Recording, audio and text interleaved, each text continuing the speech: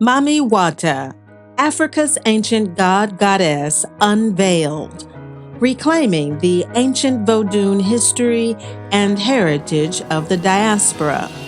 Mama Zogbe, Sagbe, Chief Hunan Amengazi. Volume 2, 4th edition, 2018. Part 8. AFÁ God of Destiny.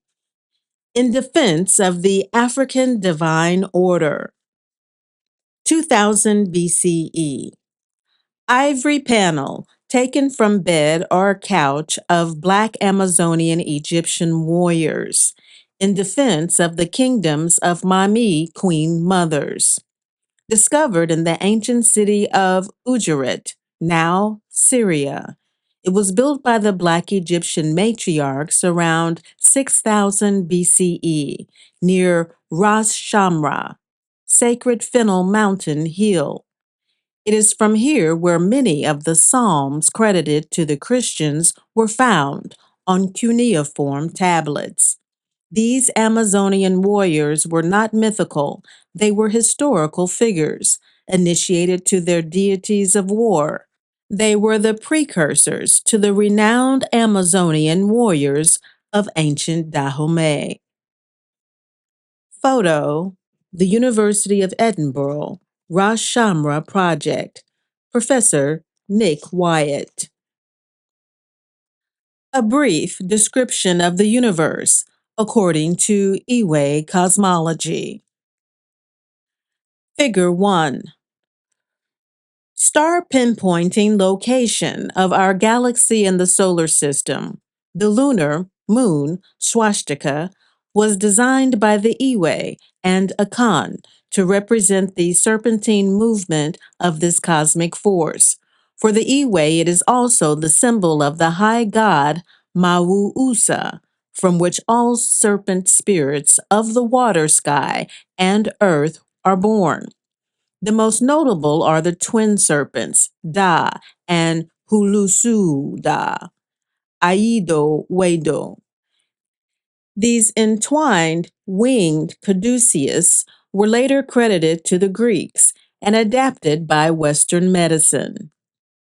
Mama Zogbe, Mama Yisi, Vivian Hunter Hendrew. According to the ancient Iwe, Tro, ancestors, the universe is described as a womb, which is often symbolized in Vodun as the top of a calabash. This holy womb is known as Mawu, the highest feminine and masculine complementary divine force. The universe, according to the Vodun, is also deemed the cosmic concentration point for each year under the Alpha Taurus, or simply Taurus, ancient Osirian black bull star. It is known to be the brightest star situated amongst a cluster of brightly lit stars called the Pleiades and the Crab Nebula.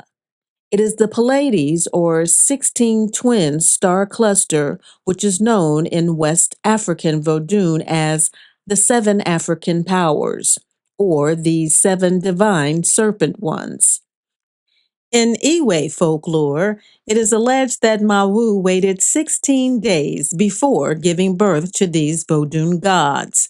It is also from the 16 seven African powers from which the divination systems of both AFÁ, IFÁ, and Vodi are said to have come. They descended to the earth and became the spiritual crown of the 16 prophetess and prophets, the children of Legba and Gabadu. Figure 2. Iwe, Dzoketi, moon swastika, drawn on ceremonial cloth of thunder god Heviosio. A similar symbol was found on the vestments of the Black Egyptian priest of Horus and was the distinguishing mark of Buddha. The Iwe symbol with the 4 stars is designed exactly like that of their ancient African cousins, the Scythians. Budge Amulets and Talismans, 1970. Additionally, the bull, the astrological sign of Taurus, is ceremoniously sacrificed to celebrate the touching sexual union with this star on the new moon. The sun, known as Lisa, who rules the sky, bottom calabash, is deemed the masculine, penetrating principle because it permeates and germinates all things. But it is Mawu who is the actual sun rays or solar power that allows Lisa to penetrate all life. Contrary to Western notions, the Vodun is neither polytheistic nor pagan idolatry. In Iwe cosmology, monotheism, as in most African cosmogony, has always been central. However, the Iwe understand that humans are in no position to address God directly. Thus, the Vodun serving as God's divine helpers and the Tro elevated ancestors are appointed by God to serve as legitimate intermediaries.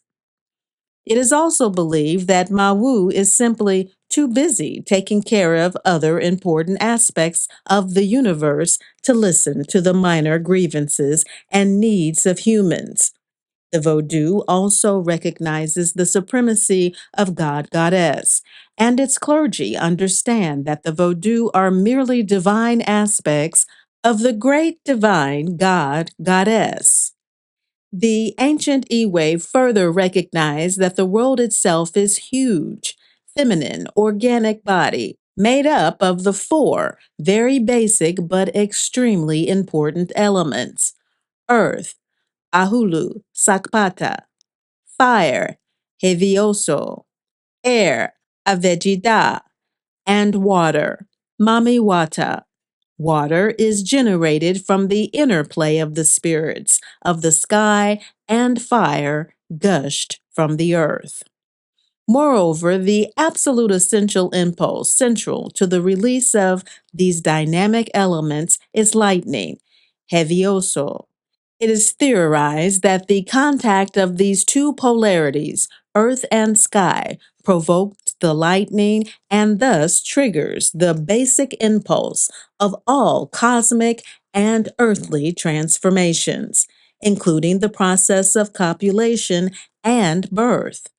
The importance of lightning is central to Iwe cosmology, for it is with the knowledge of fire that the mother and father ancestors are able to transform laterite into iron and thus forge tools for agriculture, hunting, and war. However, prior to the masculine takeover of the divine cosmology, it was Mami who headed the apex, because no life can exist without water.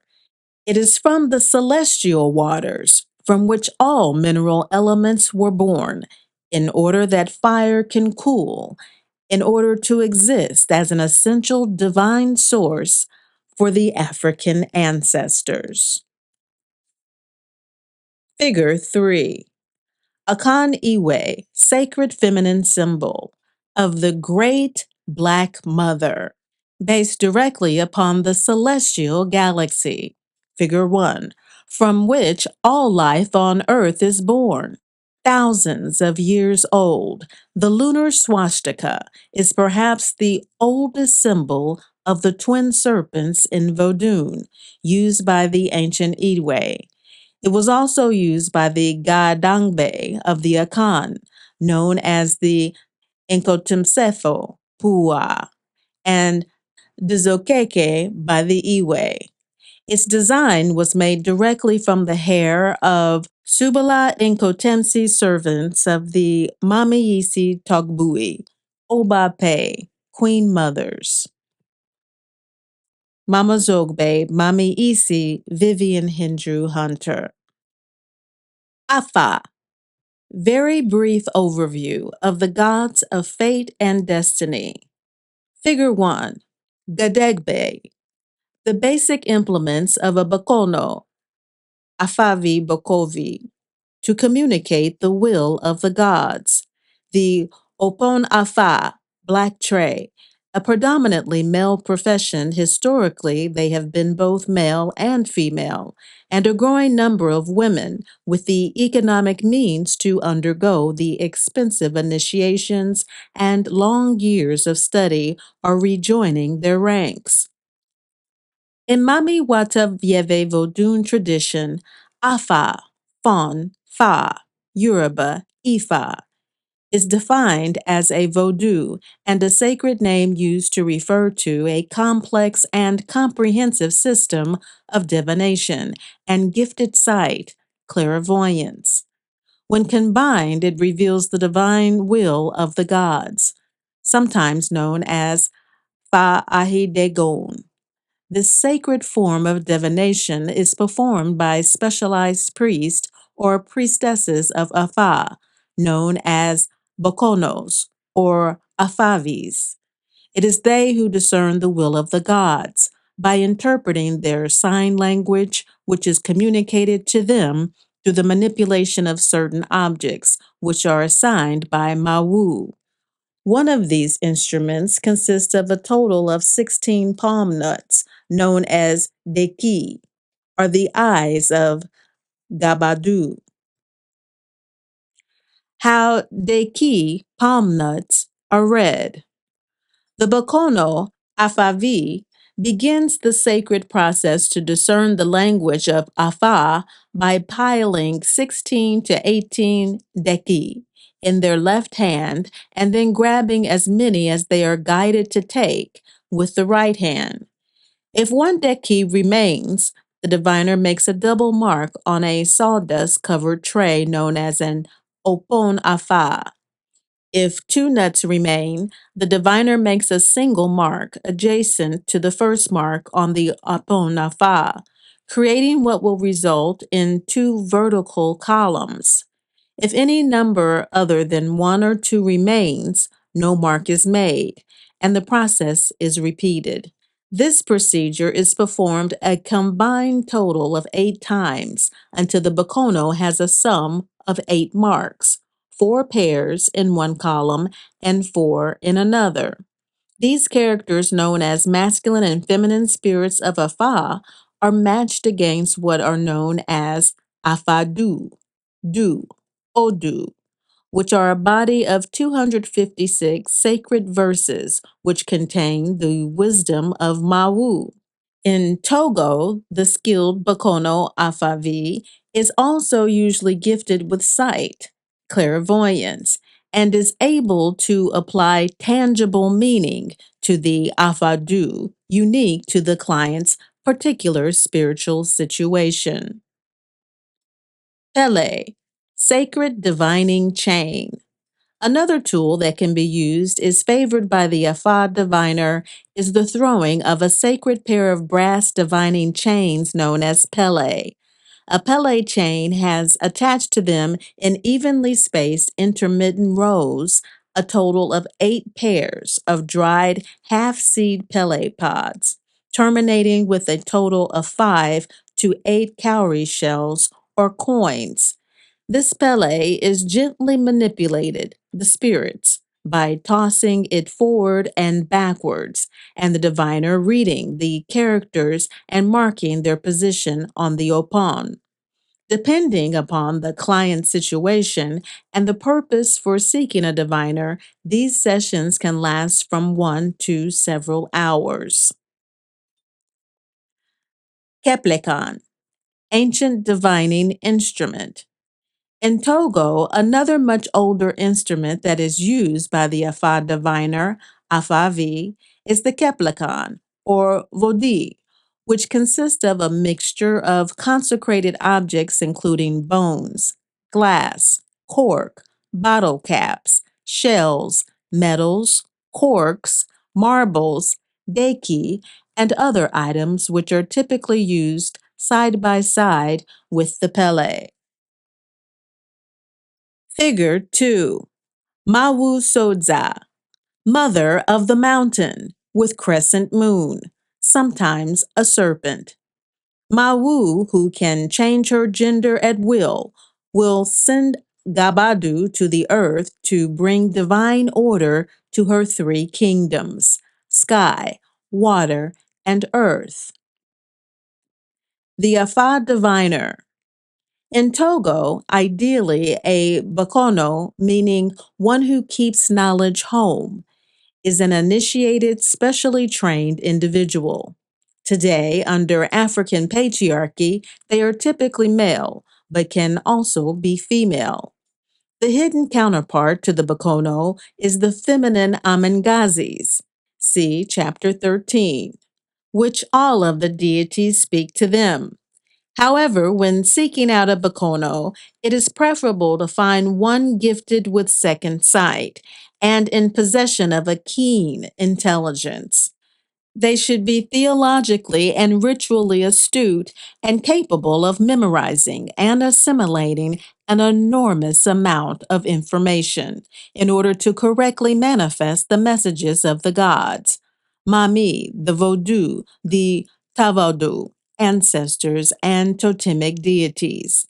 They should also possess an exemplary moral character, display maturity, and a natural ability to study, absorb, and carefully integrate the many messages that are being transmitted on the divine highway between the worlds of the deities, ancestors, and God, Goddess.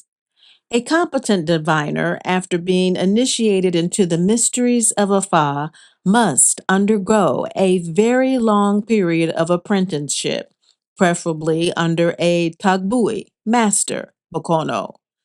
Some of the best are to be found in families with long lineages. However, this is not the only criteria. Mawu as goddess, appointer of destiny. In the Mami Wata Yeve Vodun tradition today, under the African patriarchy, Mawu has been transformed in an exclusive male deity. However, during ancient times, she was Mawu, the mountain mother of the minor Vodou gods. It is she who knows the fate and destinies of humans. Because humans forget what destiny they have agreed upon after coming into the world, she, Mawu, has appointed several major deities to communicate this and other important information. Gabadu, Divine African Mother of Destiny. It is these deities who submit this information to the Bakono. These messages are sent via several divine pathways and transmitted through a special Vodou, and ultimately to the Bakono during divination. The most important of these is the goddess of destiny and fate, known as Gabadu, Afadu, Odu, born after twins. The Gabadu is described as Mami deity laden with 16 eyes, whose abode is atop the Fae, sacred palm, and who changes her gender as she sees fit. She is the guardian of the three major kingdoms of earth, sea, and sky. In one version, she is placed in the cosmology as the daughter of Nana Buluku, Monona, Mawu's very own mother. The sacred role of Gabadu is described as being the eyes of God, Mawu, and it is she who reports on everything in the most minute detail that she sees and hears of the activities of humans on earth. It is for this reason that the Bakono uses Afa, Mawu, Gabadu interchangeably, for Afa is literally the hieroglyphic writing of Mawu. Figure 3. A Pele, sacred divining chain of Bokono, Bokovi, Afavi. Mama Zogbe, Mamiyisi Vivian Hunter Hindru. Legba, guardian of divine information highway. Because each pantheon of Vodou gods are replete with their own language and sacred pathways, a multitude of routes exist for them and the ancestors to send messages to and from the various regions in which they reside. For this reason, it is necessary to appoint a traffic guard and spiritual linguist who can ascertain and correctly transmit their messages. This representative must also be able to discern the urgency and pinpoint and direct the exact location of all incoming and outgoing information. They must also be able to correctly translate and supernaturally submit the final messages to the instruments and to the head of the Bokono, who, if well trained and gifted, can, through the manipulation of his sacred implements, communicate these messages directly to the client and prescribe ritual ceremony if necessary in a culturally and linguistic format that the client can understand and effectively act upon.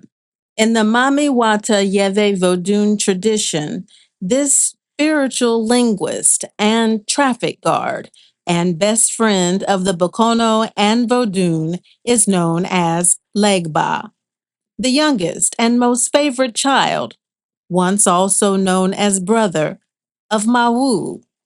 Legba can be either male or female. However, universally under African patriarchy, the male is emphasized.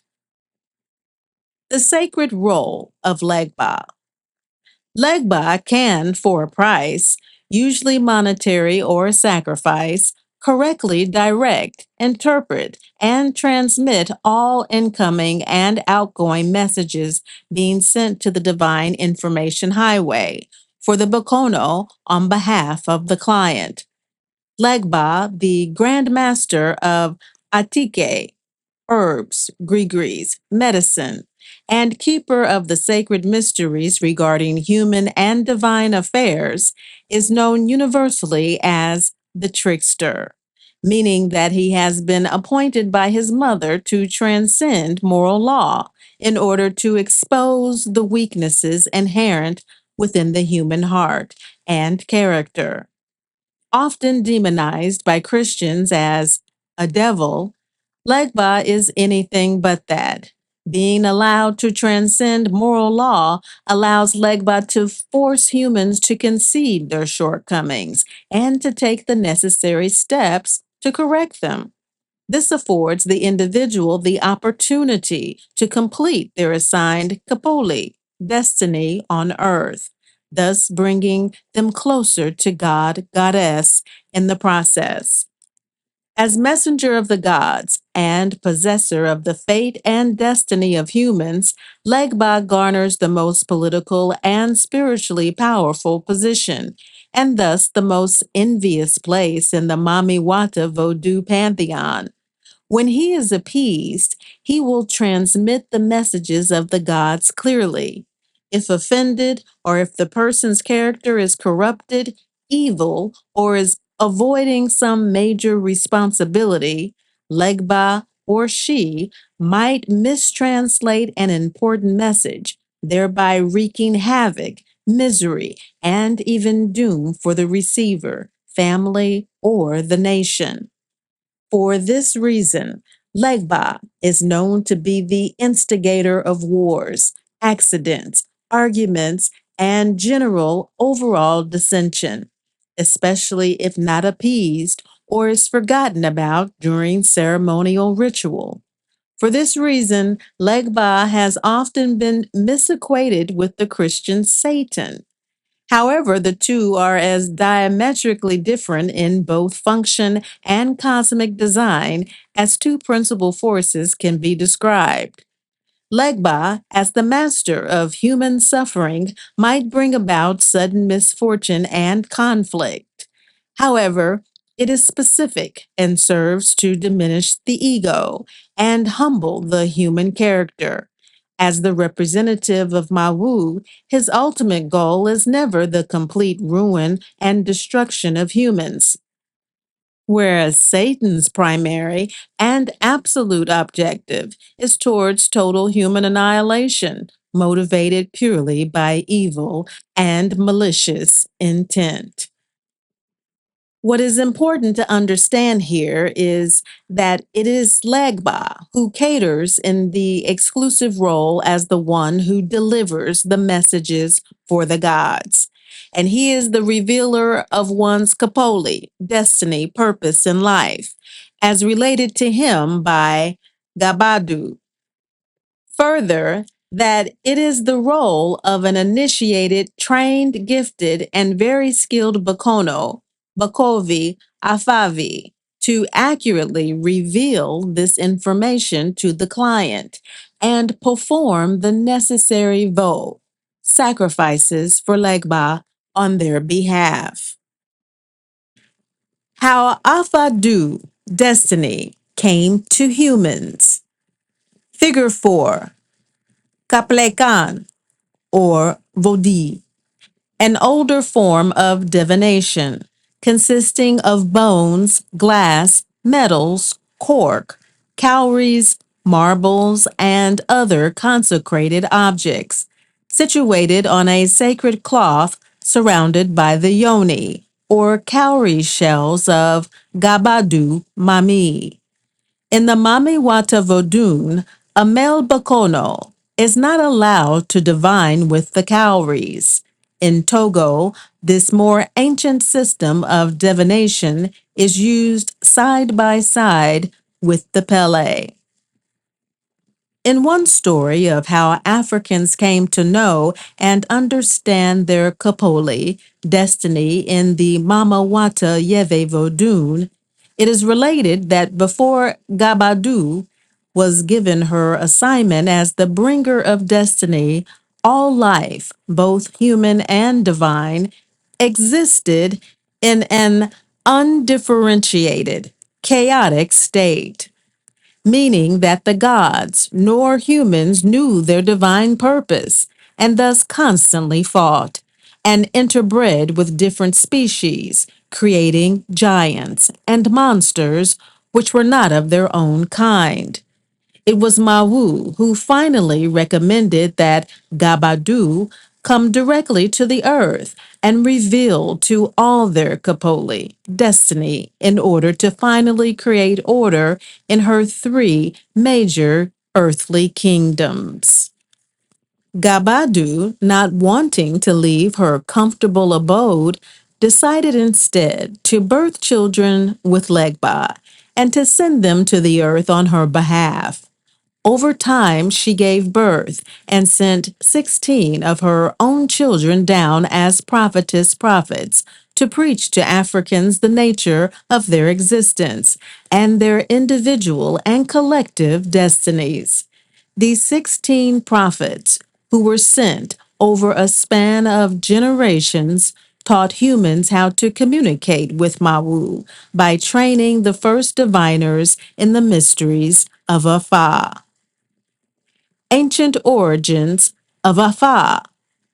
In Togo, in many Egbe's, it is Alunje who is honored as the first Bakono to have taught how to divine the destiny of humans using the holy system of AFÁ. However, there has been much debate, largely spawned by Western anthropologists, crediting the Yoruba with introducing AFÁ to the Vodun tradition. When asked, any competent Togolese Bakono will quickly point to Nigeria as the original source of AFÁ. However, when they do, they are referring to Ketu, the home of their own ancient ancestors. Yet others claim that AFÁ came with the Nago during the time of King Agaja and was brought by a man named Gogo from Zado in the east. Gogo actually didn't introduce it himself. It is said that he informed the king that two Babalawos, father of mysteries, named Gogo and Jisa, knew AFÁ. However, it was not tested until after a very severe drought plagued the lands, and the king tried the skill of all of his diviners with no luck. After challenging Gugu and Jisa to bring rain, they succeeded, proving the superiority of their system of AFÁ. From this encounter, the king is alleged to have adopted it himself. In those days, Babalawus were called Dejisi, or rain bringers. It is evident that many of these tales contain more lore than history, and somewhere between the two stories lies the truth. What is known is that AFÁ is very well employed as the primary system of divination throughout West Africa. In many areas, it is used alongside several other local systems of divination, which are even older and trace their lineages to Egypt. Interestingly enough, the Iwe spelling of Afa is also a sacred Dravidian, Tamil, Afro-Elamite word meaning breath or spirit of life. It is also known that Olorum is considered the same as Mawu, and that the prophets of Gabadu were sent not just to Nigeria, but throughout all of Africa, giving a special deity, prophet, to each ethnic group in which they would be able to hear the word of God through their own diviners, just as the Bakonos of Togo know well how to communicate with Mami and the Vodun through the holy system of Afa.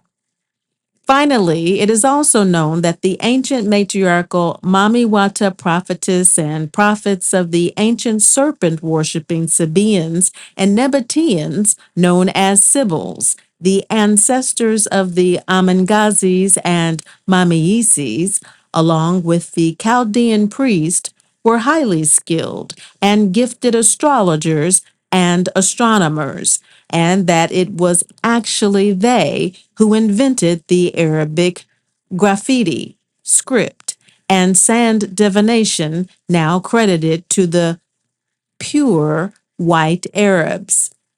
It is further known that all humans possess Se, Ka, spirit, soul, created by God, Goddess, and can be directly accessed through Afa and other forms of divination.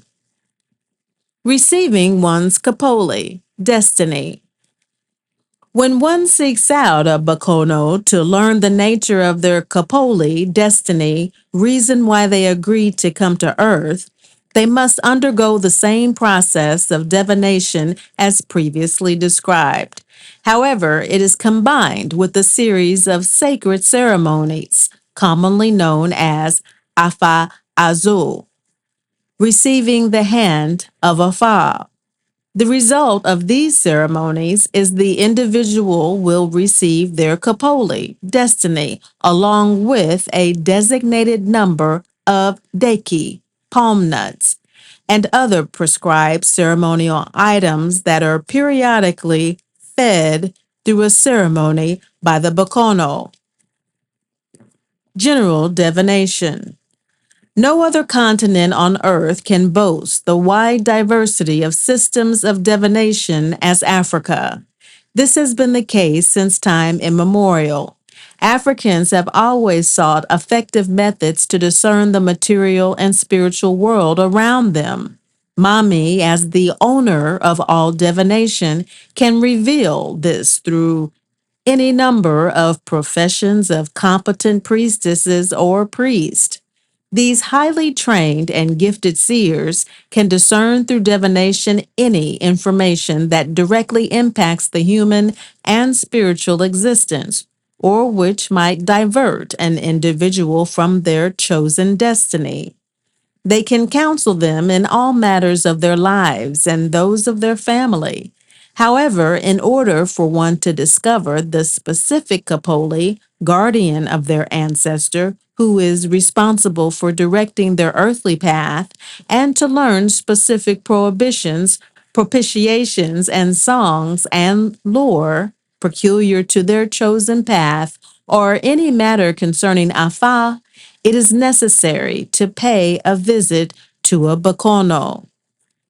In Togo, many Bakonos are crowned initiated with Mami. It is the Mami Isi Honons who typically perform the ritual baths and the actual installation of the mysteries of Mami and most Vodou for the Bokono. Additionally, certain levels and paths of Mami Isi Honons can also install Gu, Ogun, the deity of iron, and Legba, the opener of roads, as well as Pele, the deity who also speaks Odu. In the Mami Wata Yeve Vodun, Bokonos are typically loosely affiliated with several Egbe's, and the community where they perform specific ritual functions specific to their role as mouthpiece for AFÁ. Though they are respected when it is earned, this, as in any profession, is largely based upon their performance, ethics, skill, and Taj, divine power. When they are proficient, they are gladly welcomed into an egbe and are regarded as part of a spiritual team.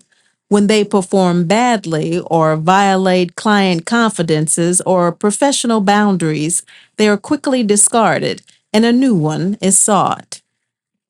The Afadu that birthed the Vodun. Table 1. Afadu 1.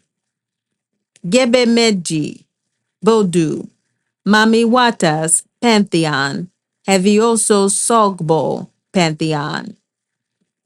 Afadu 2. Yeku Meje, Vodou, Mawu. Afadu 3. Woli Meji, Vodou, Da Pantheon. Afadu 4. Dimeji, Vodou, Ho-Ho, Twins. Afadu 5. Losomeji, Vodou, Lisa. Afadu 6. Welemeji, Vodou, Tohusus. Afadu 7. Ablameji, Vodou, Dangbe, ancestral deities. Afadu 8. Aklameji, Vodou, Loco. Afadu 9. Gudameji, Vodun, Gu. Afadu 10. Sameji, Vodou, all Vodou. Afadu 11. Kameji, Vodou, Aholu, Anan, Pantheon. Afadu 12. Turukpemeji, Vodou, ancestors, the dead. Afadu 13. Tulameji, Vodou, Chamba, Nusewe, Towiyo. Afadu 14.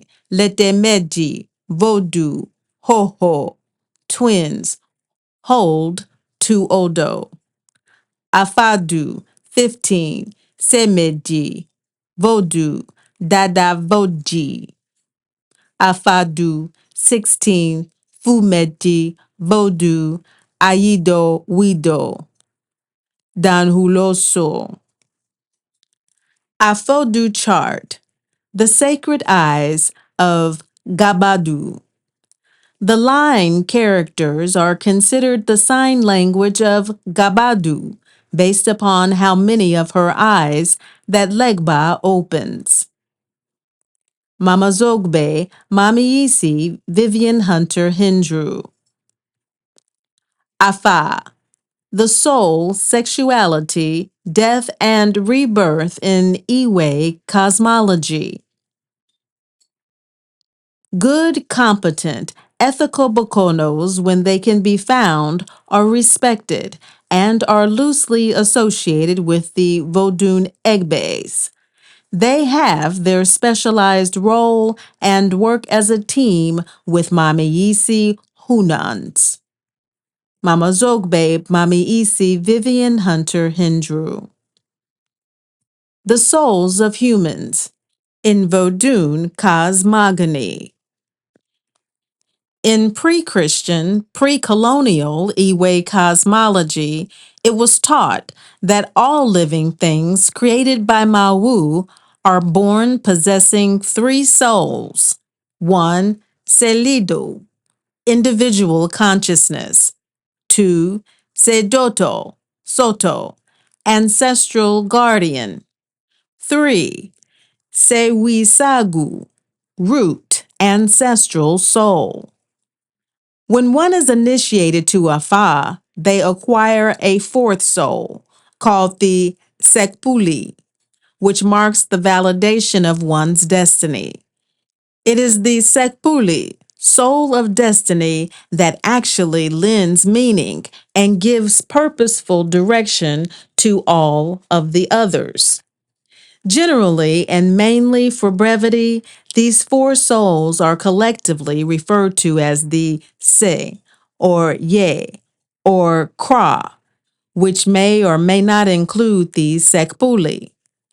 Often viewed as one, personal Mawu, the Selido, known as the Ori in Yoruba cosmology, is possessed by all humans and is the primary vital spirit or consciousness that contains one's cognitive and creative intelligence, short and long-term memories, spiritual gifts, if present, sexual identity, not gender, inherent weakness and strengths, and one's personal destiny, all presented to the world in a human vehicle, body, at birth.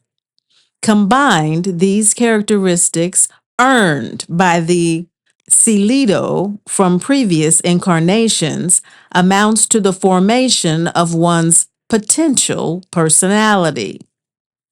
It is the inherent quality of these innate characteristics and how they are identified, balanced, and harnessed and cultivated that will ultimately determine the success of one's physical and spiritual attributes and overall journey while on Earth. Understanding the Selido for Western trained minds. For the Western trained mind to apply Freudian psychoanalytical terms to Selidu all by itself would consist of all three aspects of what constitutes in Western terminology the human psyche: id, ego, and the superego. The other spiritual components, the Sajoto, Soto, and the Sawisagu, will be discussed as they apply to the Selido, since it is the Selido, the starring actor, that will ultimately manifest all three of their roles on the theatrical stage of one's life. Gifts of spirit, not indicator of good character. A person being born with spiritual gifts is not enough to determine the inherent quality of their individual Selidu, nor does it offer any indication of the final outcome of their chosen destiny. For example, one could be a very gifted artist, musician, business professional, poet, diviner, or priest, but outside of their inherent gifts, they might exhibit bizarre and destructive behaviors such as alcoholism, selfishness, abusiveness, greed, arrogance, compulsiveness, vengefulness, etc. Therefore, it is the overall quality of one's total Selido that AFÁ values and encourages one to develop. This potential quality can loosely be described as nyo, bra, or good character, and whether it can be achieved in the current life is determined by the quality and ritual attention accorded the Selido during all phases of an individual's development, including in vitro. Further, the quality of the solido is determined by many external and mitigating factors, including conditions of conception, birth, nurturing environment, ancestral forces, spiritual forces, voodoo, the nature of one's destiny, and even, to a lesser extent, past lives. Ancient masters of the African spirit. During ancient times, African clergy all across Africa were masters of the spirit, possessing the ability, skill, and talent of discerning the fine intricacies associated with each aspect of an individual's 3 or 4 souls. At one time, there was a master who specialized in each level, all prescribing the necessary treatment through sacrifice and ritual that was required in order to heal, strengthen, and empower to bring about the correct level of balance and harmony to the solido. These sacred rituals were deemed by AFÁ as necessary in order to improve the odds of a successful accomplishment of one's individual destiny. The state of the solido cannot be underestimated when discussing initiation into the Mami Wata Vodun tradition and in understanding the role that Vodou and the ancestors play in grades of rank, clerical functions, and more importantly, in healing the healers. Reincarnation in Mami Wata Vodun. In Iwe cosmology, as it pertains to AFÁ, when an individual is initiated into AFÁ, Ifa, they acquire a fourth soul, the Sekpoli. However, upon death, the Sekpoli goes back to Mawu. Generally, if a person has lived a good life during their journey while on earth, upon their death and shortly after burial, their Silido returns to the place of their blood kin and is made a Kututo, Tro, an ancestor. No new souls are born. In Iwe cosmology, it is believed that no new souls are born, only old ones returning in new human skins.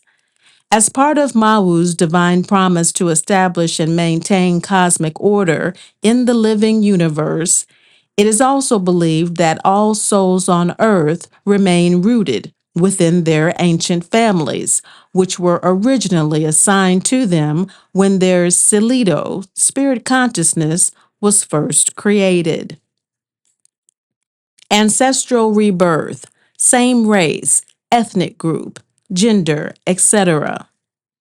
Central to Iwe theology is the strong and proven reality of ancestral rebirth, meaning that the Sajoto, Soto, of an ancestor can return with the Salido, Ori, of a family member at birth, because it is in reality one's own biological ancestors who carry the Chash, Ash, spiritual power of a family. It is firmly believed by the Iwe that one is always reborn into the same race, ethnic group, gender, and family bloodlines from which one was originally assigned when one's first ancestors and Salido entered into the world at the dawn of human creation. It is for this reason that the circumstances of one's conception, pregnancy, and birth are meticulously monitored and compared with that of previous ancestors if known. Children who have been determined to carry the Joto, Soto, of an ancestor might be named after them, and records of deceased ancestors are studiously maintained, and their shrines carefully tended, lest they return through one of the children to wreak havoc on the family. Many in the diaspora, because of the disruptions in family lineages due to slavery and its aftermath, might be experiencing some of this phenomena and are perplexed or not aware of its root cause. Death, rebirth, race, and ethnicity. Ancient biological components always remain constant.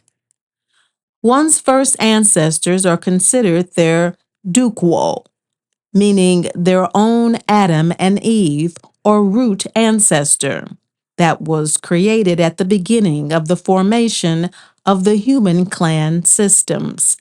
This root family is believed to have been individually created by Mawu and encoded with the clan's specific Sawisagu, original soul, meaning it is embedded with particular DNA, cosmogenetic, and biological components that always remain constant, no matter how many admixtures result from inter or intra-group mixing.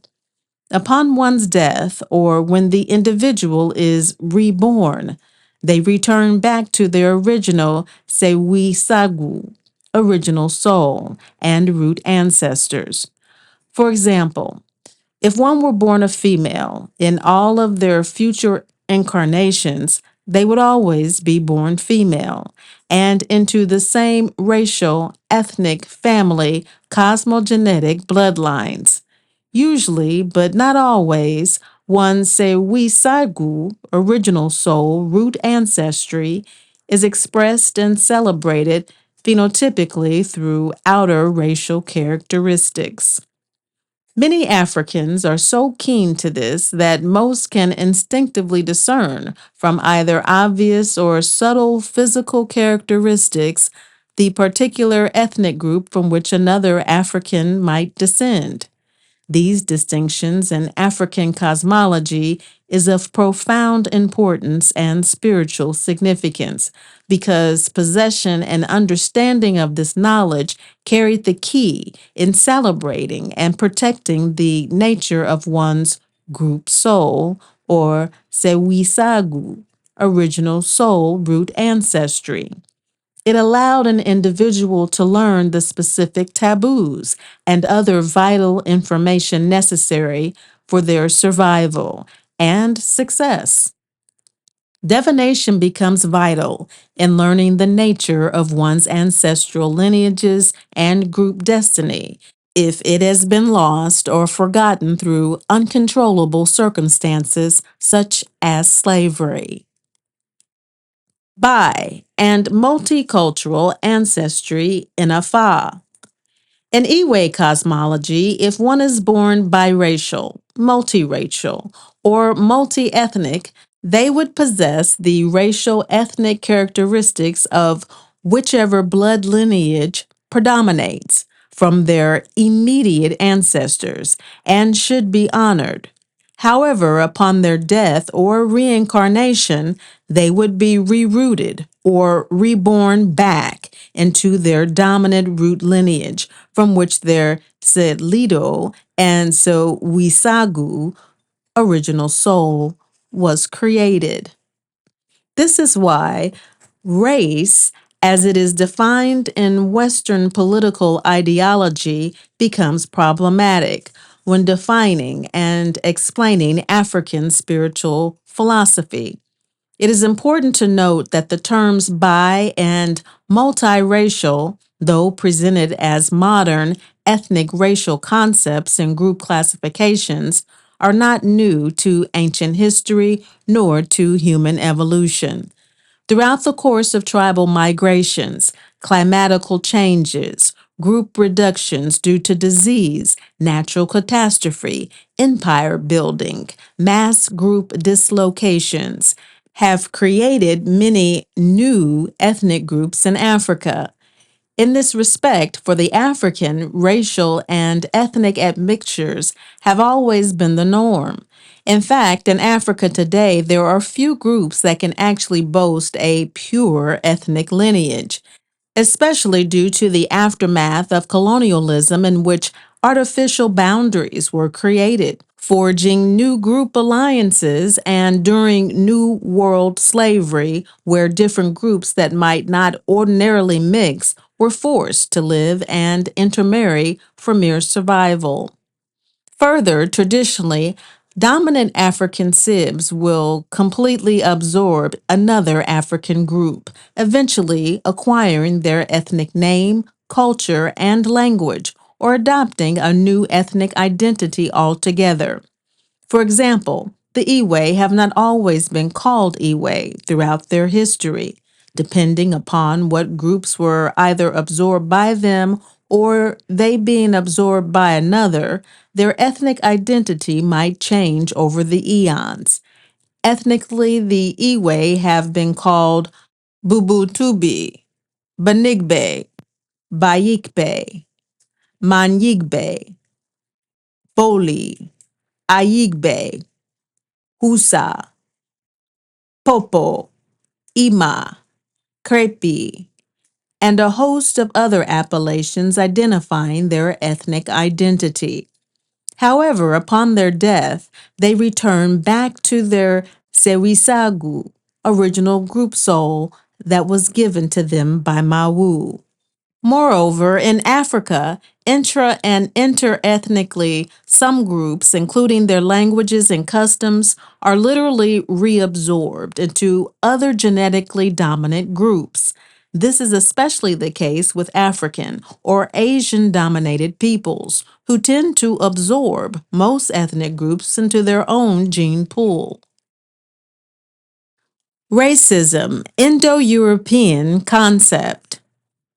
It has only been within the last 2,000 years, perhaps beginning with the Aryan groups, Iranian, and the Assyrians, white Greeks, and later perfected under Aryan Hinduism, the Roman papals, and later morphed into European Christian colonialism, that the concept of wiping out the African racial presence in the ancient world began.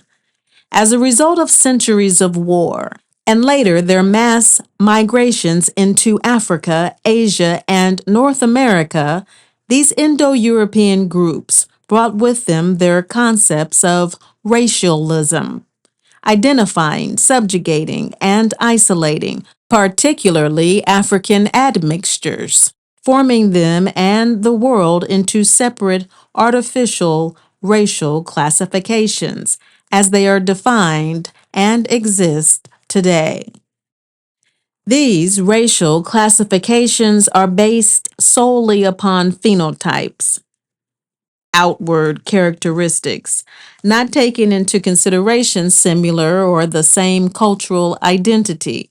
In other words, the world has grown accustomed to a group possessing the same national identity, language, culture, and social customs, and yet remain racially segregated or culturally alienated based upon outer phenotypic characteristics. Further, though diaspora Africans may possess admixtures of one or several ethnic groups, and they might acknowledge and honor all or none of them, it is their dominant Sawisagu, root ancestral soul, and the spirits Vodou linked with them, which remains connected. This is achieved through their majority Joto, Soto, guardian ancestors that tend to strongly predominate, creating a means by which their ancient African ancestors may continue to be reborn through them over all the others. Additionally, politically, the Iwe and other West African nations have adopted a patriarchal system, along with a new theology and cosmology to match. However, secretly, it is well known that the Sewisagu, root ancestral soul, is still inherited through the blood of the maternal African mother. Though these racial, ethnic characteristics may or may not reveal themselves phenotypically in one's outer features, one's outer physical traits are nonetheless included and are evaluated as part of an overall assessment of any newborn child in order to determine which ancestor has returned.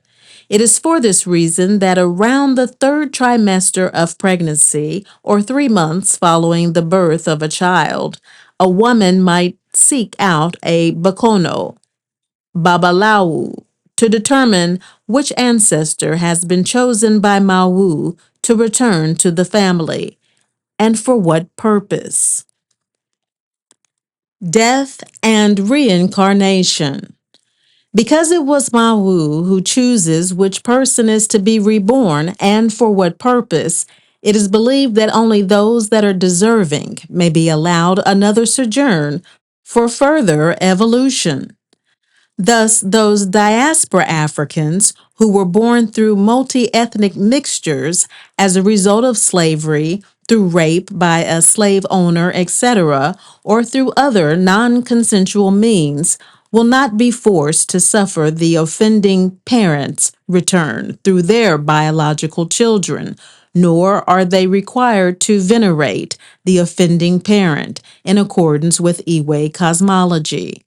In other words, the divine spirit cuts off the path of rebirth through the offending parental lineage. This same concept applies to same group lineages in which one of the offending parents may have been abusive, neglectful, or deemed unworthy to return to the earth by Mawu. The decision to reject or honor a biological parent should always first be cleared through AFÁ, because a parent's negligence might have been created through no fault of their own, though the child may feel abandoned and abused. Conversely, if a person during their sojourn on earth has been exceptionally good, meaning they have succeeded in their prescribed destiny, it is believed that they will rest directly under Mawu while awaiting another incarnation or spiritual assignment. Once received, they will be born through a mother of the same family bloodline from which they originally come. On the other hand, if the person has lived a bad life, their salidu could end up haunting the crossroads or linger in the forest prime for sorcerers, especially if they've been abandoned by their family who refuse to perform the necessary ceremonies to make them a guardian. Kutoko, Tro, Tovodu. In the Vodun, a bad soul is a relative term, meaning that those ancestors deemed notorious often prove to be some of the most powerful if they have paid their karmic price to Mawu. Neglected souls and AFÁ. As a rule, all souls of one's ancestral family should be accounted for and propitiated, including those that are not known by name. Today, even in Africa, abandoned souls are nearly infinite in numbers, and it is difficult indeed for most, especially in the New World, to understand the importance of relearning how to care for their long departed and forgotten ancestors who, through no misconduct of their own, were never offered a proper burial. This especially applies to those ancestors who suffered under the yoke of slavery, in which their lives and the necessary customs associated with the transition of death mattered little to their enslavers. With the accompanied suppression of African rituals and customs in the New World, many in the diaspora walk around blinded to their taboos, guardian ancestors, and those things which would violate and offend their own salidu. Western materialism and religions of little value in AFÁ.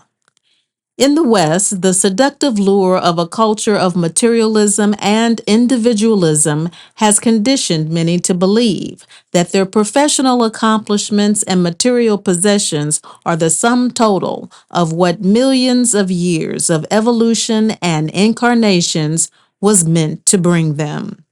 Particularly detrimental to the diaspora is the notion that they arrived in the world alone and therefore owe no one for their successes in life. To rid the diaspora of their religions, the majority have been conditioned to give all credit to Jesus.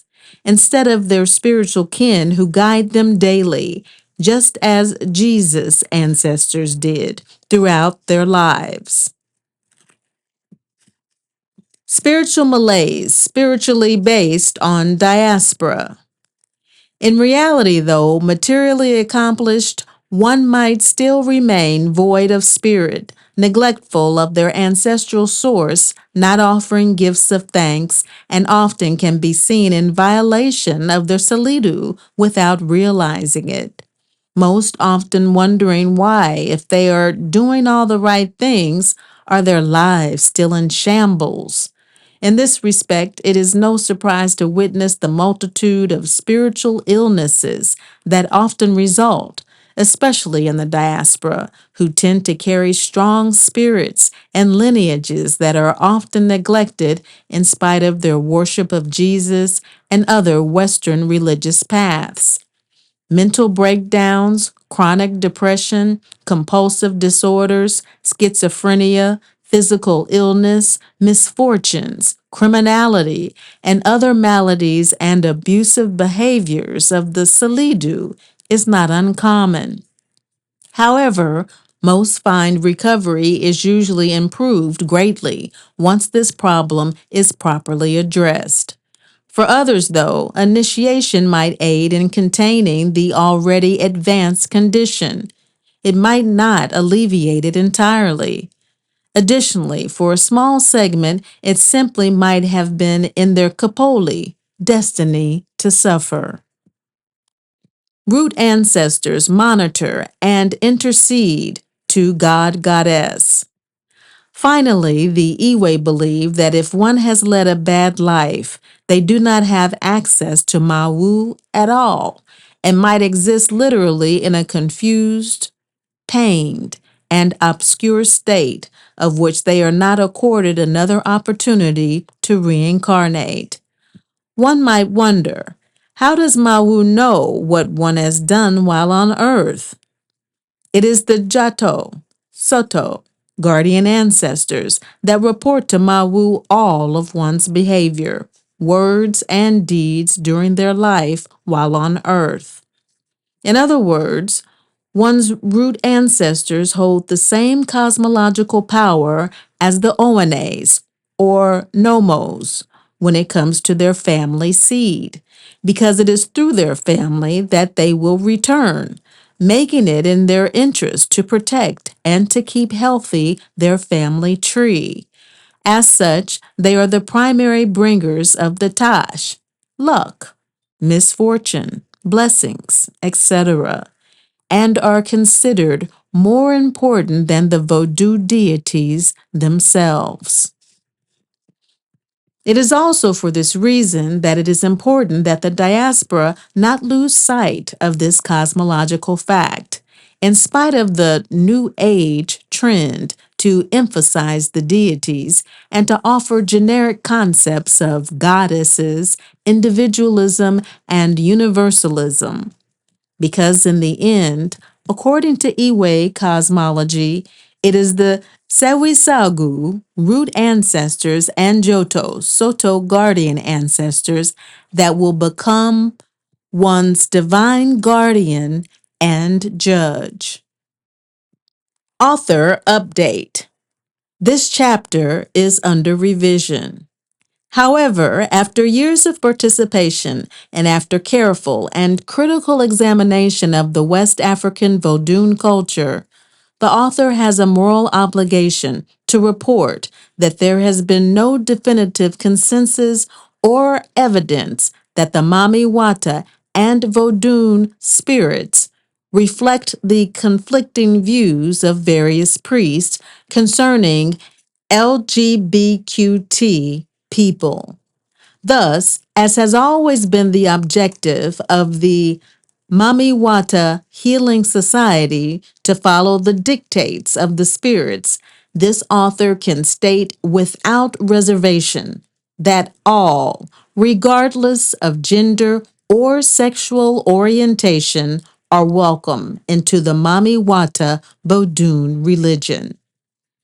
Mama Zogbe, Mami Hunan Amengazi, Mami Wata, Healers Society president.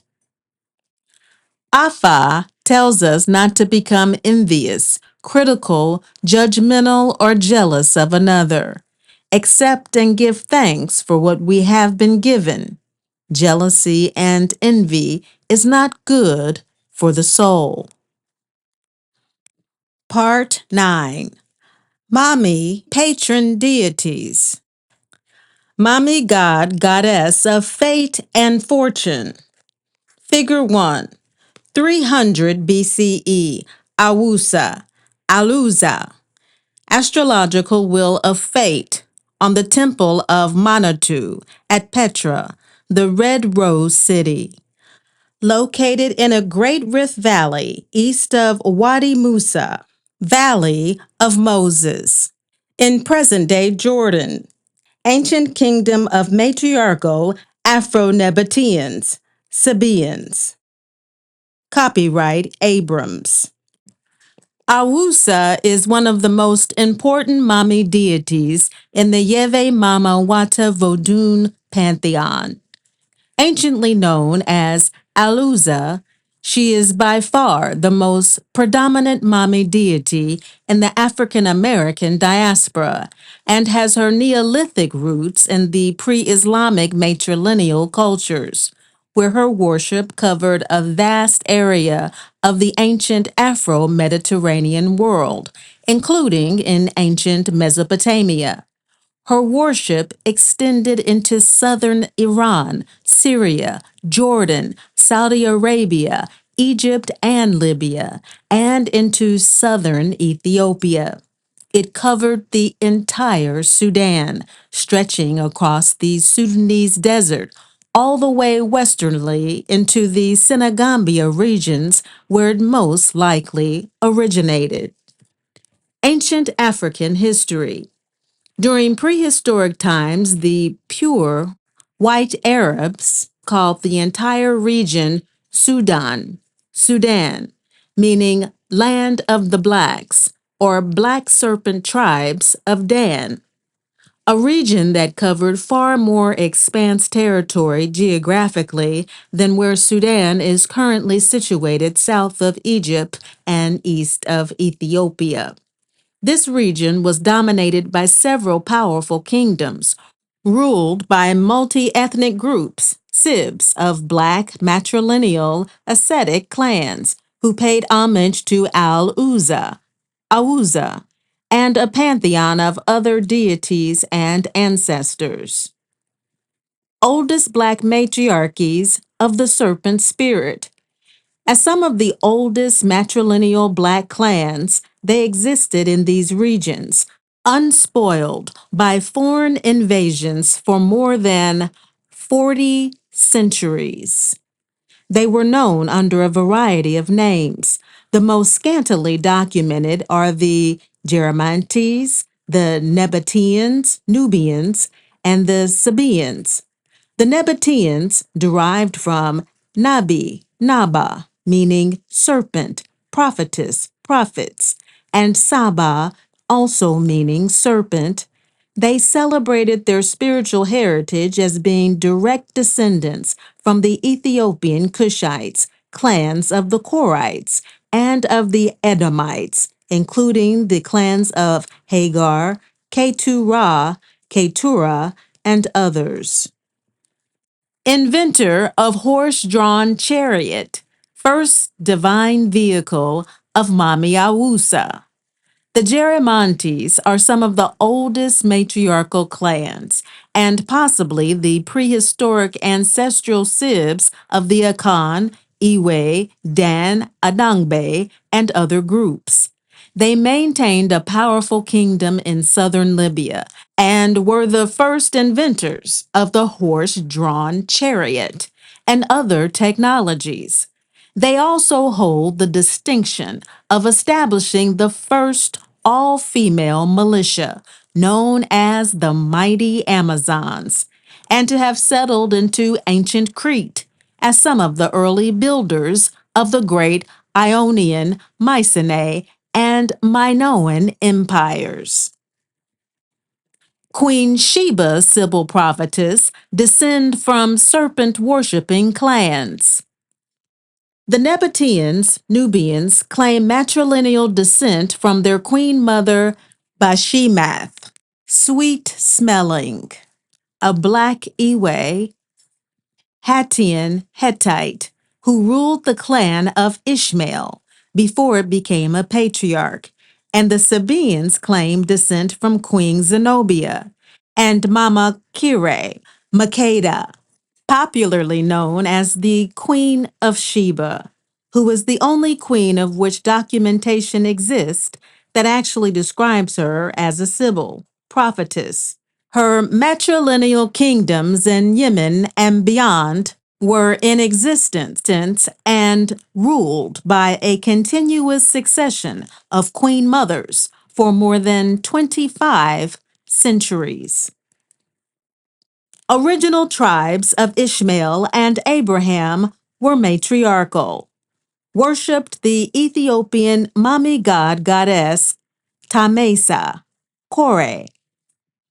It was the Nabatean queen, Bashemath's granddaughter, Zipporah, meaning bird or dove, a Sibyl Mami Isi high priestess of Ausa, who married Musa, Moses.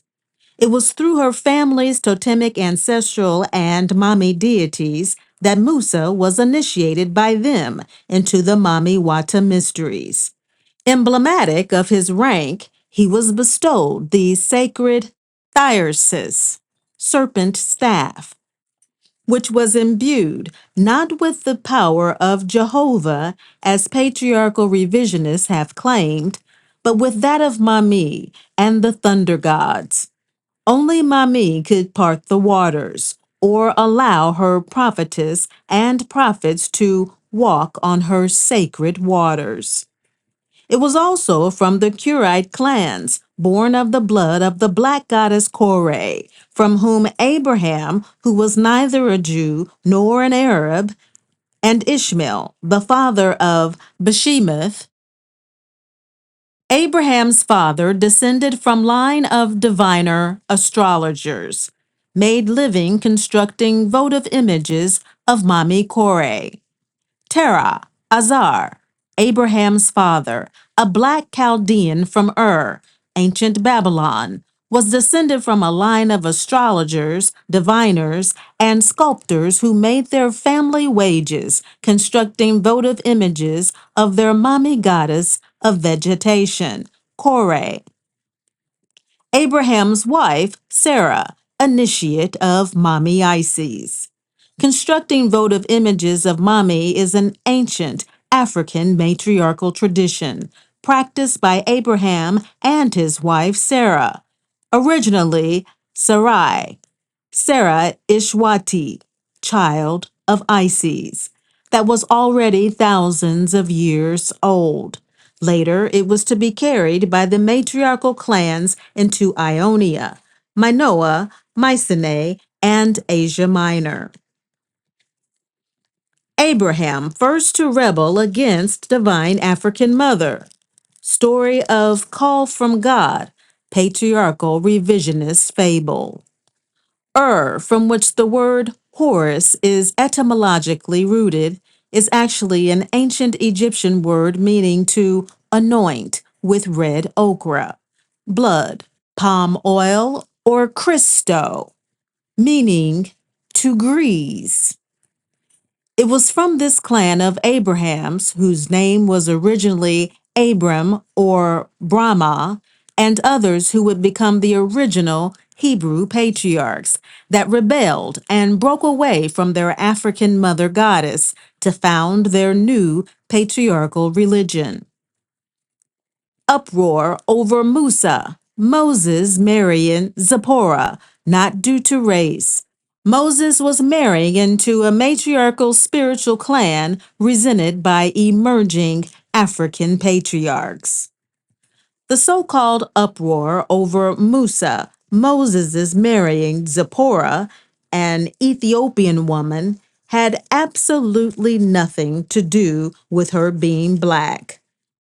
Because as the original clans were black It had everything to do with her religion, meaning that she was from the old, established royal matriarchal Mami Isis Amengazi Sibyls, of which the growing patriarchal clans were usurping and looting their kingdoms and exterminating those who would not submit to the new patriarchal order. As has been the custom since the beginning of time, it was through Zipporah, who carried the divine blood of Mami, that Musa, Moses, would claim his divine lineage and power. Matriarchal Nabateans, Nubians, prosperous international traders. Under Mami, the Nabateans, Nubians, became prosperous traders and market women. They dominated the important trade routes where they built desert empire states, which reigned at least 15 generations. In the Sudan, the major city-states included the kingdoms of Nubia, Napata, Darfur, Wadi, and Bernu Kanim. In the Senegambia, they include the Hausa states of Kororofa, Nupe, So, Borgu, Gorma, Mosi, Fulbe, Fulani, Songhai, and the Mande state of Jolaf. Their most recent Nabatean kingdom stretched into ancient Syria, with its holy capital, Petra, meaning Omphe, stone rock, located in Wadi Musa, the desert of Moses, in present-day Jordan. These black queen mothers ruled their kingdoms and were well established in the ancient world for centuries by the time their own male clansmen and later white Arab shepherds usurped their religious traditions and imposed their version of radical Islam. Prosperous matriarchal Petra Empire of Jordan lasted 700 years until forced to convert to patriarchal Islam. The prosperous Petra Empire of ancient Jordan lasted 700 years until it was weakened, first by its own clansmen, who had already begun a campaign of encouraging their new patriarchal Islamic rule upon the well-established matriarchs. They were further weakened by the continuing invasions of the pure Northwest Arab shepherds, whom under Mohammed forcibly converted them to their radical version of Islam. Next, followed by the Levitical Jews, and then the Roman Christians, the same groups who are fighting for global hegemony even until today. Roman bishops and Judaic Levites compete for black matriarchal lucrative trade empires.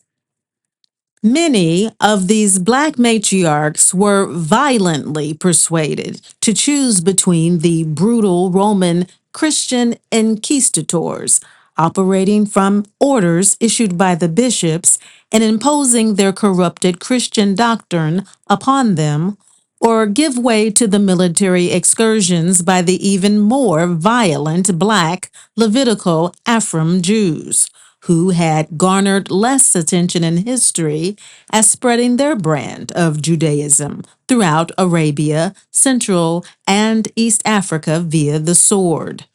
Their brutality being just as lethal as the bishops with whom they were competing. Revisionists have glamorized and justified their mayhem, claiming them to be in service to either Christ or the black Jews to their Jehovah. However, the reality was their vicious battle over the lucrative trade and strategic routes of these black matriarchs in the Sudan, Arabia, and Yemen was their main objective, and the exclusive rule of a male god to justify and assure their power over the matriarchs. The matriarchal kingdoms having deteriorated over time, further weakened by the continuing internal revolts against the old female-dominated orders, were fair game for these violent, marauding, fiercely patriarchal tribes, invading them from all directions. African queen mothers flee to Central and West Africa and to Grecian islands. Many of these queen mothers and their sibs fled to Central and West Africa and into Crete, Ionia, Mycenae, Minoa, and Asia Minor, Turkey, founding new kingdoms. Those who could not leave but stubbornly refused to convert to patriarchy with its revisionist religious propaganda were sold into slavery or violated, raped, and then slaughtered on the grounds of being infidels and unbelievers in an exclusive masculine, one male God principle. 10,000 worshippers of Mami Wata burned alive. In illustrating what these brave women and their people suffered, in one shocking but all too common incident recounted in the Quran, Surat al-Buru 85:4, which documents that in 523 CE, Black Ethiopian king Yusuf Attar du Nawas, originally a devotee of Ator, meaning Ishtar, Aluza, for political reasons had been converted to Judaism by a sect of these Black Levitical Jews. He then gave the people a choice of conversion to Judaism or to face death. Many of these Mami al-Uzza worshippers believed that they had a better chance of concealing their worship behind Roman Christianity, whom they knew Rome were still very much practitioners of African gods. They chose the lesser evil, which was the Christianity being touted by the bishops, rejecting Judaism, whose new doctrine they knew hated Mami. Upon their refusal, Nawas rounded 10,000 of them up and piled them into a mass ukdud pit and ordered it set ablaze. Fall of Black matriarchal Petra Kingdom. The Petra Kingdom met its final ruin in 63 CE by the Romans. Today, if one were to peruse a Western history book on the Petra Kingdom, one will not find images of these Black matriarchs, nor their people. Instead, splattered across the pages are poorly carved Roman images, along with the pure Arab and Byzantium Turks, in imitation of the Nabatean artistic sculptural styles, as with most of the lost history of the Black matriarchs.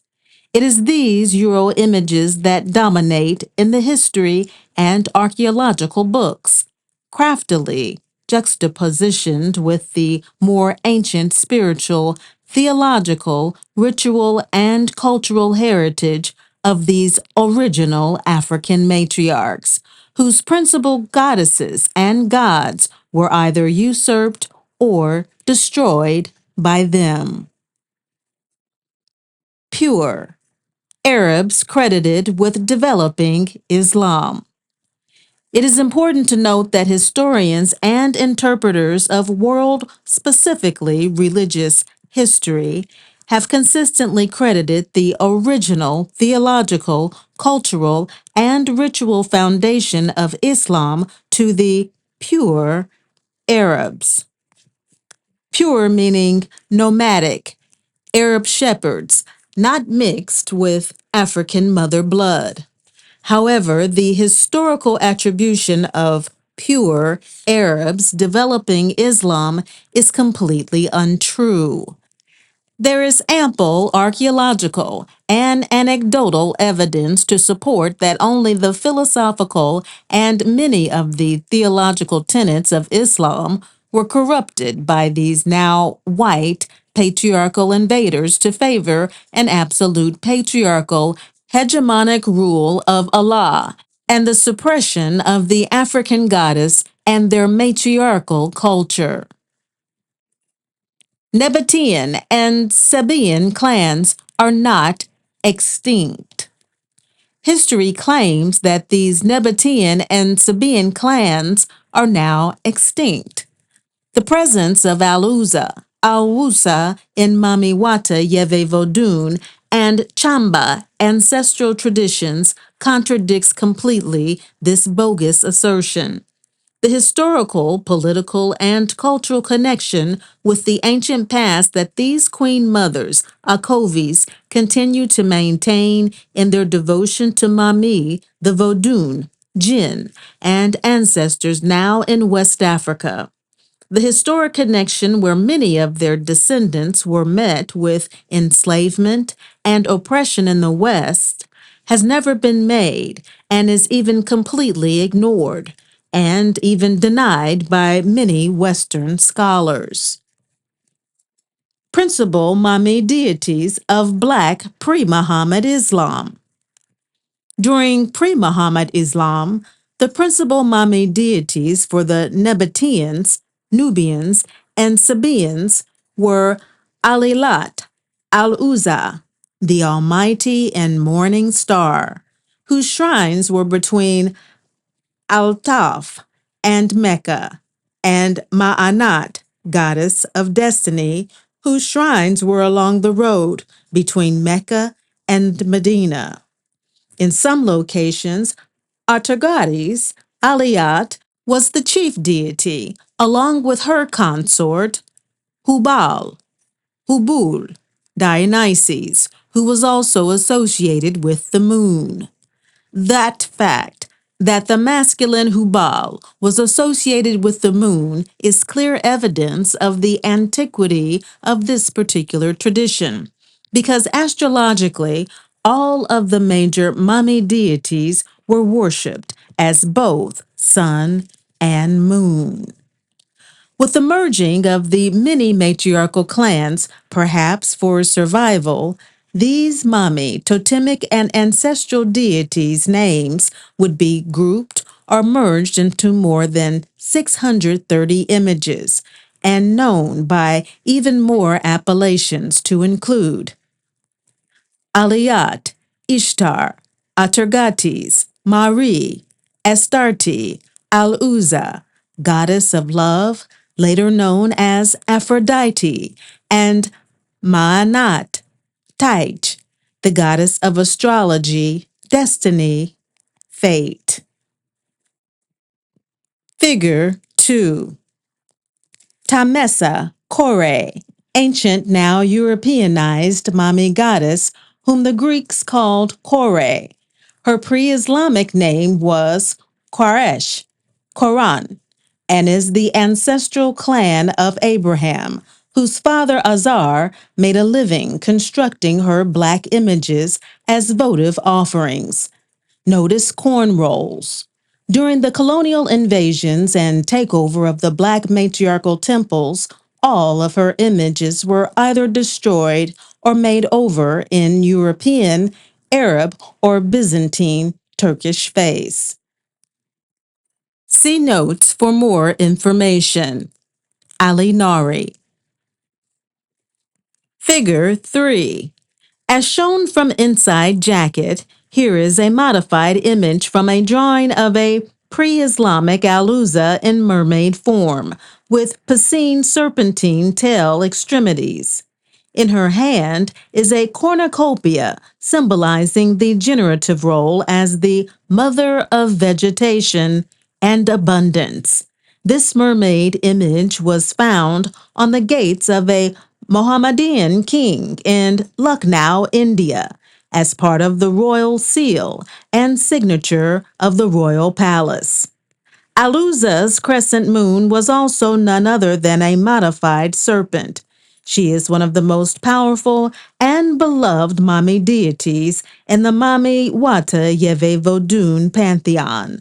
Many in the diaspora carry her cosmogenetic spirit, and many have come forward to reclaim their mother heritage. Aliyat and Al-Uzza originally symbolized as the Kaaba, black Omphe stone. It was Aliyat and Aluza, who was symbolized as the Kaaba, originally Temple of the Moon Goddess, the holy black granite Umphi stone. All major Mami deities in their feminine form were originally worshipped as black stones, some which were reputed to have fallen from heaven or the sky. An ancient ceremony which is still in practice during annual ancestral celebrations in Togo, West Africa. A priest of Hevioso is sent into the forest to gather these sacred ekpe stone, which, depending on its color, can forecast either good or bad fortune for the community. Followers of Aluza were ascetic, group of matrilineal nomads. Many of the followers of Aluza were an ascetic, highly spiritual group of matrilineal nomads and traders, headed by queen princesses and a temple harem of Mami priestesses and sadhus, ascetic priests.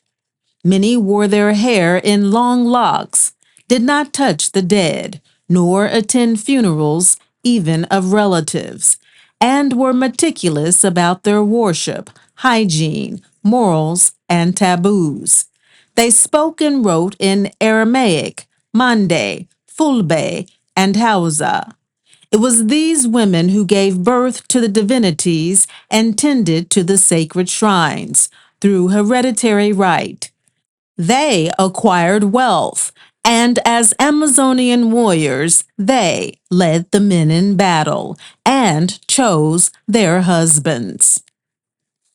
Aluza was one of the three holy virgins. Word Wata of Mami Wata has its etymological roots. Aluza was one of the triune trinity consisting of the three holy virgins. Virgin meaning not married, Aliyat, Kore, and Ausa. The queen priestesses, representing the Holy African Mother, could bestow both blessings and curses.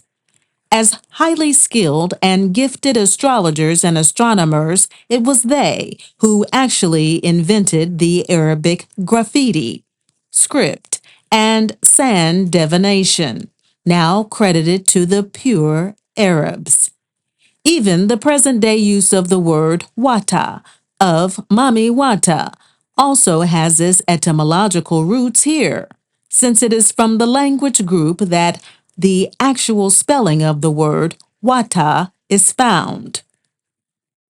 Uati, uati, being the ancient Egyptian original spelling. Mami deities condemned as devils of Satan. These Mami deities of Islam were condemned under patriarchal Islam and Christianity as devils of Satan, a dubious title which remains until today, their worshippers still being slaughtered and their priestesses condemned as witches in southern Sudan and elsewhere in Africa. In West Africa, though more tolerant, the Mami Wata priestesses hold no viable political or economic power, and their role as queen mothers is largely symbolic and limited to their own eggbes, though they do enjoy the most autonomy as independent women. The Holy Kaaba, well established before Muhammad's time. We learn from Herodotus, Frobenius, and Diodorus that the worship of Dionysus, Hubal, and Atargates, Aliyat, and Aluza, Ausa, was well established long before Muhammad's time. African deities, pure Arabs called jinn, genies, and later condemned as devils. Though Mohammed also credits himself with the installation of the Holy Kaaba, the historical record is clear that it was long established for hundreds, perhaps even several thousands of years before his existence. The sacred Kaaba stone was originally surrounded by more than 360 other minor but important nature and ancestral deities, and each Islamic family maintained shrines, most honoring their particular founding ancestors and deities, of which a representative of its form was placed in the Kaaba next to Atargates, Aliyat, and Aluza, Awusa. These deities the pure Arabs called jinn, genies, and later devils. Black Kaaba stone, originally featured with two black doves.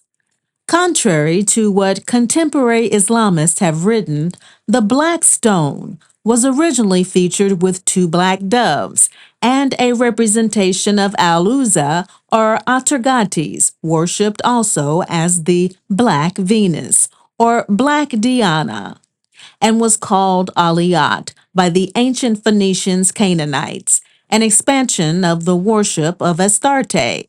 This sacred black stone is one of the earliest terrestrial manifestations of the black goddess.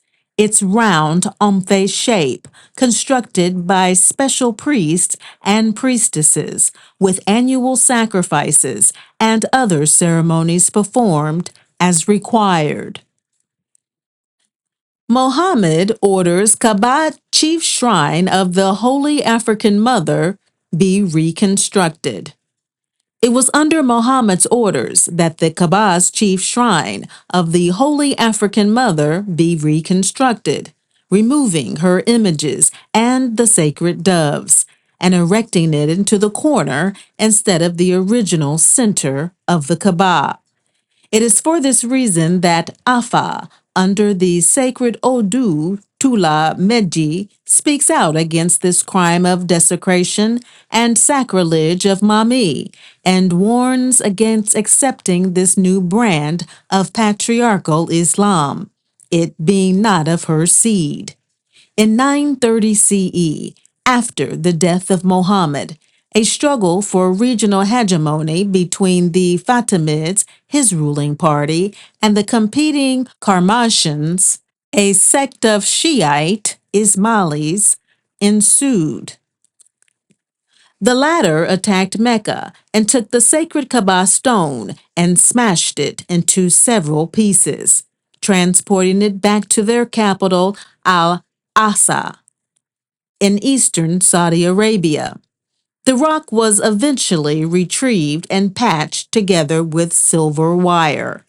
Today, millions of Africans and other devotees flock to view, kiss, and worship the black stone, as they have done for thousands of years, believing it to have always represented their Allah, and the spirit which is Al-Uzza has long ago departed, and resides with its matriarchal heirs, where she is still honored in the Mami Wata Yeve Vodun. Traditional rites of Islam, first established by Black matriarchs.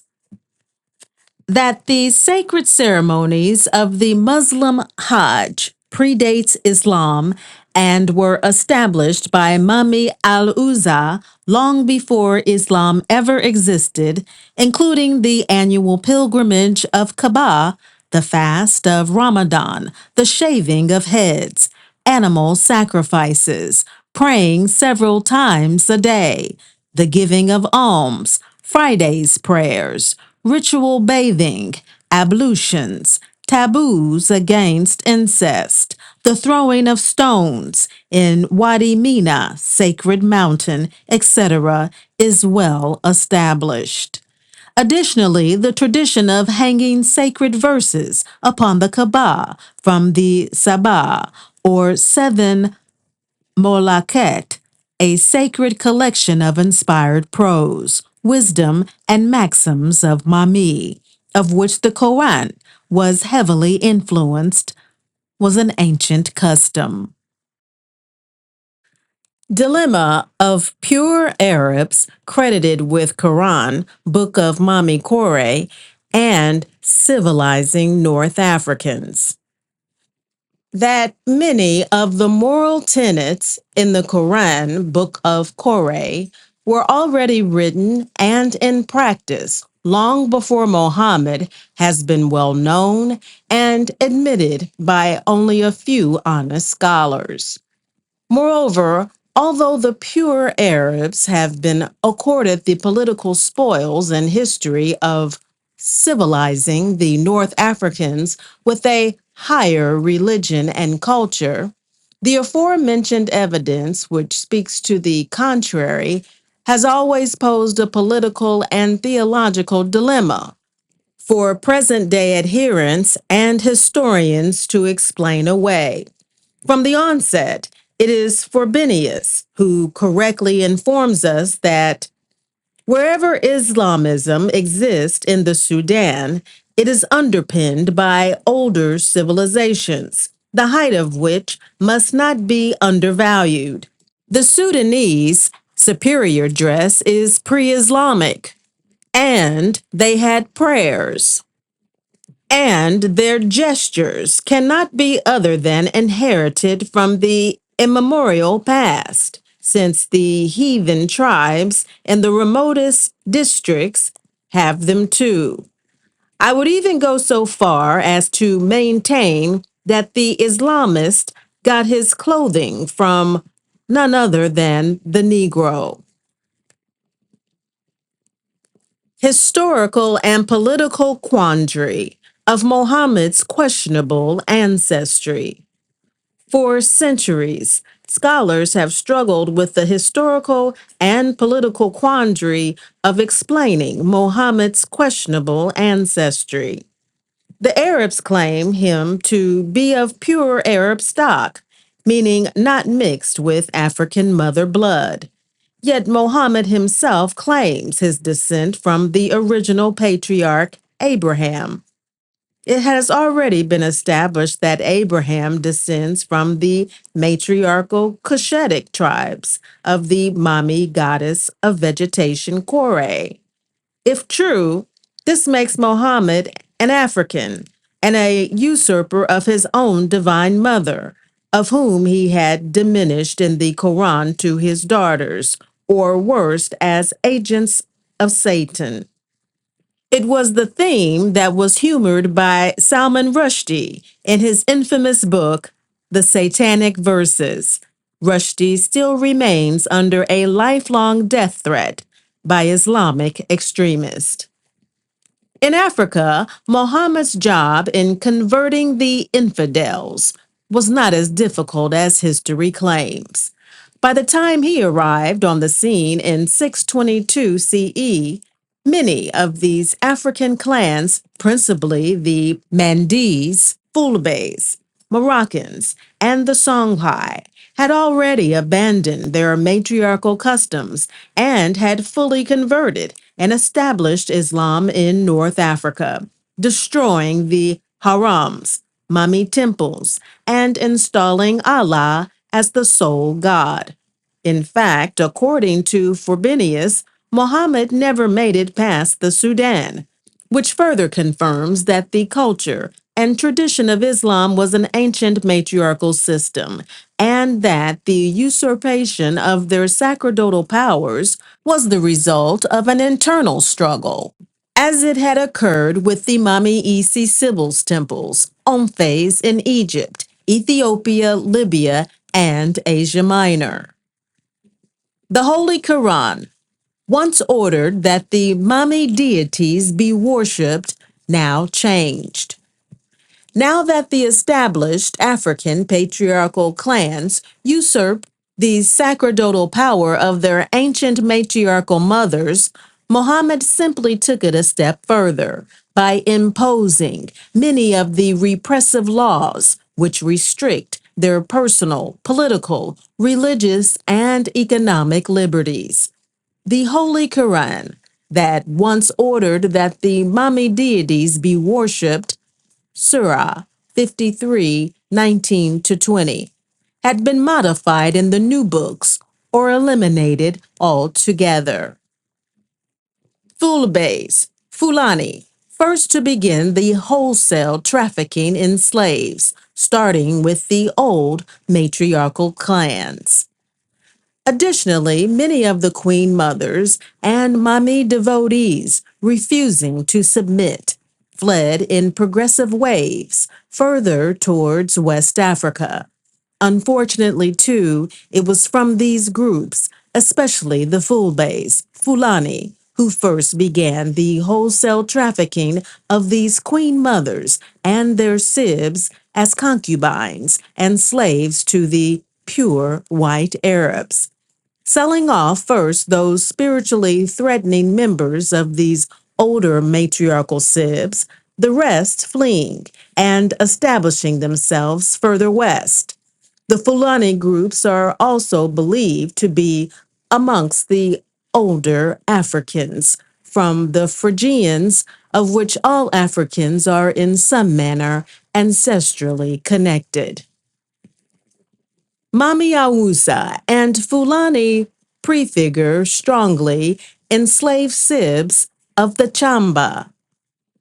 It is for this reason that the Fulani prefigure so strongly in the West African slave sibs of the Chamba. It is under Mami who has resurrected the souls of these matriarchs and those who sold them to serve their descendants as part of their divine restitution. This is what makes the Chamba such a powerful ancestral system, because all Africans enslaved anywhere in the world are brought back under the domain of the Chamba. Today, Awusas and Atergatis, now Iyansu, Taiche, Aido worship is wide in West Africa, especially Mali, Ghana, Togo, Benin, Upper and Lower Volta, Burkina Faso. Additionally, upon first glance, one cannot often differentiate between a West African Muslim and a Mami Wata priestess of Awusa. Many of these Muslims who still respect Mami become diviners, and it is from these Mami Muslim priestess where the strongest Gabo, Grigris, can be found. Byzantium Awusa. Figure 4. Afro-Byzantium marble statue of Awusa, Nana, in her generative form as Mother of Fertility. In her hand, she is holding a pomegranate, the sacred symbol par excellence of uterine fecundity. Pomegranate symbolizing the blood of the divine African mother and the seed of the solar father, once decorated the columns of King Solomon and were sacred to an entire solar cult of Black priest of Attis, meaning the first, son of the Black Sibylle, 4 BCE. Holy Omfe, minted coin of African matriarchs. Figure 5. Minted Afro-Greek Aluciana, coin of sacred Omfe of Mami Awusa, Aluza. Above is a minted coin, location not given, decorated with the sacred ancestral python of the worshippers of Mami Aluza. It is contained in a boss, woven basket, surrounded by a serpentine reef of alternating ivy and grapes, representing the complementary forces of both Mami and the solar ancestral python. Depending on the African lineages, it could represent Osiris, Dionysus, Decaleon, Deca, in Iwe means the first. all representing the same solar principle as the first father, ancestor who rose from the celestial waters, birthed from the womb of the Divine Mother. This was the original Ark of the Covenant, or ship, Argos, that was taken in a sacred procession by Queen Mothers, Mamiwisi, Sibyls, Amengazis, during special solar phenomena as indicated by the diviners. The boss was taken to the main temple of Ceres, Adonai, Atergates, Iyinsu, at Bethlehem, Higgins, Volume 1, where special rites and festive celebrations were performed. When the sacerdotal powers of these black matriarchs was usurped, these divine privileges were transferred to the minor volcano deity Jehovah, whom it was placed in his mouth by the biblical authors that he demanded to reign alone. Awusa of ancient Elam. Figure 6. Ancient Elamite. Haltamtu. Temple of Mami Goddess Ishtar. Ather. Ulwuza as African Divine Mother. 1170 to 1151 BC. Susa. Relief from Elamite Temple of the original Black Ishtar. Ather. Aluza, located in the ancient Ethiopian capital city of Susa. Susa, built by the Black Shepherd King Memnon, means city of the lotus, the sacred lily of the great serpent mother, Mami Isis, and probably referring more remotely to Lotophagy, sandwiched between Carthage and Memphis, and considered to be the ancient Eden of their birth. Here, Mommy's hands display the enigmatic ancestral totemic calf, symbolizing her generative preservative role as the milk or nurturing mother of her people. Susa was also the capital of Elam, the oldest kingdom in ancient Mesopotamia east of Babylonia, now southwest Iran. Archaeological evidence indicate that these black queens and later kings once ruled Mesopotamia, 1200 BC. It was under their rule that the serpent pantheon of deities, many of the sacerdotal ancestral rites, were spread throughout ancient Mesopotamia. The rites of Uluza was taken to the Afro-Grecian island of Cyrene, and a new mythology created, birthing her as Aphrodite. Tyche, goddess of fate and luck. Figure 7. Aluza and Nike. Romanized. Black Tyche with Nike victory holding her up on the zodiacal wheel of destiny and fortune. As mistress of the cosmos, Tyche was responsible for accurately forecasting the movement of the stars and other planetary bodies. More importantly, she was responsible for forecasting the spring and autumn new years and the direction of the winds and other seasonal changes to make certain the celestial roads for the deities to come down was open. It was during these new years that sacrifices and other ceremonies were conducted to eat and celebrate with the gods. The zodiacal wheel that she holds is designed where half of it turns clockwise and the other half turns counterclockwise. The ram is situated in the middle, but may change depending on the solar god, bull, fishes, etc. Pan, who is the present equivalent to Legba, is situated counterclockwise. It is believed to be the historical basis for the system of AFÁ divination, known in West African Vodun. Petra Ruins, Amman, Jordan. Abrams. European motif of Black Alusa as Aphrodite. These artistic designs are not actually European in origin. They originated in the temples of Mami Isis and all throughout the ancient world where they were established. It was the African priestesses of Aphrodite, goddess of sensual pleasure and love, who created these stylish designs, which have been found in wood carvings of the Black Scythians as early as the 7th century BCE. The pre-Islamic clans of Arabia and northern Sudan worshipped Alusa, the Black Aphrodite. Auza as Tai-Chi, Black Goddess of Fate and Luck. Figure 8. Black Goddess Auza as Tai-Chi. Her most famous and beloved aspects as the goddess of fate, destiny, and luck. Turkey, 72 CE. One of the most venerated and widely worshipped aspects of Aluza is Tai-Chi.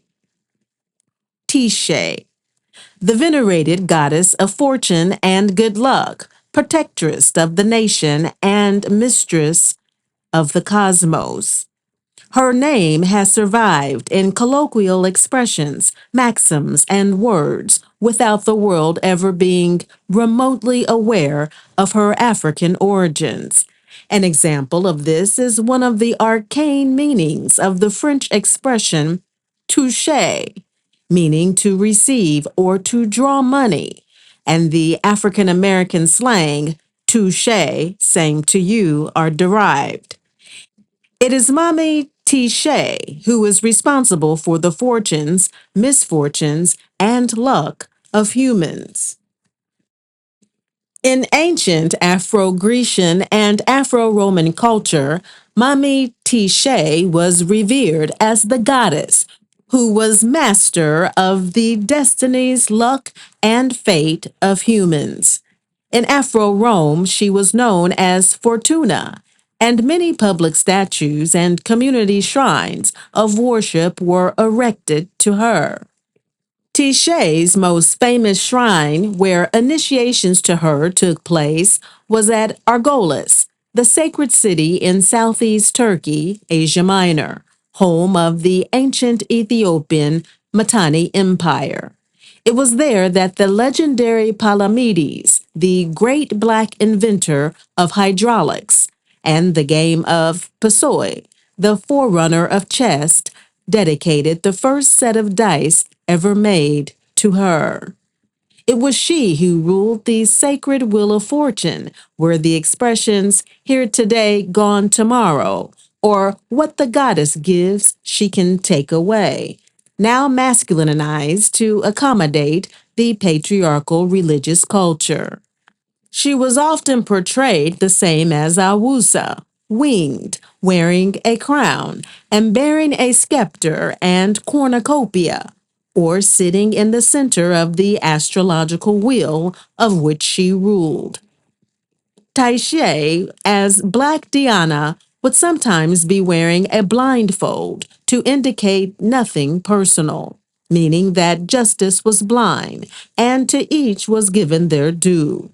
In games of luck and chance, she might be shown with certain emblems indicating risk or chance. Figure 8, 72 AD. Large colossus of Awusa as Tishe, located near the sacred Taurus Mountains in Adıyaman province of Asia Minor, southeastern Turkey, where the great Euphrates, Firat River flows. Adıyaman was an ancient province of the Hittites, formerly the Ethiopian Mitanni Empire. They were once known as the Black Taurians because Osiris once came and grazed their bulls. Tishe's head was once attached to her body and was positioned next to Apollo and Zeus and Hercules, Romanized African gods and ancestors. But erosion toppled all of them below ground. In ancient times, it became fashionable for Greek, Roman, and Turkish rulers to claim African divine maternal lineages and to build large monuments to themselves, in mimicking the style of the Egyptian pharaohs and African kings. This colossus, equipped with an altar, was built by the Roman conqueror Antiochus III, who claimed African Syrian mother blood as justification to be worshipped and sacrificed to as an ancestor following his death. All manner of luck, such as sudden wealth, regaining lost inheritance, winning the jackpot, or skill in gambling, was the work of Mama Tichet.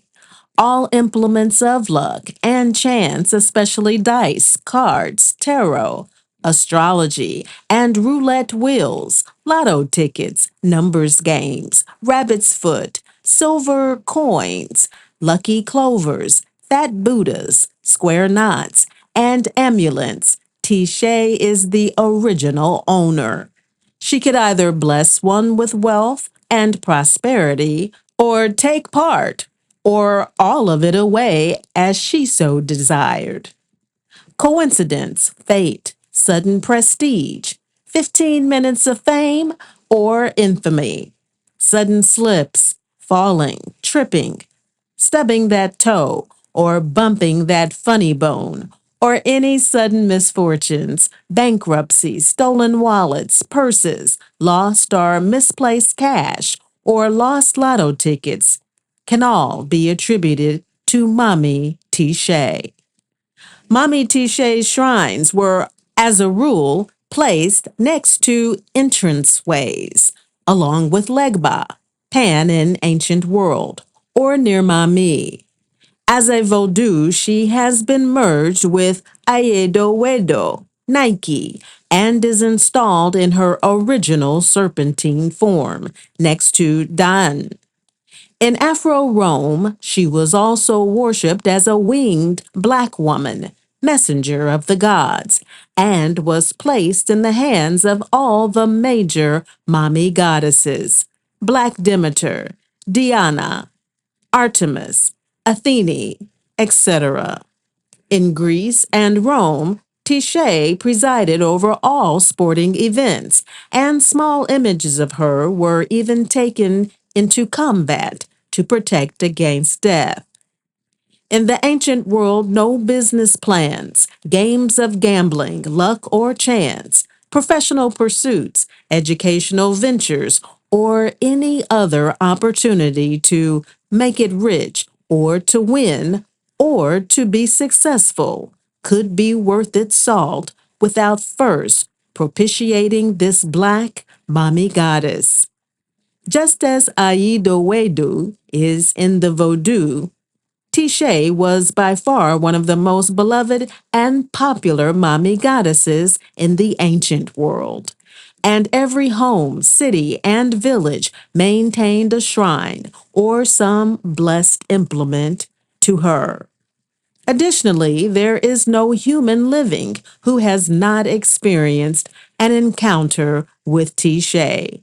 When one makes a prayer at a well or fountain and tosses in a coin, they are propitiating Mami Tichet. When one plays the numbers or lotto and miss winning by one number, that is Mami Tichet. When one spends their last dollar on a lotto ticket or places their last quarter in the slot machine and wins the complete jackpot, that is Mami Tichet. When one sits at a slot machine with $500 and leaves with only $1, that is Mami Tichet. When one robs a bank or steals something that doesn't belong to them, or commits any crime and can feel the cops at their door, and they really come, that is Mami Tichet, or Mama Fate, knocking at their door. When one has hidden an embarrassing or painful secret for many years and it reveals itself in the most unusual or unwelcome circumstances, that is Mami Tichet. Mami Tichet is intricately tied to the fate and destiny of humans that many pray to and propitiate her to make their chances of unexpected or unusual encounters work to their benefit.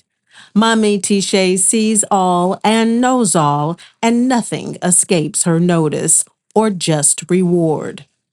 When a person is initiated to Da, it is Mami Tichet who works directly with Da to discern the heart's desires.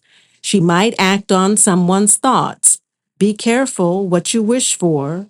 Or she, if she feels like it, might save that thought and throw it in one's face later. For example, when one bumps into or receives a telephone call or email from an old friend they were just thinking about, that was Mami Tichet. When one quietly wishes that an irritable, disagreeable person would leave their workplace, home, or community, and they suddenly go, that is Mami Tichet. When one wishes that they could make amends with someone that they have unintentionally offended, and that person happens to appear at the same supermarket, community function, or happens to share a mutual friend that pays you a visit, that is Mami Tichet. Mami Tichet is also the one who sends warnings, omens, and intuitions when there might be trouble lurking ahead. When one awakes in the morning with an unexplained, ominous feeling of dread, and the phone rings with news that a loved one has just died, that is Mami Tichet. If while taking a stroll down a busy street, one accidentally bumps into an old woman or man who looks them square in the face and reads their souls through expressive eyes, that is Mami Tichet. Or a child who suddenly and uncharacteristically burst out with a profound and revealing statement about a hidden or embarrassing aspect of one's life or character. That is Mami Tichet warning us to pay attention. Mami Tichet also has a way of putting one in their place in the most embarrassing way. When a too proud and arrogant public personality, friend, neighbor, or family member suddenly suffers misfortune and loses everything, sometimes all at once, that is Mami Tichet. When a person who thinks they are all that is suddenly scarred in an accident or ages ungracefully, that is Mami Tichet. When one proudly flaunts that new car and it is damaged 1 week later, or prances that diamond ring only to lose it down the kitchen drain, or boast of their expensive home only to discover that it's built atop a cemetery for the criminally insane. That is Mami Tichet. When walking out of the bathroom in an expensive restaurant or public function with toilet paper attached and trailing on one's shoes, or the heel mysteriously breaks on that expensive pair of shoes on the dance floor, that is Mami Tichet. Mami Tichet punishes and exposes the corruption and weaknesses of the proud and arrogant, and she blesses the humble and brings justice and strength to the weak.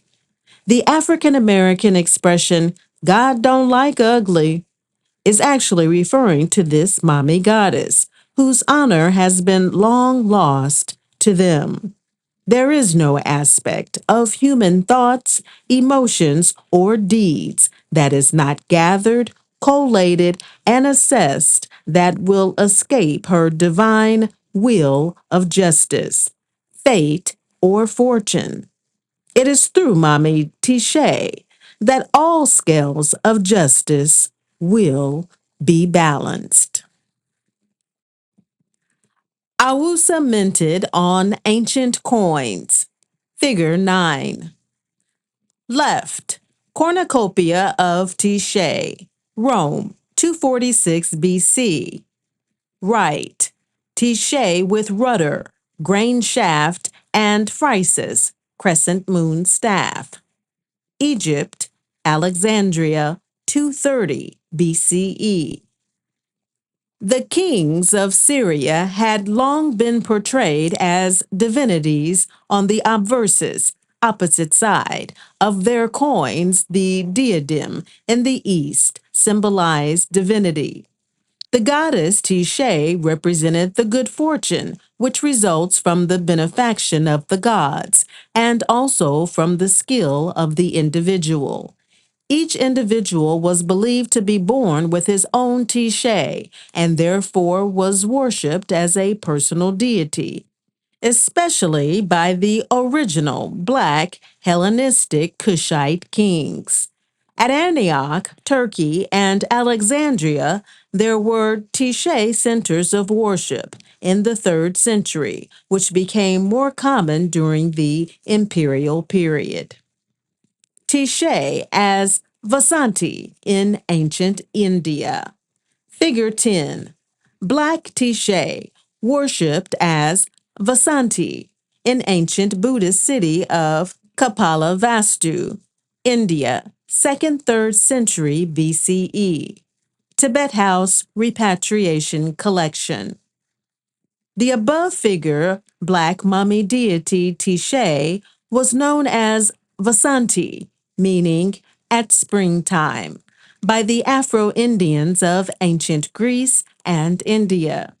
She was honored as their patron goddess and was associated with the school of Kalakakra Tantra, Wheel of Tantra, which was the oldest Buddhist school of astrology, including the study of mandala, stars, and planetary bodies, an ancient system of mystical astrology predating the Indian prince Siddhartha, who in 623 BCE renounced the world at age 29 years and is claimed to be the founder of Buddhism.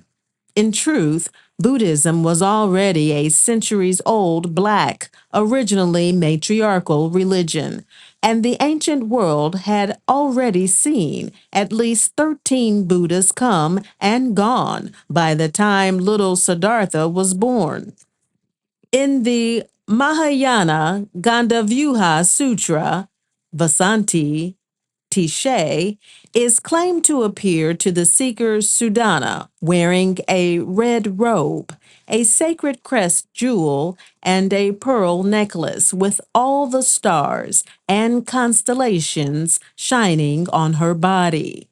She was known as the destroyer of ignorance and the bringer of truth, a role similar to that of Black Kali. Vasanti is claimed to have said that she was purposefully reborn as a woman to teach the universality of compassion and the non duality of bliss, nirvana. This statement alone indicates her recent introduction into the patriarchal East Indian Hindu cultures, for the sutras were originally written by women priestesses prior to their being kicked out of the temples. The Encyclopedia Britannica, though they fell short of admitting that the tantric systems of both yoga and philosophy actually began in ancient Nubia and Egypt, they were forced to admit in their findings that these sacred traditions were neither originally of Asian, European, or non-Indian, meaning Hindu, origins. Vasanti as Tichet is clearly a remnant of these older Black Buddhist sibs. When the Etruscans, Romans, arrived in Italy, they already found early survivals of a thriving Black Buddhist culture. Many of their deities, such as the three-headed Janus, were still extant and readily incorporated into the already Africanized Roman pantheon. Additionally, though certain Buddhist sects today either are unaware of Buddhism's early African origins and the variety of magical and ritual arts utilized and incorporated into its early theology, mysticism, and ritual practice, they are very similar and, in many cases, no different from Voodoo. For example, the use of magical incantations to call upon the ancient African deities known as the Myoyo for both personal protection and for community defense against witchcraft and sorcery was widely practiced by many advanced Buddhist priests, monks. This Myo, as the mystical Ashe, divine power, was associated with the most famous Black king, Fudo Myo, meaning the unmoving, illuminating king. Fudo was an initiate to the thunder god, whose implement was the thunderbolt, which he holds in his right hand. He also holds a staff coiled by a serpent. Of course, many Vodun practitioners will quickly recognize this symbol as the rainbow serpent spirit Dan, and the staff of Hermes. Figure 12. Black Buddhist deity Fudo Myo, the unmoving, illuminating king, was associated with the Korai Kotori clans and was a priest of the thunder gods. He was known in China as Fire or the immovable fire. The thunderbolt was his implement, and above he holds the healing staff coiled by a serpent. Today, devout Buddhists pay homage to him daily. Unfortunately, his African black hue has been modified to a dark red, most unaware of his ancient African matriarchal origins in the oldest Buddhist orders. Figure 11.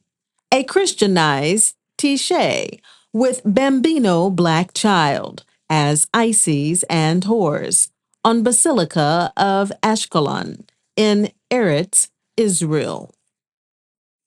One of the most devastating aspects of the vilification of the Mami Vodun and other African religions by the West is the perpetual myth that these African gods remained little more than localized village cults, not having evolved beyond petty idols or higher mystical forms other than the producers of superstitious folk magic.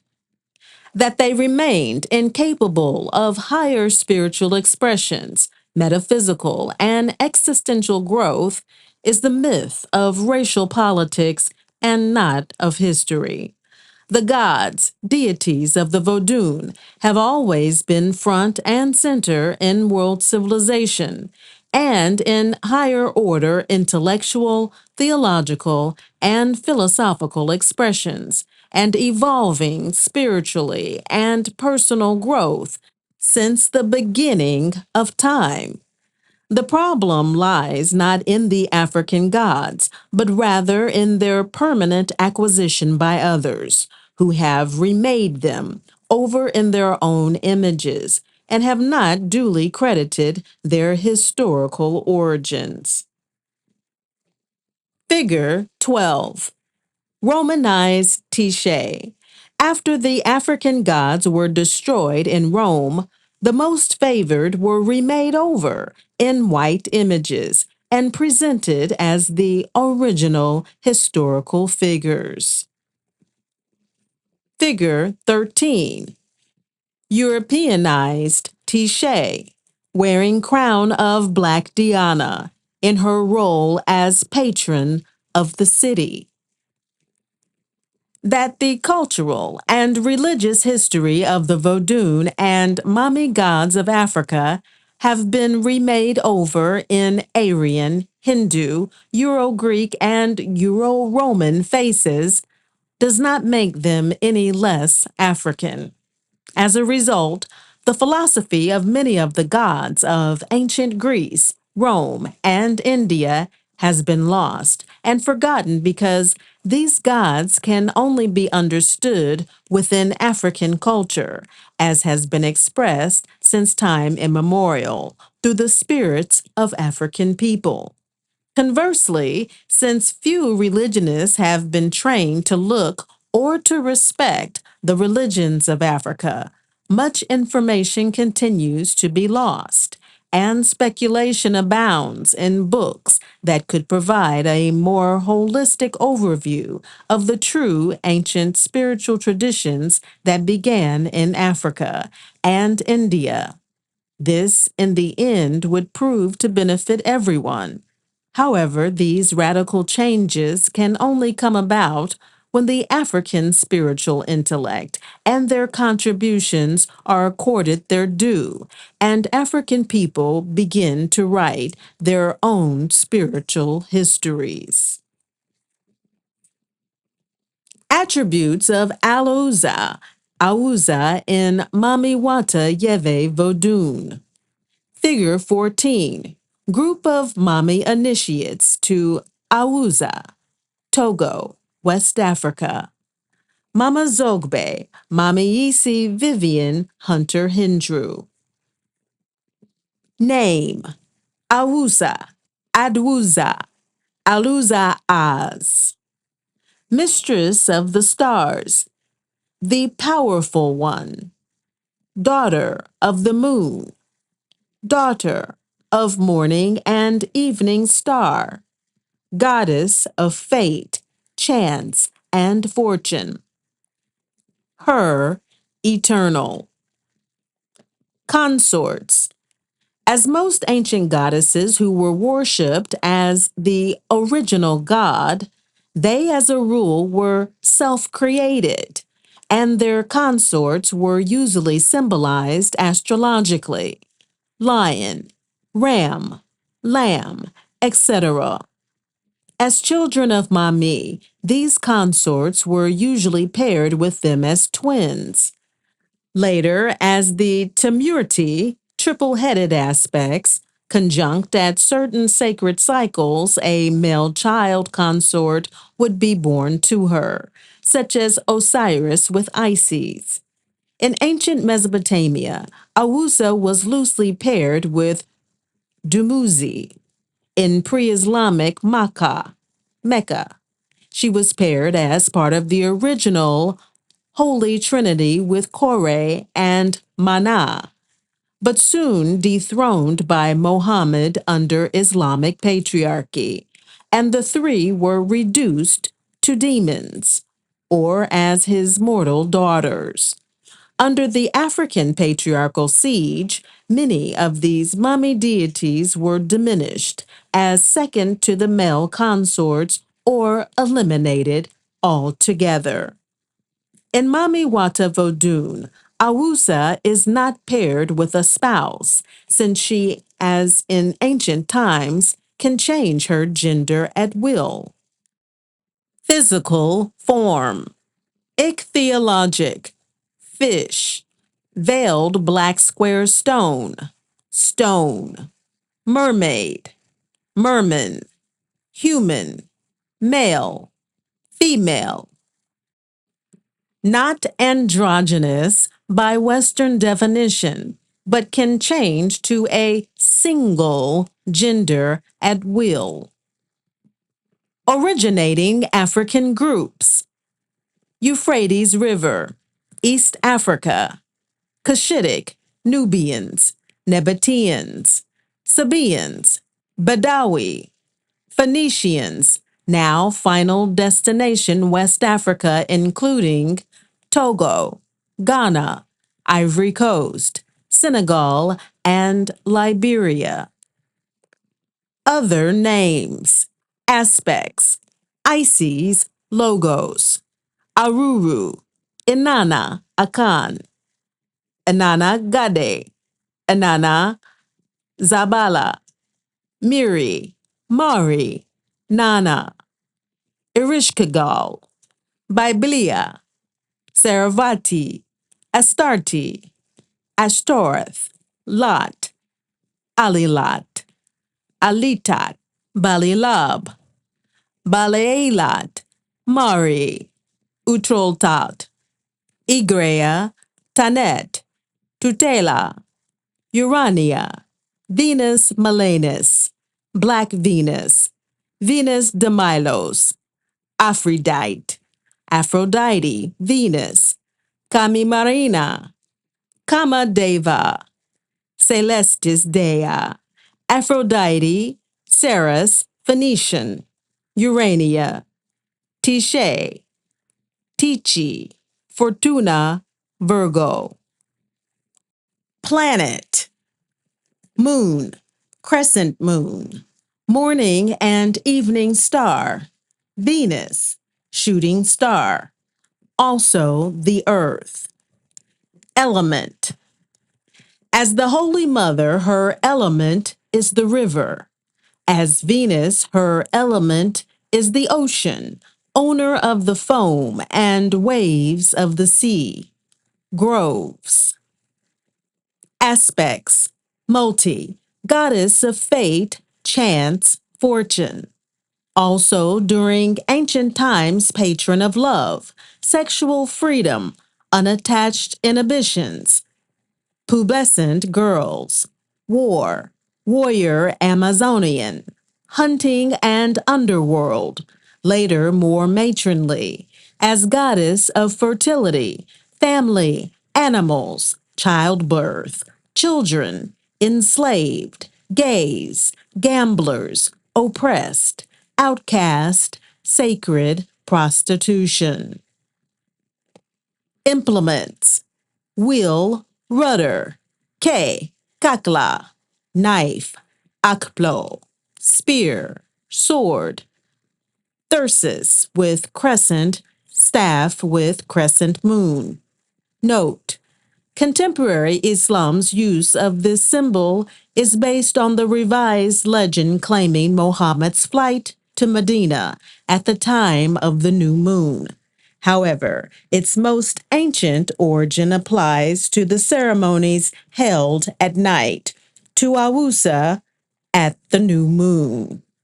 Other implements include the rosite, 7-point star or shooting star, morning and evening star, veil, comb, lyra, boat, anchor, net, all implements of divination. Sand, tarot, dice, playing cards, opele, cowries, black aniconic stone, the evening star and solar crescent, Argos crescent ship. Animal, ancestral totem, serpent, egret, goose, white great heron, lion, ram, bat, spotted cow, dolphins, peacock, swan, hens, cocks, pig can be symbol of libido or, in extremes, overindulgent nature. Sex, food, shopping, drugs, orgies, etc. Ceremonial color, black on Fridays. Taboos, pork, public drunkenness, betrayal of sisters, jealousy. Ancestral clan, Chamba slave clans, symbolizing the enslavement of their ancestors and the suppression of Mami under patriarchy. Strongly connected to Nike and the Vodou Dan Aloho.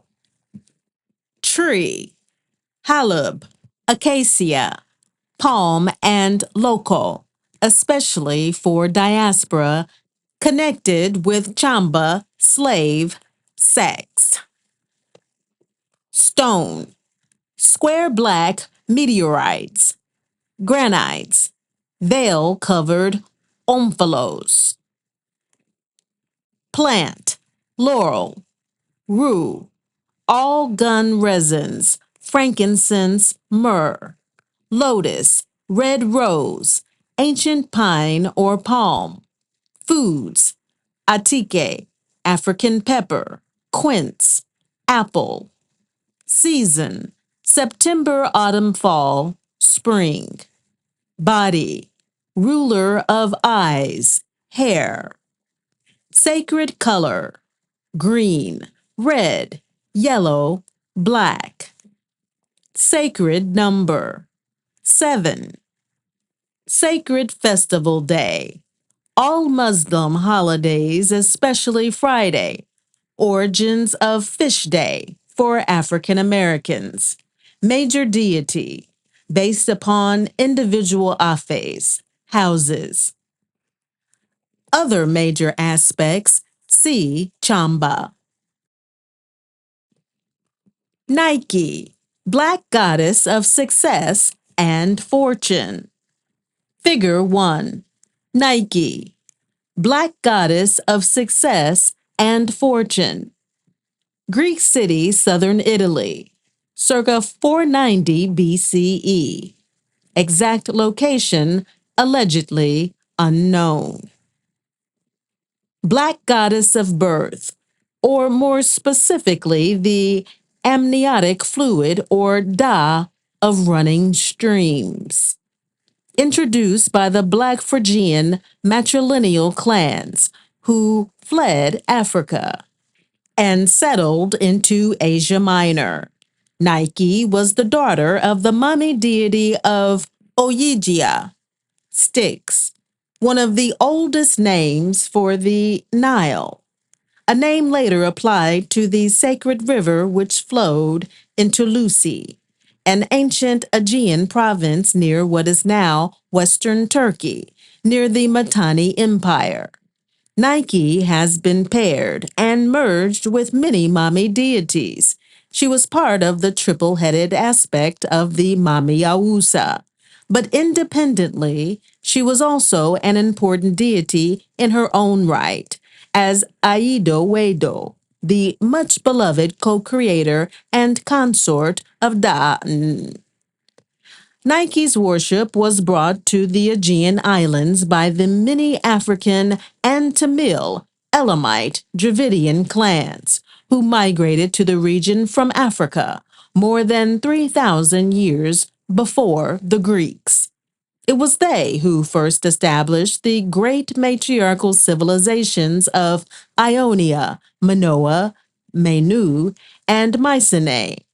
According to the Sibyls, the Phrygians are the oldest Black people on earth, meaning the Ethiopian clans, then an ethnic designation of all peoples of Africa.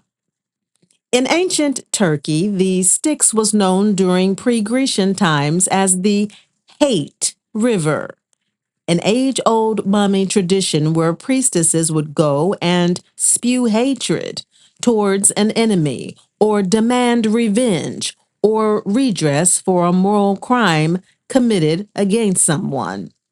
It is also the sacred river from which the mummy, goddess of barley, Black Demeter, would send her serpents to protect and guard her priestesses during these important ceremonies.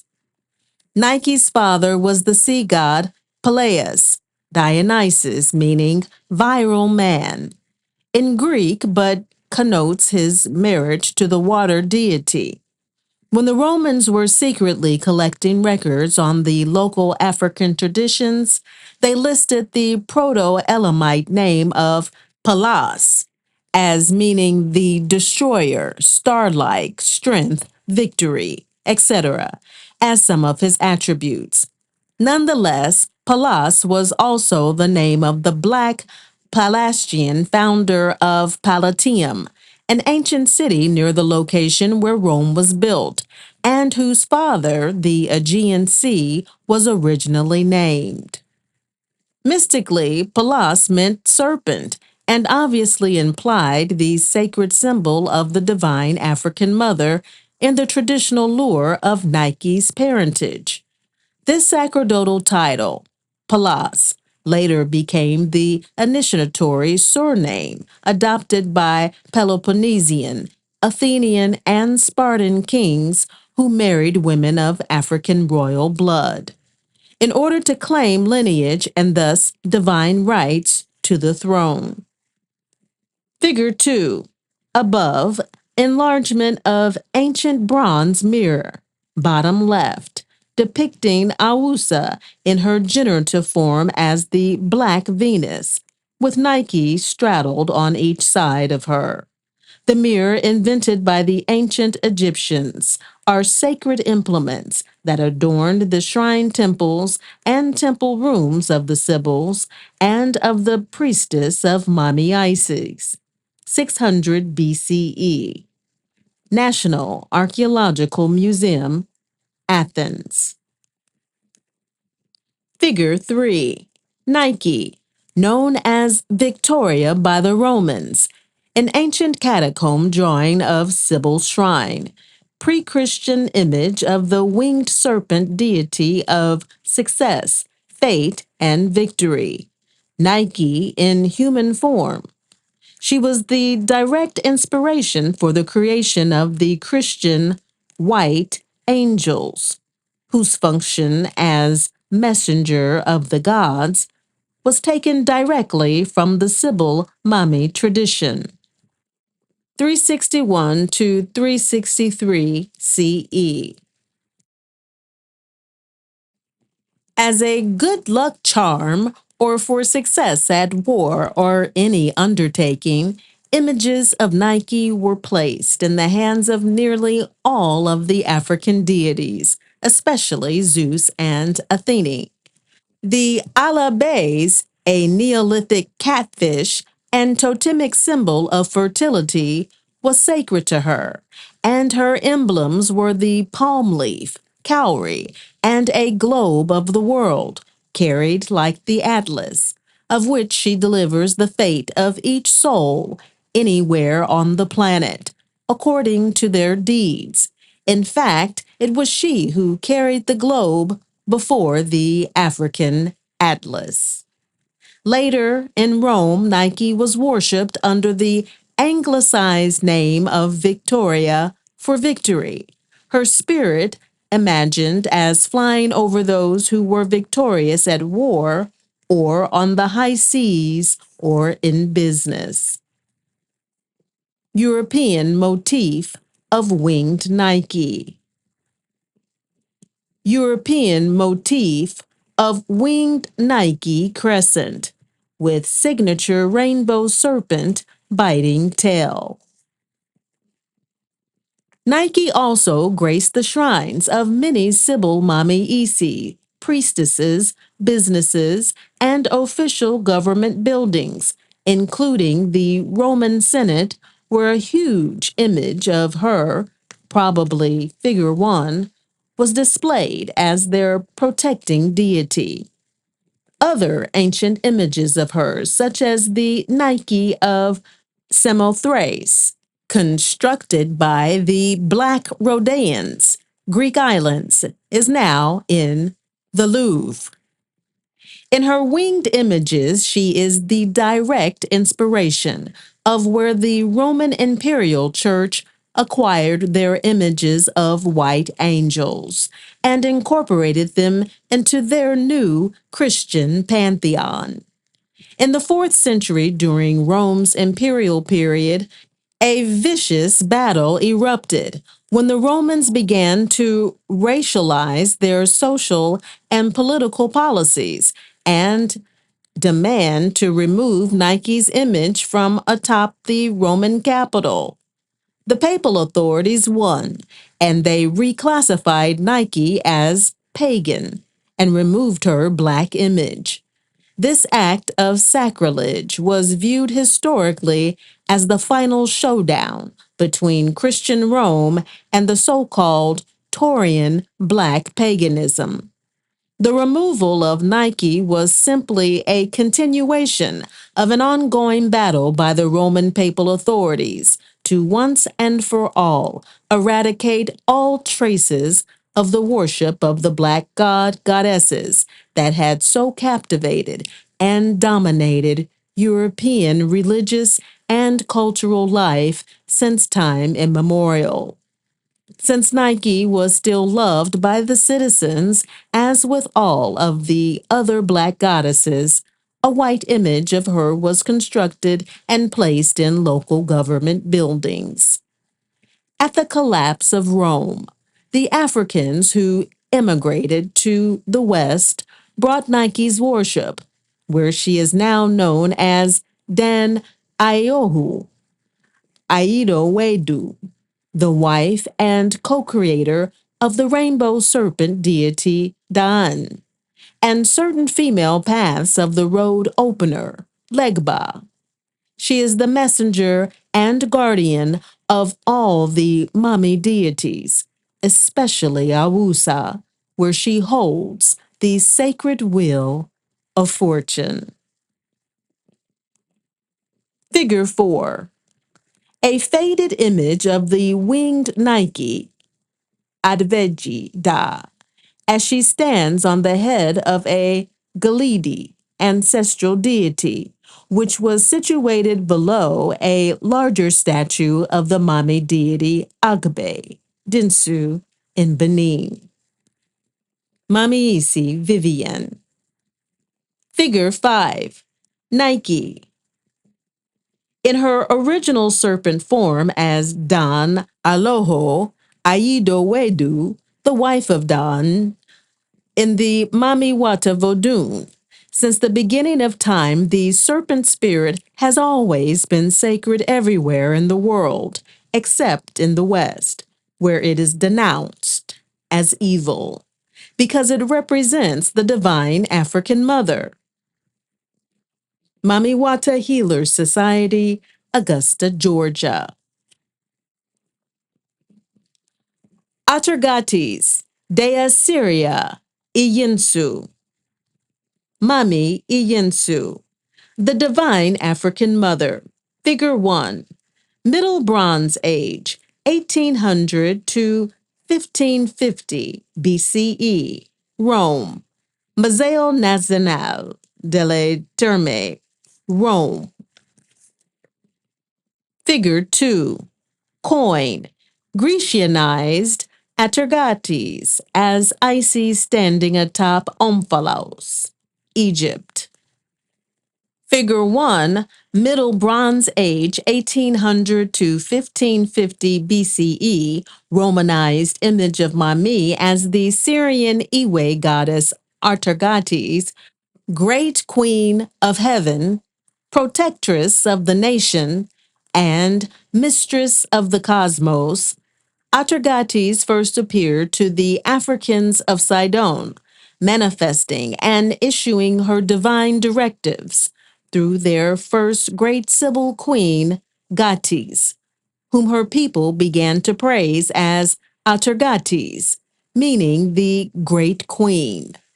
Her birth home was in ancient Syria, Hattusa, at Antioch. In her famous temple at Hierapolis, ancient black city of Phrygia in West Turkey, her figure was situated between the sun Jupiter and Juno, Black Janus, symbolizing the Holy Trinity or the Holy Spirit with a dove on her head. These original Africans who worshipped her were the Libyan, Egyptian, Cushite, Nubian clans, whose ancient empire expanded into ancient Syria, established after the Great Flood. She was loved and cherished because of the love, knowledge, devotion, and wealth she bestowed upon her people. She was owner par excellence of the fisheries and set stringent dietary and fishing guidelines for both domestic and foreign fishers. Atargates' worship extended into ancient Palestine, where she was known by the Philistines as Derketo. They carried her worship into ancient Babylon, where she was known as Astargates or Astoreth, meaning the builder of encompassing walls. In ancient India, she was worshipped as Semiramis and as Cybele, the supreme dove. In ancient India, and especially at Midia, Ethiopia, major ceremonies and wine vineyards were raised in her honor. She was the original god of the Black Philistines and of the Canaanites. She is clearly the predecessor to, or the same as, Ea, Anki, Ishtar, Astera, and Aruru of ancient Sumer, Babylon, and Palestine, Philistine. She was also known as the Black Diana, Artemis, and Anat. After the African patriarchal revolt, her worship was carried to Ionia, where she was known later by the Doric Greeks as Dorkato and Astarte. In eastern Libyan Crete, she was worshipped as Britomartis, in her celestial representation as the moon goddess. Among the Taurians, Black Scythians, who it is recounted that Osiris once came and yoked their Torah bulls. She was known as Iphigenia, the one who mothered a strong black race.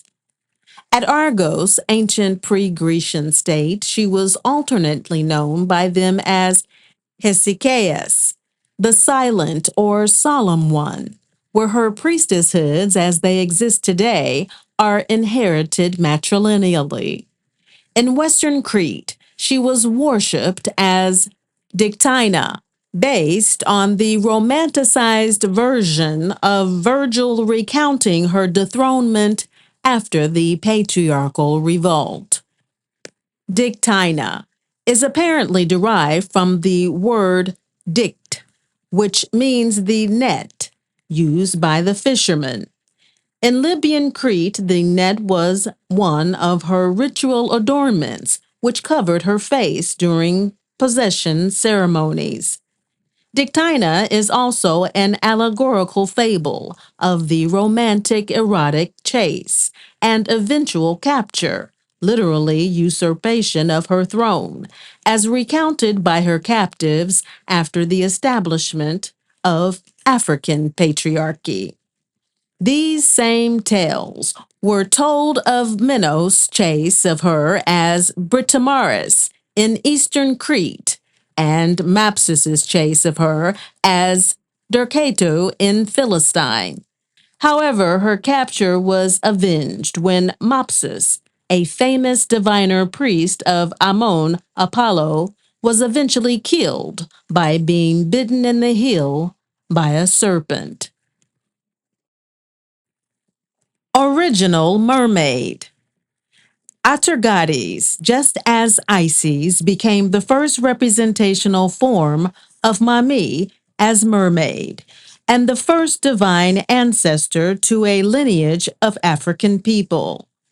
Her original amphibious representational form was the exact same as Io, Dagon, being that of a fish with human extremities. She, just as Aphrodite and the Black Venus, were originally depicted as mermaids. In ancient Syria, she was depicted as half fish and half woman on the temple of Dea, Syria, at Hira. Lucian describes her as the perfection of woman. She was the mystic Oannes, Attar, and Venus, whom the Egyptians have handed down to us embalmed in Phoenicia, ancient Syria. I saw the image of Dercato, a strange sight truly, for she had the half of a woman and from the thighs downwards a fishtail. Diodorus Siculus describes her as Ascalon, ancient Israel, and as having the face of a woman, but the rest of the body fish. And Herodotus mistook her for the celestial Aphrodite, the same as the Black Venus of Cyprus and Rome, both whom modeled her worship after the Phoenicians. The Phoenicians depicted both Dagon and Dorkato as the primary Asteratrian deities in Gaza and in Ascalon, and her worship often vied with that of Aphrodite, who was also depicted as a fish displayed in Hierapolis, Jordan, where her northern shrine was established. Atargates was also depicted as half fish and half woman on the temple of the dea Syria at Hira, near Mecca. However, her original Neolithic holy symbol was the black omphe, black womb, or stone pillar known as the universal divine voice, which was maintained by her Sibyl and Python priestesses, who could invoke her for consultation, healings, and prophecy. After the initial patriarchal invasion of the Philistine and Syria by the Assyrians, her priestesses fled to Ionia, Greece, and reestablished her temples and her worship. During matriarchal rule, she, just as Isis, was self created and originally had no consort. However, Dagon, Dinsu, just as Osiris, may have been her brother. It was Atargates who was the original god in ancient Chaldea, who sent the Sibyls in the form of a dove and a raven to fetch dry land for her devotees and queen mothers as they sought refuge in Ionia from the great flood. Ionia is a corruption of Antioch in Syria and is said to have been an exact replica of the Syrian Hierapolis as it was rebuilt by these matriarchs. In Asia Minor and Ionia, long, elaborate, ritually intense, and highly erotic celebrations were held in her honor. Possessions were constant, and revelations were numerous. These celebrations could last from 7 days to 1 month. Bulls or rams were her favorite ikanu offerings, enhanced by consecrated music, erotic dancing, and serious prayer and merriment, enacted to wash away the sins of the world. They were also used in ritual cleansing of the body, especially of male priests. It was Atargates, ritually crowned on Demeter, who maintained a special class of male eunuchs known as the Curates. They were actually priests of the iron god and carried ritual swords, gubasas, which were magnificently worked during public celebrations, or they could be seen carrying the African Queen Mother in her lion drawn chariot.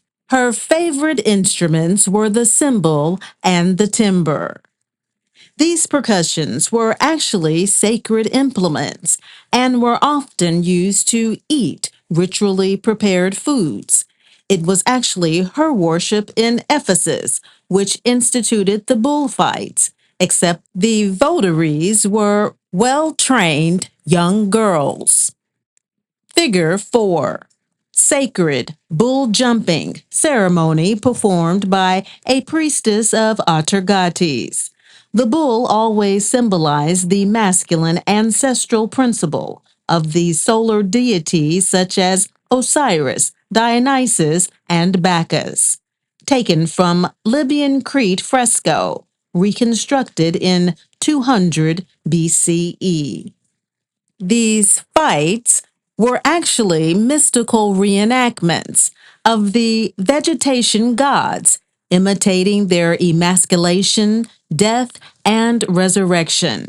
As in the rites of Demeter, it was the sacerdotal ritual of emasculation required by men that forbade by law any white Roman or Dorian Greek citizen from being initiated into her mysteries.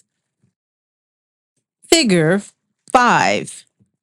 Inyensu, possessing one of her devotees in the Yeve Mami Wata Vodun in Togo, West Africa, formerly worshipped as Atargates and Derketo, Inyensu's devotees and queen mothers fled to West Africa after suffering centuries of invasions by the patriarchal Assyrians, Greeks, Turks, and Romans. Mama Zogbe, Mami Isi, Vivian Hunter Hindrew. Centuries later, worn down from numerous invasions, especially during the height of Christian persecution of African goddess traditions, Atargatis worshippers and clergy suffered severely. In many lands, there was wholesale slaughter of her devotees and mass destruction of her temples by the barbarous patriarchal Greeks, Persians, Turks, and later the Romans. The final death kill was dealt when her high priestesses, Sibyls, just as the black Ethiopian Helen of Troy, were crucified on a tree. The remaining remnants of these groups scattered, some heading back to Africa, southwestwardly, ultimately into what is now Mali, Senegal, Ghana, Togo, Nigeria, Benin, the Congo, the Upper and Low Volta, and in the Ivory Coast. Today, in the Mami Wata Yeve Vodun of Togo, Atargatis is worshipped as Ayensu, and the voodoo Jupiter is the thunder god Hevioso. Just as in Greece, 98% of Rome's gods and goddesses were black. The same was true of their college of priestesses and priests and augurs. After Christianity became the defining symbol of the European world order, these African deities were replaced with classical Euro renderings, which is the official form passed down to the world today, masking as the historic originals. Such is the concern of Western patriarchs of a reemergence of the great African goddesses in the Western world. Attributes of Nyensu, Atargatis, in Mami Wata, Yeve Vodun. Figure 3. Atargatis is now worshipped as Nyensu in the Yeve Mami Wata traditions in Togo and in the diaspora. Above, she is displayed in her triple-headed, generative, preserver, and destroyer aspect. Copyright Chessie. Deity, Nyensu, Mistress of the Nations, Great Queen of Heaven, Protectress of the Nation, and Mistress of the Cosmos. Consort, paired with Oannes, Asar, Osiris, Bacchus, Dionysus, and in the Iwe tradition, she has been paired with Densu as his twin, and sometimes as lovers. Physical form originated African groups. Primal waters of Euphrates, Nile River, East Africa. Ancient Phoenicia and Syria, Hatti, Manoah, Mycenae. Ancient groups, migration to West Africa. Other names: Isis, Adonai, Sirius, Bubatis, Dercato, Ducato, Artergates, Agastya, Gatis, Black Phrygians, Aruru Ishtar, Athtar, Astar, Hatar, Artemis, Artemis, Themis, Magnadea, Demeter, Multimamia, Devanana, Devajana, Black Diana. Planet, Moon Crescent, Neptune, Pleiades. Element, rivers, owner of the dew, groves. Aspect, Yurikitu, queen of vegetation, earth goddess, lady of mountains, the queen of earth. Mistress of the field, goddess of heaven, goddess of the underworld, goddess of time, goddess of the zodiac. Sacred implements, mirror, veil, net, pearl nautilus, symbol, Argus boat, anchor. Animal ancestral totem: Agbo, ram; bull, white cow; he-goat, quail; peacock, cat; lion, doves, pigeons. Tree: Asherah, Dezo Atilov, soul tree; date palm, fig oak, pine willow. Stone: Persuncian stone, thunderstone. Plant: lotus, violets; season: spring, mid-March. Body: stomach. Sacred color: red, white, and black. Sacred number: 9. Sacred festival day: Thursday. Note: the names Ishtar, Athtar, Astar, like Venus, are generic and simply mean lady or goddess. These honorific names were applied during ancient times to any goddess that was widely worshipped in a given time period, particularly those of the Mami Watas. Densu, Figure 1. Bronze monument of Mami deity Densu in his triple-headed form, known as Dagon. In ancient Syria, he is one of the original Sesenu Nomos, who came from beneath the waters and taught civilization to African people. Mamiisi Vivian, Benin. Densu Doso, Desu, one who dwells beneath the sea, is one of the major aspects of the many anthropomorphic forms of Mami, known as Dagon by the ancient Canaanites and Poseidon by the Black Libyans, and Neptune by the Greeks and Romans. Densu is part of the original Nomos Sesenu, who came from beneath the waters and taught civilization to the African people. In Benin, he is known as Agbe and is venerated throughout all of the country as well as in Togo and Ghana. Densu is infamous as the deity of bilocation, in which he is known to take on the outer persona of its servant, being one of the most awed, feared, and most powerful deities in the entire Vodun pantheon. Densu rewards its servants with wealth, knowledge, and spiritual transformation. This particular aspect of Mami is, as a rule, inherited through the bloodline, and Densu's antiquity continues to earn him the status as the main crowned deity of the Yeve Mami Vodun's royal priesthood. Figure 6.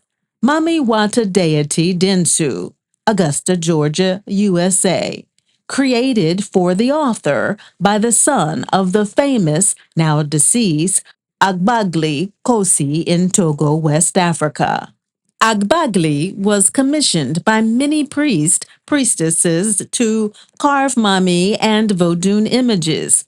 Densu, one of the most ancient since prehistoric times and known by many names, is cosmogenetically ancestrally linked to the African diaspora. Some researchers have erroneously accused Africans of worshiping Indian deities and copying their artistic styles, though the ancient Dravidians, Tamil Proto-Elamites, share a common ancestry with Africans, and together they are responsible for the great civilizations of Manoa and Mycenae. The deity itself is predominantly blood inherited. Ancient history. It was in ancient Syria where Densu, then known as Dagon, amongst the Chaldeans and the Phoenicians, who are the same people as the Canaanites. However, his most ancient worship began with the Libyans, near Lake Tridon, where he was born. Herodotus informs us that the name Poseidon was used exclusively by the Libyans, who always honored this god.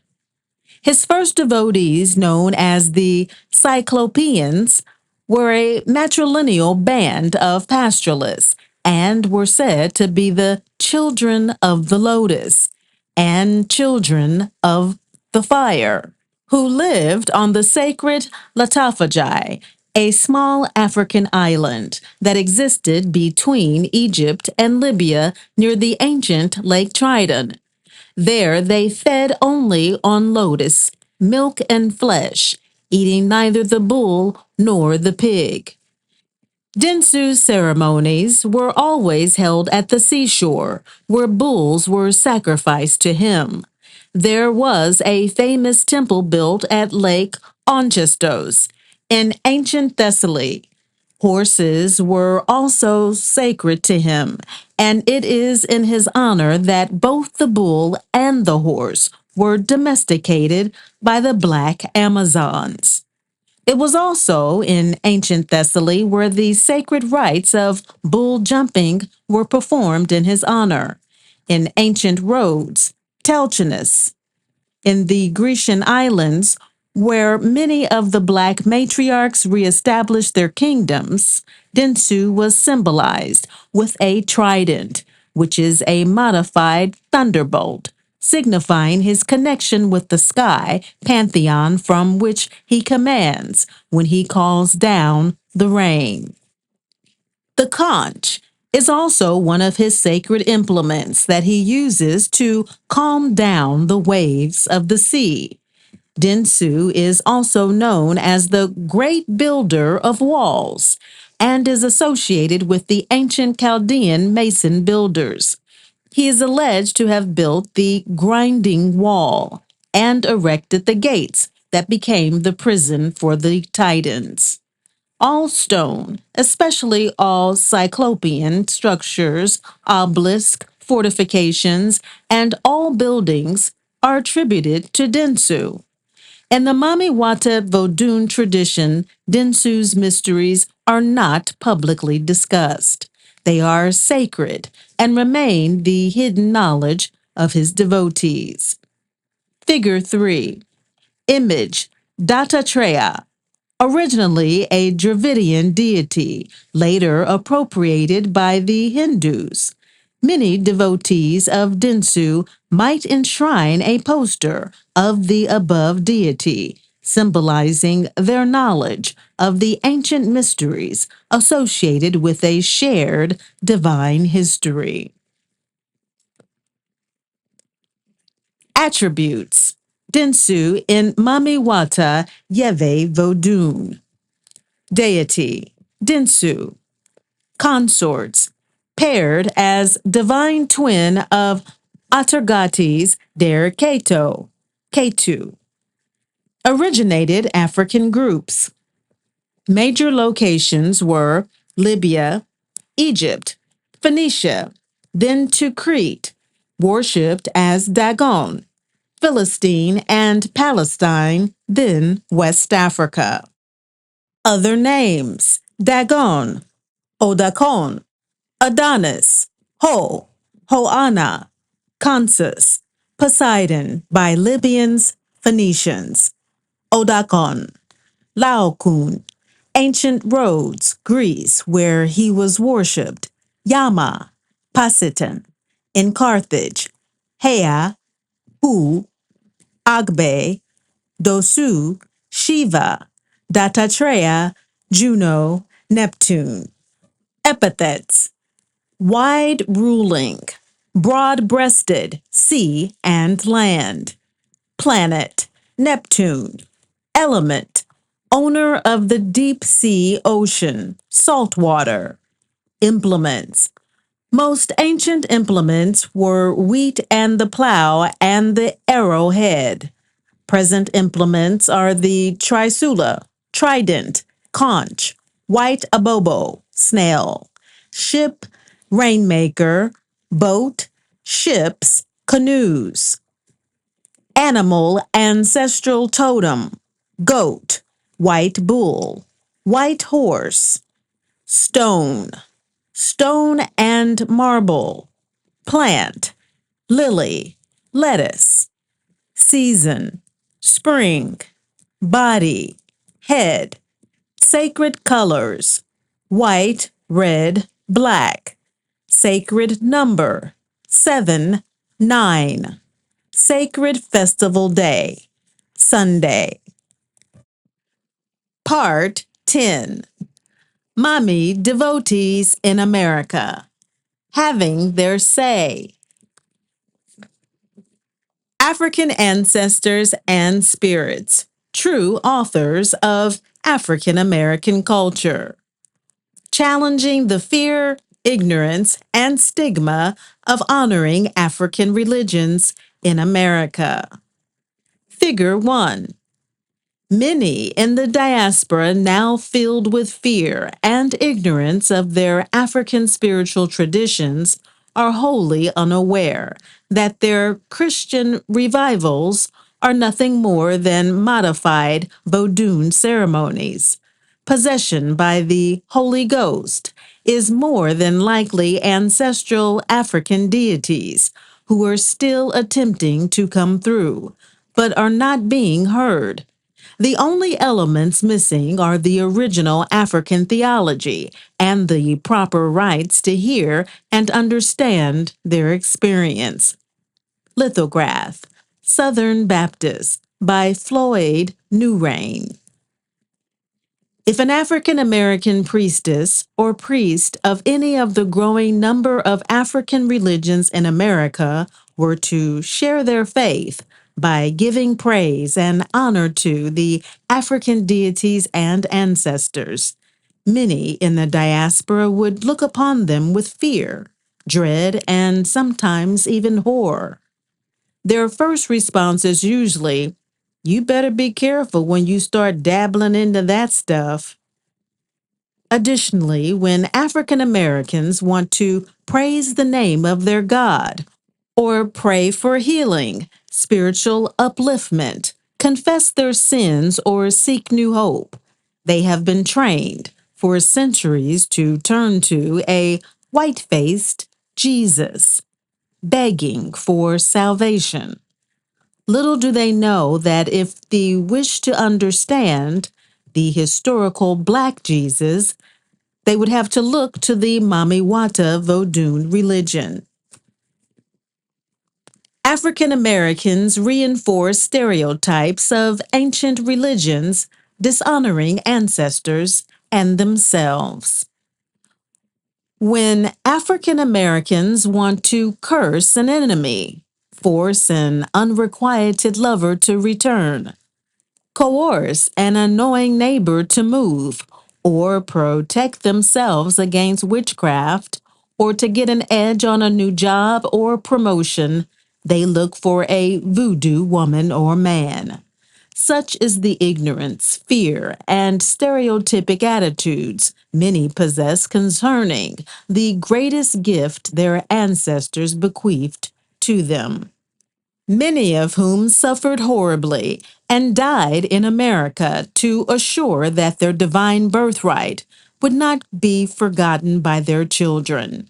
Unfortunately, it would never occur to most in the diaspora that through a consecrated African traditional clergywoman or man, they could learn the divine nature of their destiny, ritually connect with their own blood ancestors and deities, learn the nature of the many spirits that walk with them, or learn how to respect and honor the divine laws of God, etc.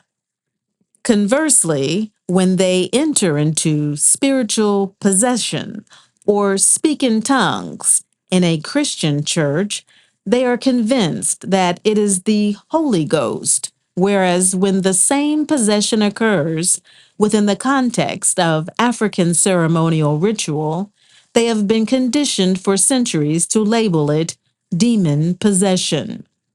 During the civil rights movement of the 60s, African Americans fought, died, and suffered unmeasurably. to gain freedoms long taken for granted by white Americans.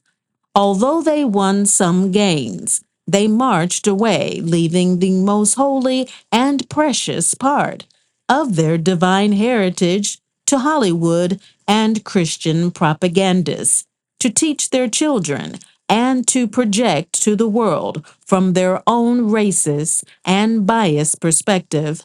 African Americans make no connection between their suffering and alienated souls and the neglect of their divine selves and ancestors. Yet millions privately are experiencing unexplainable spiritual encounters and feelings of incompleteness, imbalance, and emptiness that no matter how many church revivals they attend or civil rights battles they win, can never completely fill the unnerving void or feeling that something is missing. African Americans who honor their ancient religions are harassed and shunned by family and society. African Americans who are supernaturally called to honor their ancient religions are harassed daily when caught praying, drumming, making ritual, dressing in ritual attire, or making propitiation to the waters along any sandy beach. They are denied permits to congregate as a temple or church and are not taken seriously when demanding that respect is accorded them at work to take off on important religious events. Their children are often taken from them by social service agencies, and they are usually on the losing end in divorce proceedings. They are shunned by coworkers and even family members who secretly refer to them as practitioners of voodoo sorcery and witchcraft. A vicious pattern of discrimination, vilification, and disparagement of their innate African ancestral spirits and deities that continues unabated even until today. This shameful ignorance is projected on all levels of American society. African Americans who walk away from American educational institutions bearing their degrees, yet remain shamefully ignorant of who they are spiritually. This category includes many so-called Afrocentrists who claim an African-centered perspective, yet look with horror and run with fear when the word voodoo is mentioned. Many themselves practitioners of Western colonial religions, never having challenged its legitimacy. Millions in the diaspora fail to realize that the most sacred part of their being is cosmogenetically linked with their reclaiming their ancient African spirits, honoring their ancestors, and relearning the truth about the ancient theologies and sacred rituals that are so vital to them and their children's holy connectedness with God, Goddess, divine life. African spirits are manifested in all aspects of African American culture and life. It is time for the diaspora to recognize that African spirits are manifested in all aspects of African American culture and life. Without them, there would be no African culture or definition of Africanness as it is expressed throughout the diaspora.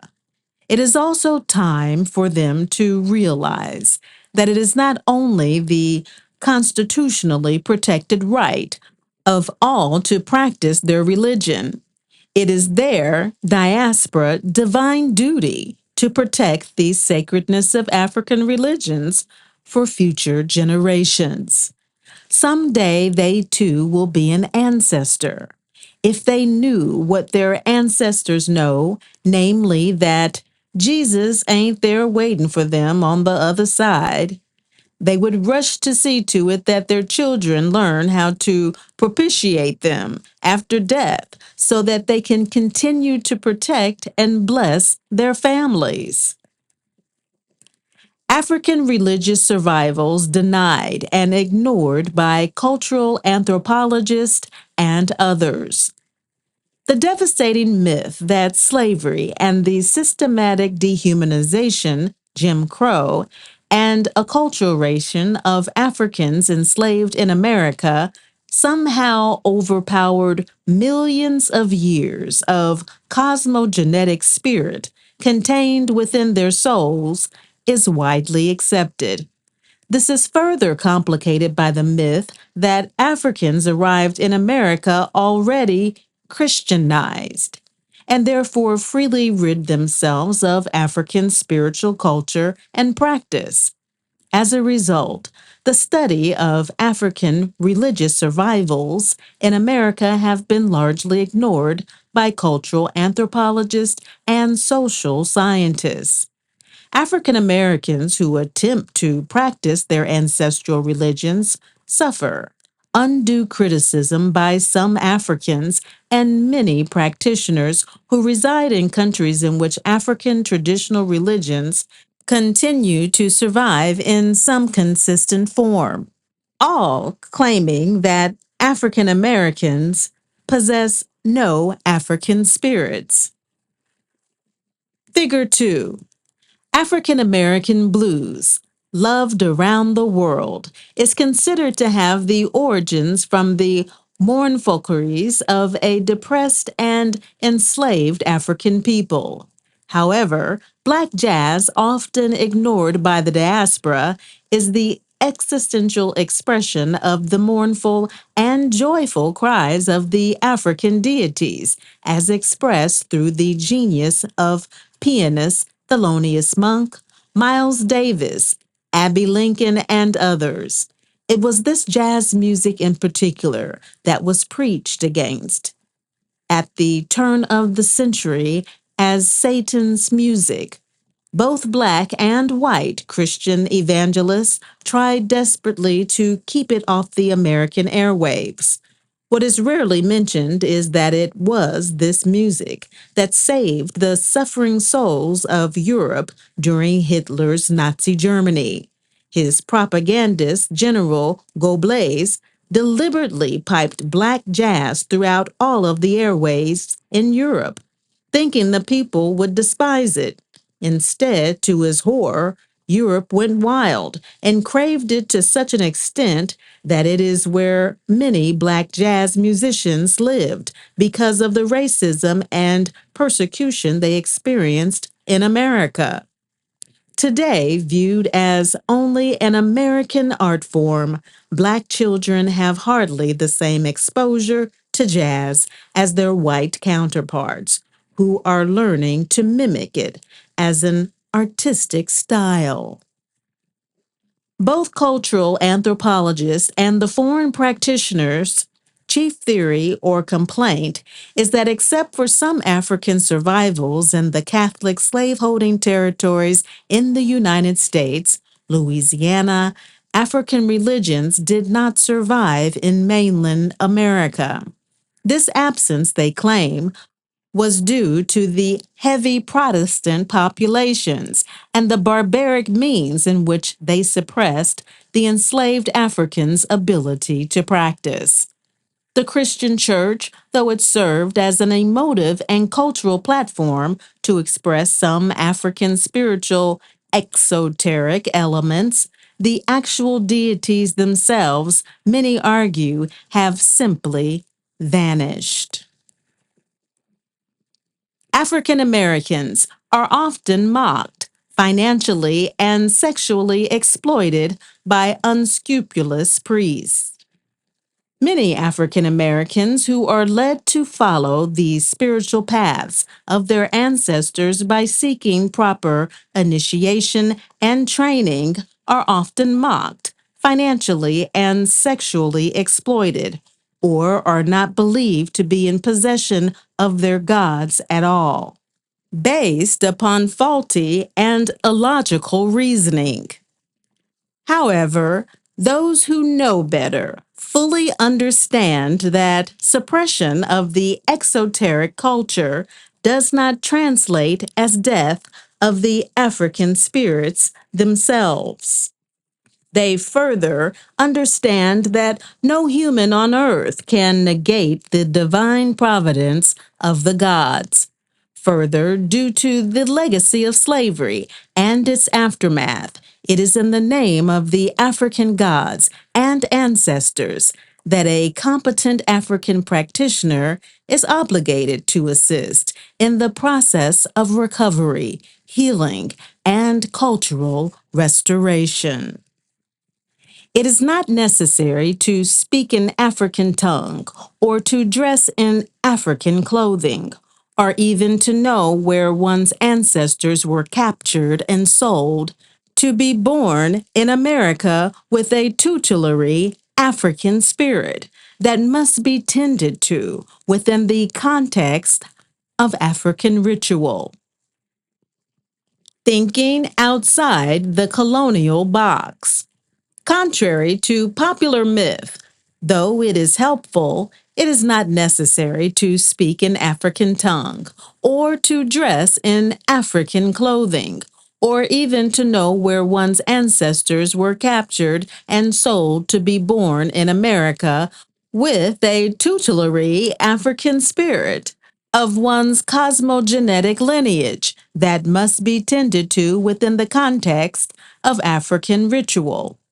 There are literally thousands of Africans born on the mainland continent who are versed in their ethnic language and other cultural nuances, but may not be in possession of a tutelary divinity. That not all Africans are born possessing a tutelary divinity, simply being born on the African continent has always been the case. Additionally, no doctrines of racial supremacy or persistent policies of economic exploitation and social alienation, nor extremist Christian religious dogma can destroy the divine link each individual in the diaspora has with their ancestors and gods. The divine providence of the gods will be fulfilled through their progeny one way or the other, either with tremendous sacrifice and personal suffering or with great ease. What this means is, although it is true that Africans enslaved in America did suffer severe religious persecution, and were forcibly discouraged from worshiping their deities and honoring their ancestors, the spirits, which are cosmogenetically anchored in their family lineages, have never left. Figure 3. Powerful teamsters, tennis champions, the Williams sisters. Both display through their physical talent, drive, and discipline the warrior priestess spirit of their most ancient ancestors. It was this spirit all African girls were first initiated to through their most ancient African mother, Athena, in ancient Libya. Contrary to Western historical revisionists, it was not the white Spartans and Greeks who invented the Olympic Games in Athens and Sparta. These games were invented by the African matriarchal kingdoms that predate Greece and were commissioned by the African deities themselves. Some whites, in their attempt to explain African athletic genius, often use inappropriate descriptors. Little do they understand that it is the African spirit. There is no part of African American culture where African spirits are not involved. Religious persecution not new to Africans. If one were to step out of the narrowly defined cultural box, they will soon discover that this pattern of deity adaptation is not new to the African experience nor confined to the sordid past of American slavery. The Black matriarchal Canaanite, Phoenicians, and Phrygians were constantly being chased from their ancient temples and homelands due to envy and jealousy of the sacerdotal powers of the African queen mothers. The Africans have survived the Neolithic invasions of their own African patriarchs, namely the Guti, the Kassites, Korites, and Hurrians, to be followed by the Assyrians, Persians, Greeks, Romans, Portuguese, French, British, and other Indo-European tribes, and their subsequent cultural destructions. In spite of this, the African ancestors and their African gods simply readapted themselves, their languages, culture, and ritual styles of worship to the new colonial conditions. Cultural adaptation is a creative and divine skill that Africans have implemented for eons. Therefore, the argument that African Americans are somehow exempt from these historical experiences, which would force their gods to abandon them, does not hold up with the historical facts. The second argument that is proffered against the African American in denying the existence of their gods is the so called myth that the now Black Americans are so heavily miscegenated, racially mixed, rendering it impossible for their gods to remain with them.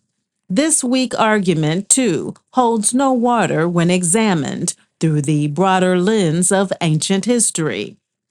Africans, since the beginning of time, have always practiced exogamy, interethnic mixing. In fact, in the prehistoric matriarchal clans of the Akan, Iwe, Ga, etc., when the kingdoms wanted to unite, it was required to marry interethnically, to join not only the ancestral lineages and living families, but also the deities. The Black Amazons, as a rule, practice exogamy in order to disseminate the tache of the divine African mother's blood.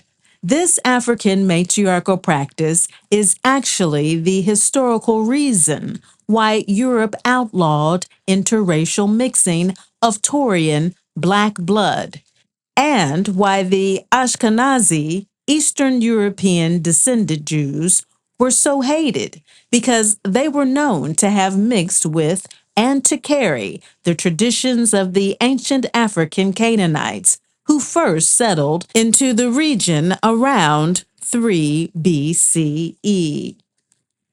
The Black Amazonian warriors, as a rule, subsumed all ethnic groups into the divine matriarchs by intermarrying and interbreeding with the local men wherever they established a new kingdom outside of Africa.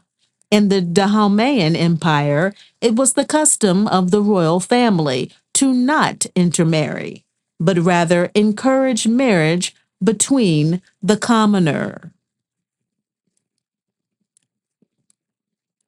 If African American Christians knew that the New Testament was little more than a carefully concealed history of the takeover, vilification, and destruction of their ancient African mothers and fathers' holy temples, they would leave the churches in droves, or at minimum change the manner in which they passively accept Western biblical, patriarchal history.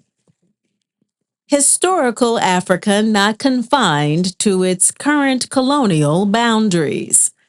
Some of the greatest empires of the African gods existed not only within Africa, but outside of Africa in ancient Mesopotamia, India, Asia Minor, Mycenae, Ionia, Minoa, Rome, Eastern Europe, and elsewhere.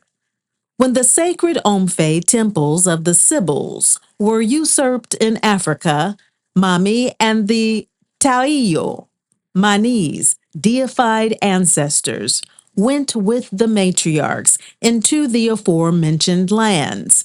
The priest of Ammon had to go with them in a foreign land to hear what the gods had to say. Further, the ancient Fulani Fulbe were either ethnically absorbed or were themselves subsumed by the conquering clans wherever they migrated. In other words, African migratory history since prehistoric times required both interethnic and interracial mixing in order to absorb and to civilize the local populations. Therefore, exogamy, miscegenation, is not new to Africans. It is evolutionary and indigenous to Africa's migratory history of growth and expansion. Majority of African Americans mixed with Native American blood. Conversely, if a more than 10,000-year history of interethnic racial mixing neither diminished nor extinguished the deities born to the African, why would a 500-year history of the same change the nature of the deities born to African Americans? Finally, the majority of African Americans are not mixed with European blood, as is often assumed. The majority are mixed with Native American and other African ethnic ancestry, a biocultural pattern which is also not unique to American history. Africans have been mixing with the Black Indians of ancient India, Proto-Elamites, Dravidians, for thousands of years. These groups themselves came out of the same Paleolithic African Fertile Crescent of Libya and are born from the same African mother and have worshipped nearly the same gods and ancestors since the beginning of time. In the case of African Americans, what is actually being said here is that a people whom, against all conceivable odds, were never meant to survive American enslavement, but did. As such, in following their instinctive ancestral patterns of survival, the same cultural recreation and adaptation was fully implemented in America, as it happened in Brazil, Cuba, Haiti, and elsewhere the African gods settled with their progeny. Figure 4. Black Diana Fletcher with Kiowa Nation. Majority non-African mixtures in African Americans are Native American. Cats. African American culture should not be excluded from the rising African religious and ritual experiences.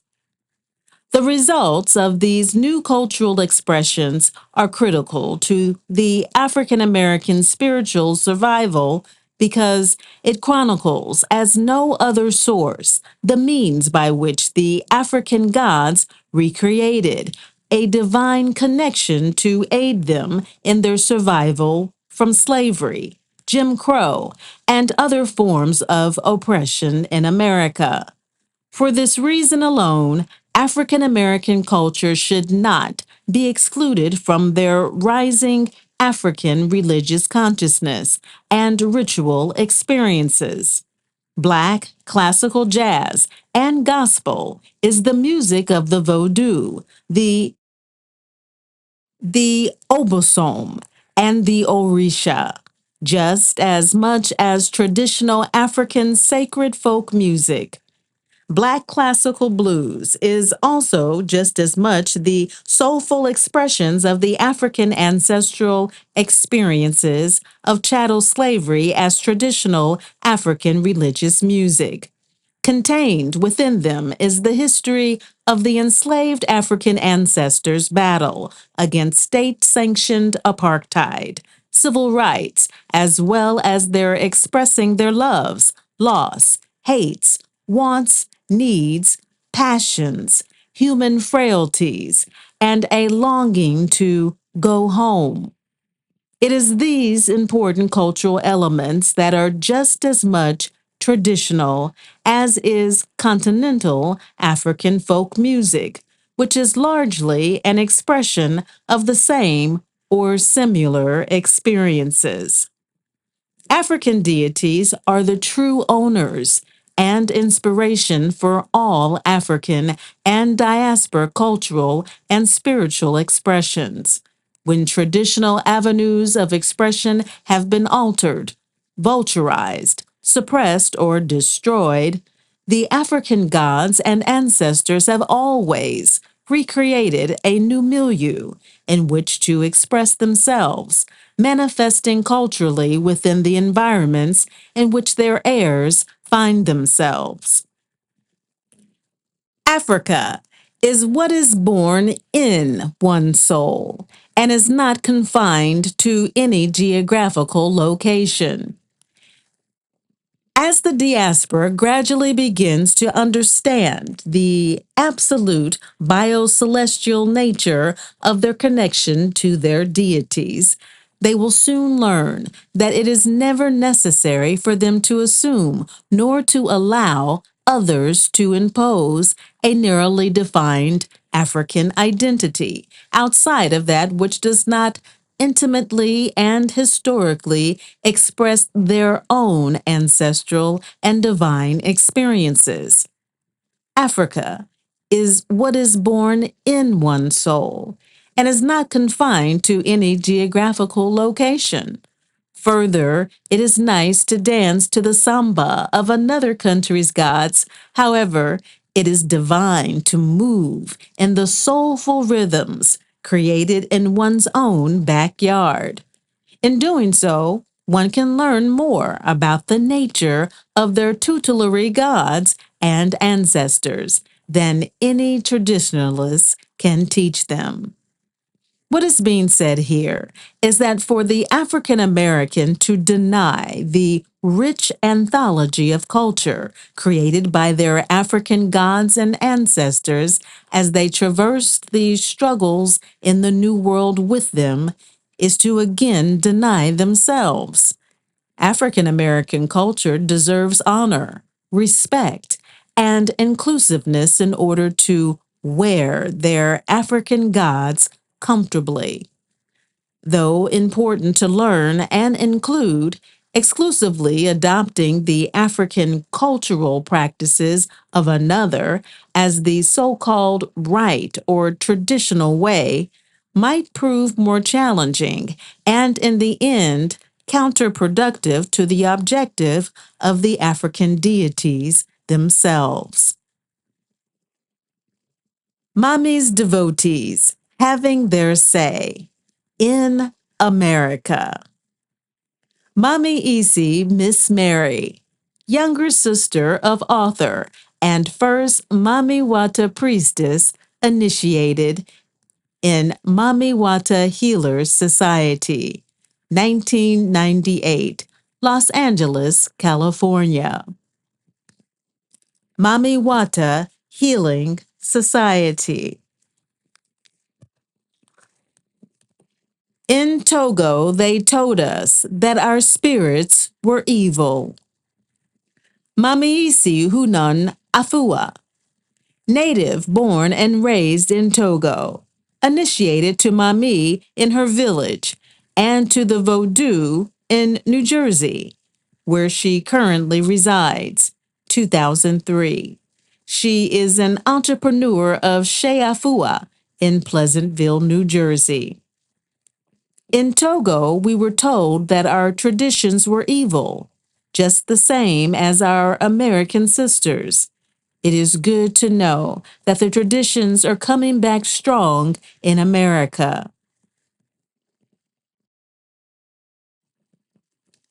I grew up in a holiness church.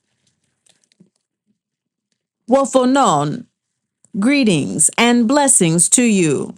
Mami Isi Kaleyama Hunan in front of Mami Table, initiated 2001, Stone Mountain, Georgia. Mami Wata Healers Society. I hope and pray that your spirit is awakened by the contents in this book. Prior to arriving at this juncture, you may have researched many other religious traditions, but something was still missing. Somehow, in spite of all of your conditioning, you privately knew and might have even felt guilty for knowing that Christianity was not your way. Was it something about the white Jesus? Or was it just the character of the people in the church? Or all the above? If I have gotten your attention, you are the reason this book is published. And this is my story. I have been on the journey of searching for my true spiritual path for as long as I can remember. Growing up in Savannah, Georgia, starting from the age of 6, I would overhear my adult family members talking about somebody being worked on, and I would listen intently as they talked about those crazy people who lived over the bridge in South Carolina. Somehow, their conversations about someone being worked never frightened me because I knew someday that I too would end up doing what those so called crazy people across the bridge were doing. Of course, for beneficent purposes. What they were doing was practicing remnants of the ancient African religions of our ancestors that survived more than a century of ongoing persecution and suppression in America. By the time I was born, African spiritual traditions were fully demonized and well hidden underground, only to be whispered in the dimly lit parlor rooms that now served as havens for Christian revival meetings. I grew up in a holiness church at a time when the women couldn't preach in the pulpit and they couldn't wear pants. We women were not even allowed to listen to any non secular music other than Christian. The conditioning was thorough, reinforced by all kinds of do's and don'ts. Ironically or hypocritically, these rules didn't apply to the pastor's children. Also, as a child, while attending church, what I remembered the most was being wrought with fear of going to hell. I was frightened to such a degree that I would even have dreams of being admonished by the devil if I were to violate any of the church rules. I remember on one occasion dreaming of an icy red devil sitting atop the church steeple, mischievously smiling down upon me while wagging his long arrow-pointed tail. I'd also have visions of another kind. For example, in one dream, I saw the minister's head turn backwards and a face behind his suddenly appeared. Midnight black, bearing no distinct features. These kinds of dreams I instinctively knew were warning signs of things to come. My mother knew of my visions, but in the Bible Belt, it was dangerous to share such things for fear of being accused as ungodly. In time, I learned to just keep my dreams to myself. As I grew older and moved away from home, I'd attend church occasionally, but my soul was still restless and I was not at peace. Somehow I knew that I was on a spiritual journey in search of my African self.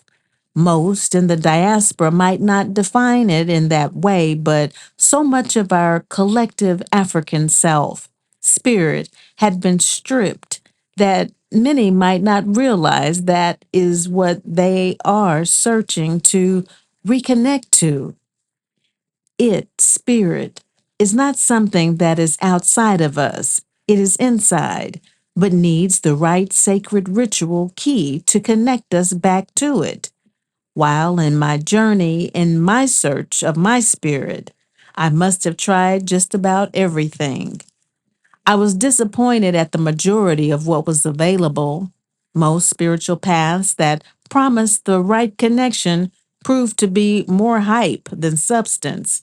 It seemed as if every spiritual guru had a game, either to win over converts or to just get their hands on my hard earned cash, or worse, even my body.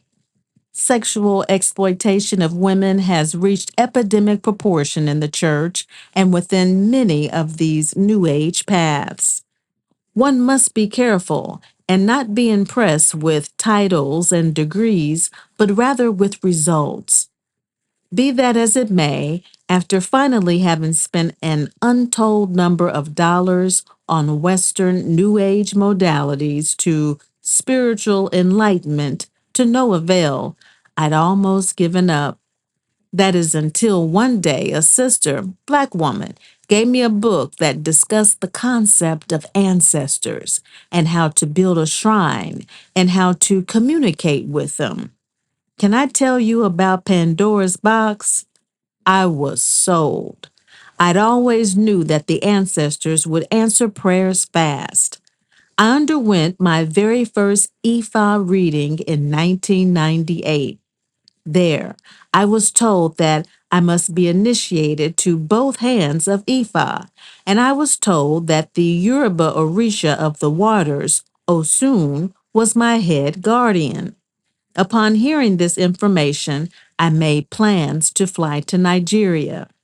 It was there that Chief Babalawu Kayadai Ifayani initiated me to Ifa and to Osun, assisted by Mama Osun at their Egbe of Osun in Osogbo, Nigeria. While there, I also received my warriors and Igungun. However, in spite of all that, I still knew that something was missing. I felt as if I had purchased a beautiful car without the keys.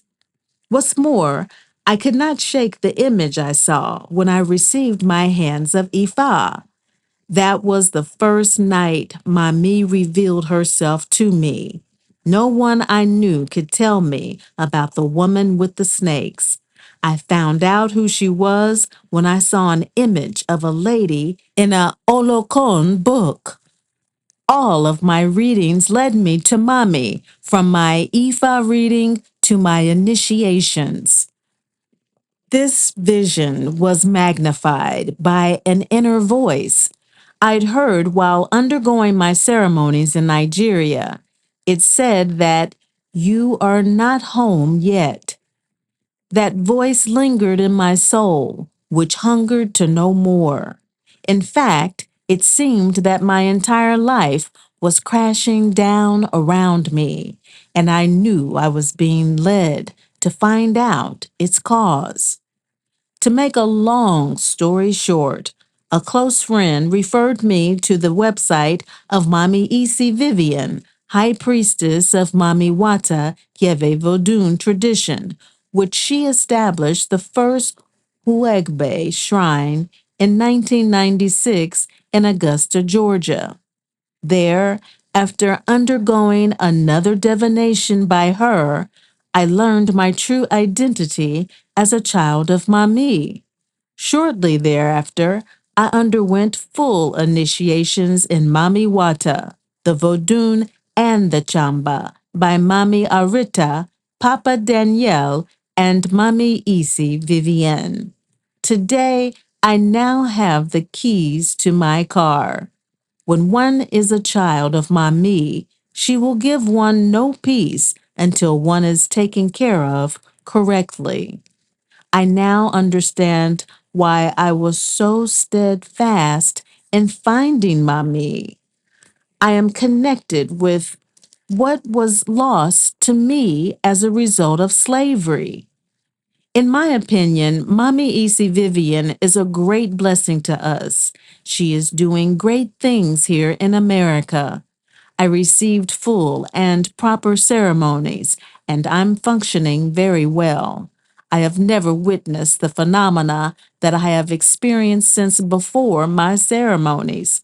Mami, the Vodou, and my Chamba ancestors are truly taking care of me, and for that alone, I am very grateful. If you ever want to know who you are, Mommy E.C. Vivienne will surely tell you. She has nothing to gain, and, in my opinion, she has no ego. I also want to add that what I experienced in Nigeria was ritually correct. I do not lambast them at all. I am very grateful to them as well as for the many lessons that I have learned. It just happens that many of us in the diaspora might need a different path. Both Nigeria and the Vodun of West Africa are ancestrally linked and are cousins in many ways. The Igbo, Ijaw, and the Ibibio clans of southern Nigeria were worshippers of Mami Wata. I recently learned that their traditions were all but destroyed by the Christian and Muslims, and the few temples that remain are constantly being harassed and discriminated against. However, in the final analysis for the seeker, the goal is to find the right path to achieve the correct balance and link with the ancestors and deities. This I have finally found and accomplished. One final word I have for my sisters. As it is on my path, sexual exploitation and ritual abuse can occur. Please heed my warning. It is important to start taking responsibility for your actions. Use your head. If anyone tells you to take off your clothes for reasons other than a spiritual bath, which should be performed by a woman anyway, run the other way. If you are asked for hair samples or body fluids and other personal items, run the other way.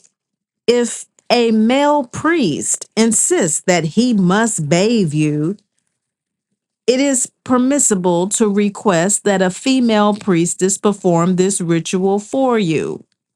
African religions are the best thing that can happen to the diaspora. However, in its infancy in America, abuses can and do occur. Never leave an opportunity for you as a woman to be abused. In the spirit of my ancestors, Wezelao, I bid you peace and farewell. Awo, Mami Isi Hunan Keliyama. I have always been interested in spirituality.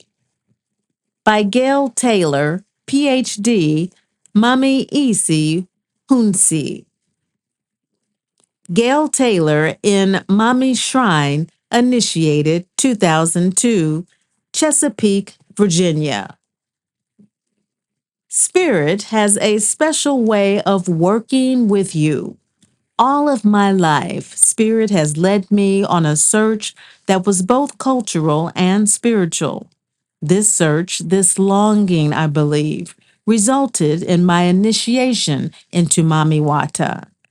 I have always found myself searching out for African culture. At first, it was easy. I think it was obligatory for every Black girl in Brooklyn during the 1960s and 1970s to take African dance classes. I usually took classes with friends at day camp during the summer. Even though I was not a serious student, it was a great way to become acquainted with the culture and music. This early cultural education was furthered through the many events I attended as a child and young adult. One that stands out is the African Street Fair, now called the International African Arts Festival. I attended it as a little girl when it was still held on Claver Place in the Bedford-Stuyvesant section of Brooklyn.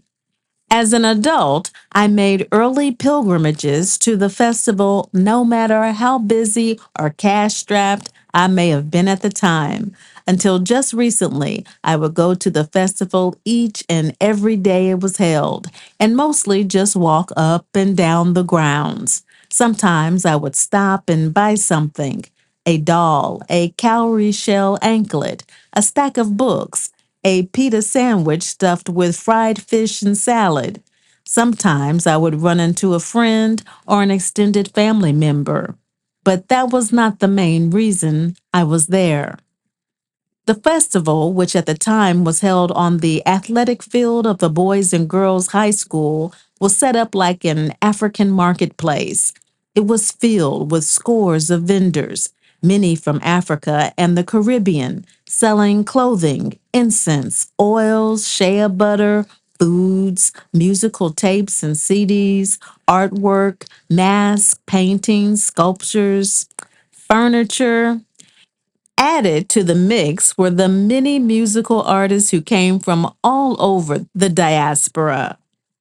The true stars, however, were the exuberant youth dance companies that brought down the house with electrifying performances of traditional dances and rhythms. Each year, priests and priestesses from different African traditional religions did readings. There was just something at the festival that made me want to go back year after year. I was also a spiritual searcher as well. It seems like I have always been interested in spirituality. However, even though I had been an avid churchgoer all my life, I kept feeling something was missing. I knew myself to be powerful spiritually. I have had miraculous answers to prayers. Once, when I was an undergraduate, I prayed for relief from a cantankerous English professor.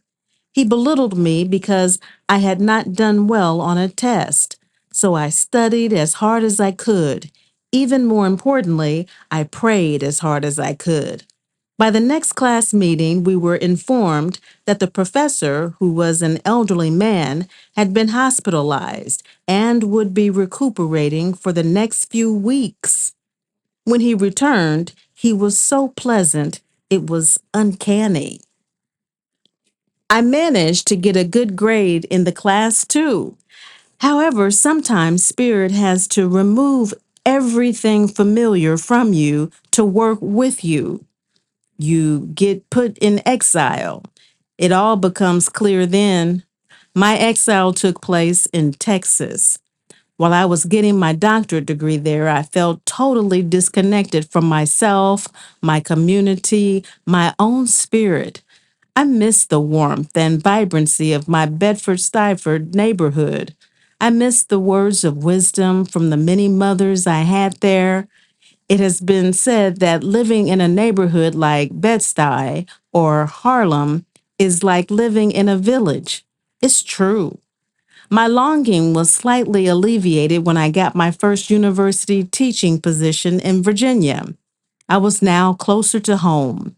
However, with the pressures of my new job, disintegrating marriage and spiritual ennui, I knew more than ever that I needed to be connected spiritually to Mother Africa in an even more direct way. My taste in music changed. I listened almost exclusively to African music. Gospel, blues, jazz, and Latin music played all the time on my radio and CD player. As I did research, wrote papers, revised lectures, I listened to the sounds of Armstrong, Coltrane, Puente, and Babatunde. I began to read anything I could find about African traditional religions. I learned about the Yorubas, Western Nigeria, the Kemetics of Egypt, the Akan of Ghana, the Dogon of Mali.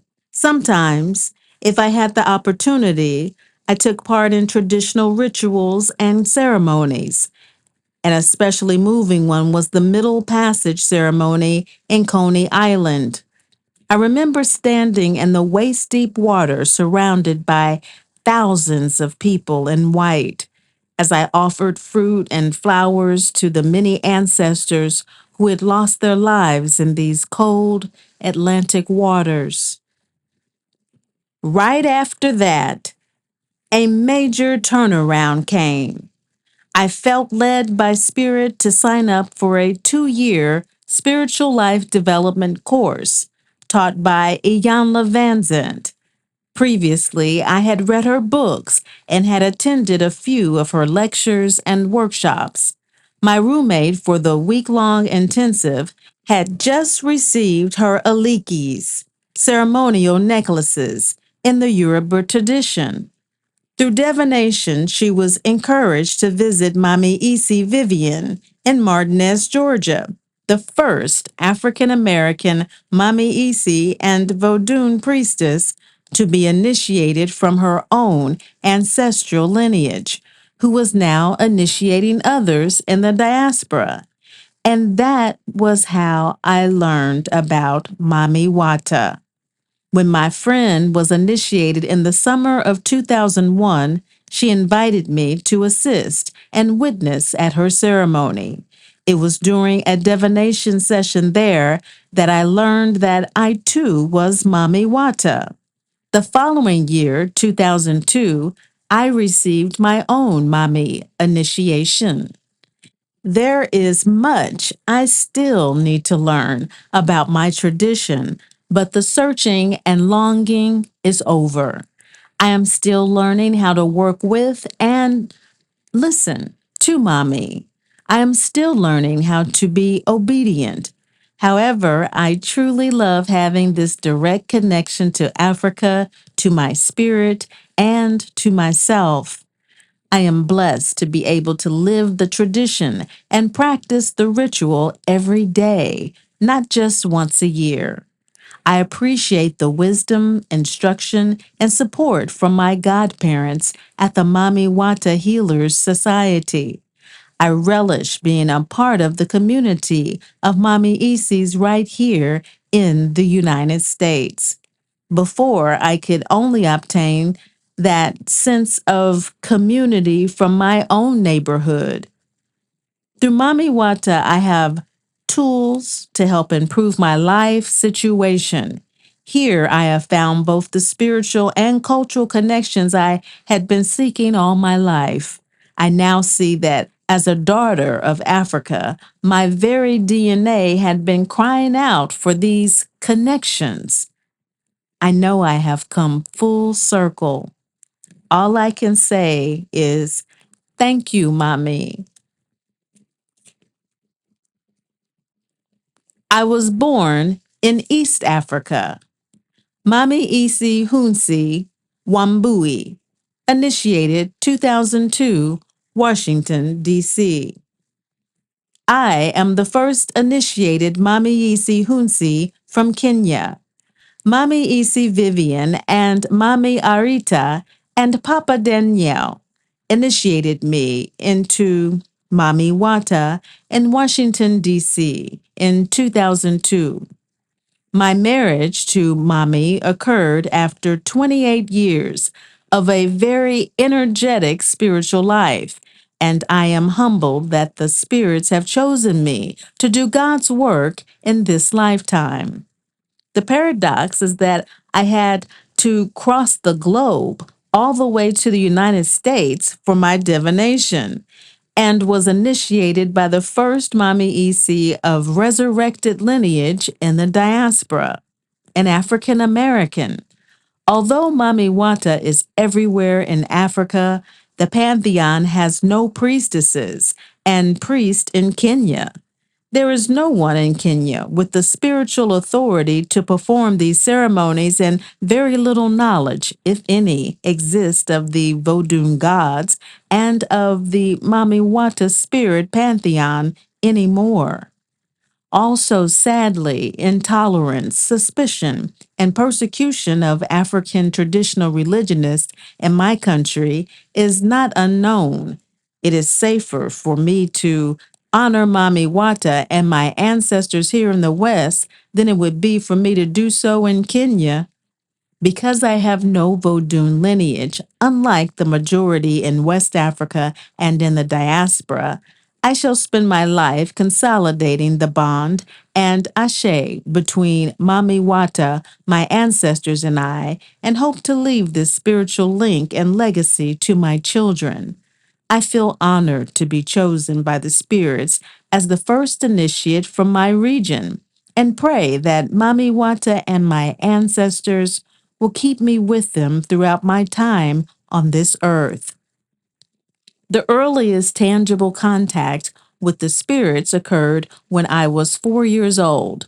I lay in my bed one night and awoke to see four small human like beings seated in a circle in my bedroom floor, performing a ritual.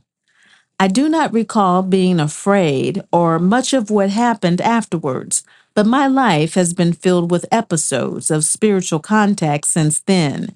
And as I've grown older, my understanding of these experiences and of my role in them has deepened. During my first divination, when I was 27 years old, it was pointed out to me by the Mamiisis that those who visited me were my ancestors and that they had come to me from the stars where they live. Growing up, my extended family in Africa was completely Christianized. I attended Roman Catholic convent schools, underwent all ceremonies from baptism to confirmation, Mass twice a week, sang in a choir, and memorized the bulk of Roman Catholic prayers. However, both my parents were never staunch Christians, and although my mother took us to church every other Sunday, it was out of habit and the desire to give my siblings and I some sort of spiritual reference point. I sometimes wonder whether my family would have been Christian had my society accorded African traditional religion the respect it deserves, and had the new underground traditional religionists there practiced freely and openly communed with our ancestors. A lot of turmoil I underwent as a child could have been rooted had I undergone a divination, amelele, ritual bath, and initiation when I was young. As a teenager, I was living in the United States and had ceased being a Christian. I still prayed to God and believed, as it had been instilled in me, that the divine was white and male, that the Holy Trinity represented him, and that any spirituality indigenous to Africa was evil. My spiritual life at this time was tumultuous. Constantly, I was being thrust into situations of high spiritual intensity. I continued to witness otherworld activities and visions. At this time, my understanding of the forces that are at work behind everyday living almost completely overwhelmed me. I was tormented by the experiences I underwent, as there was no one with whom I could talk freely.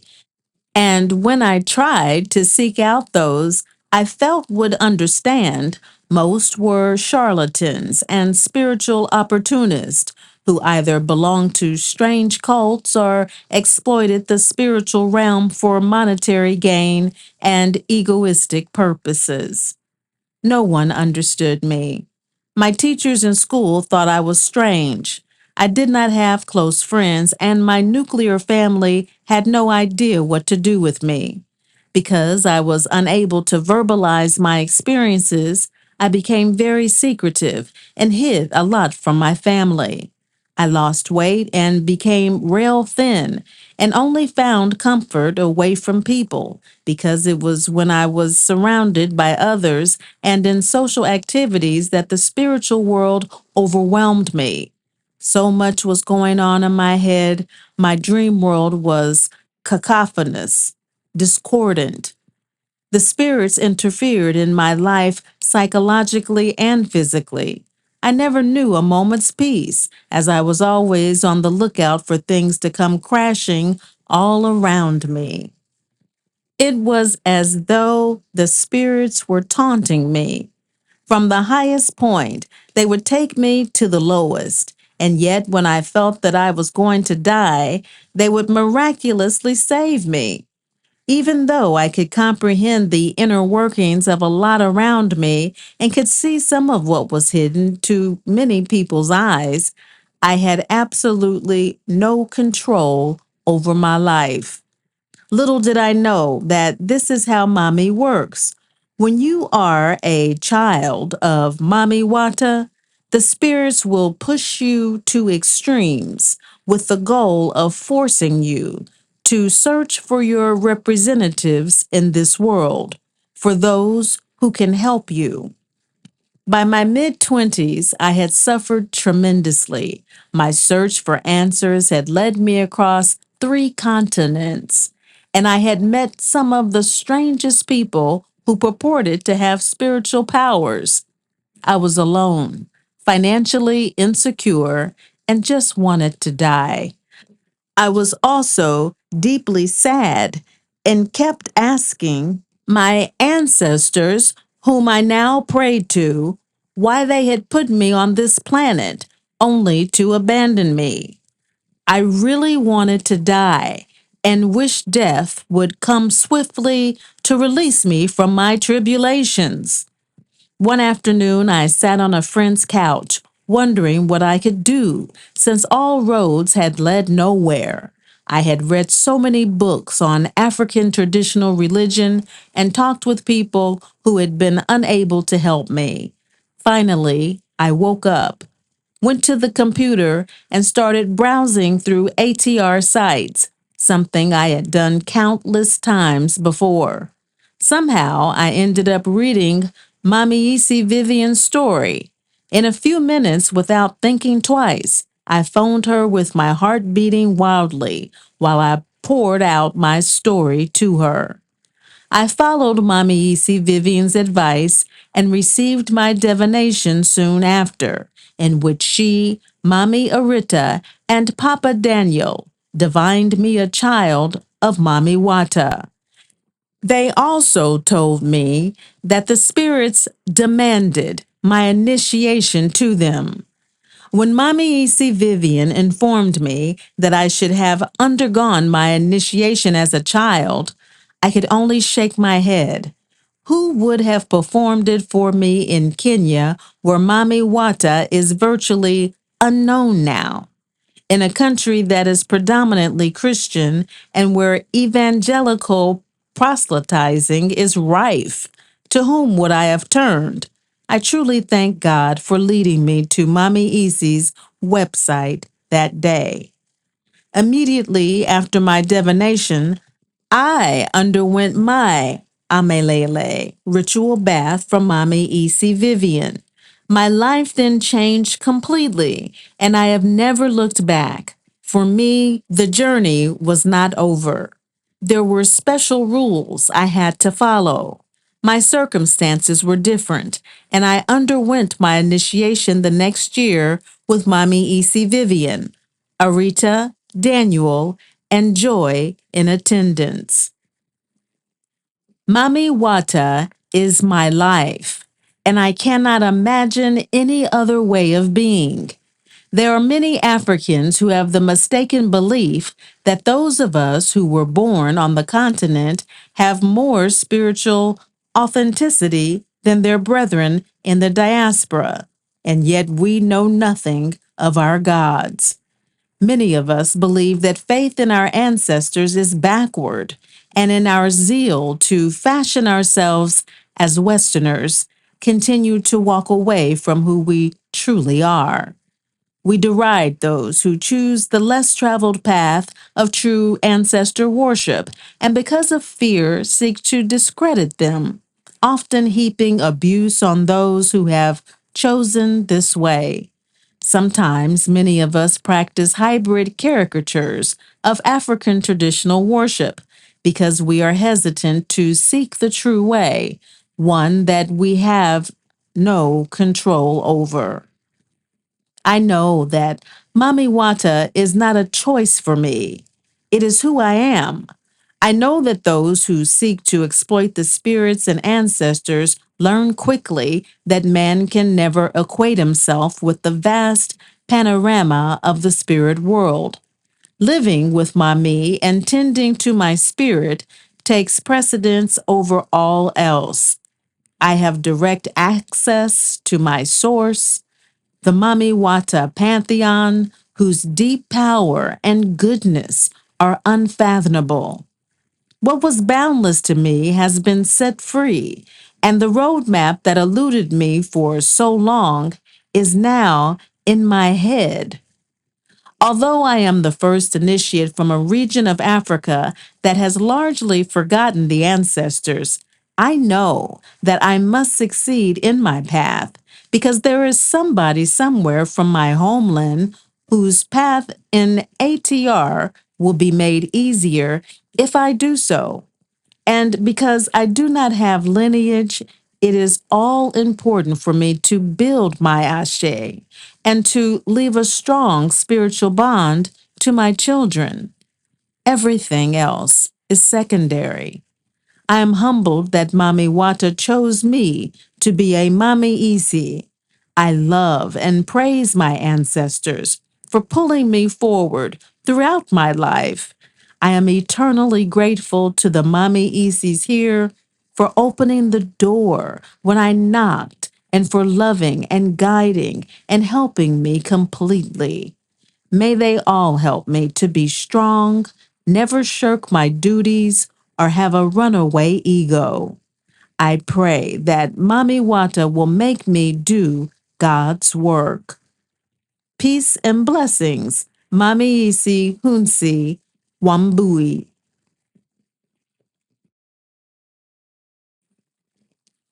Images of Mami reclaiming her children in America.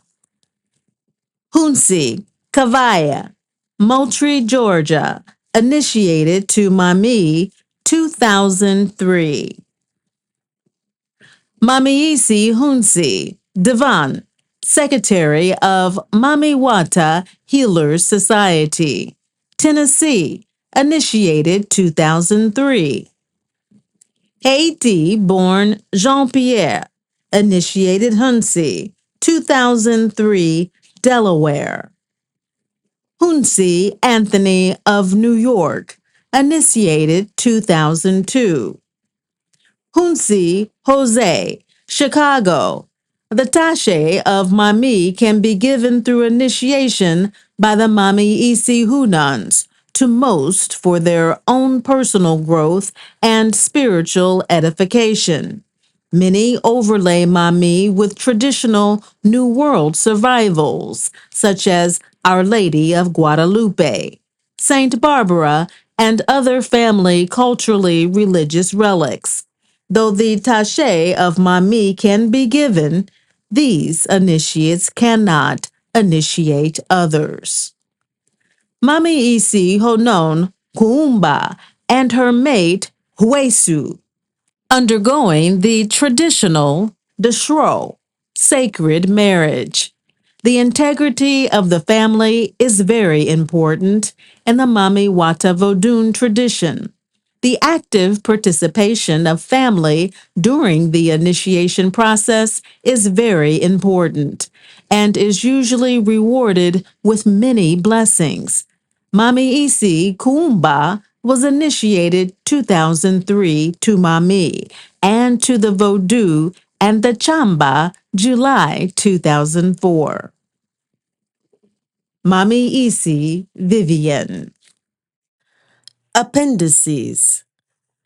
Appendix I. More clues to Africa's matriarchal past in the ancient world. Figure 1.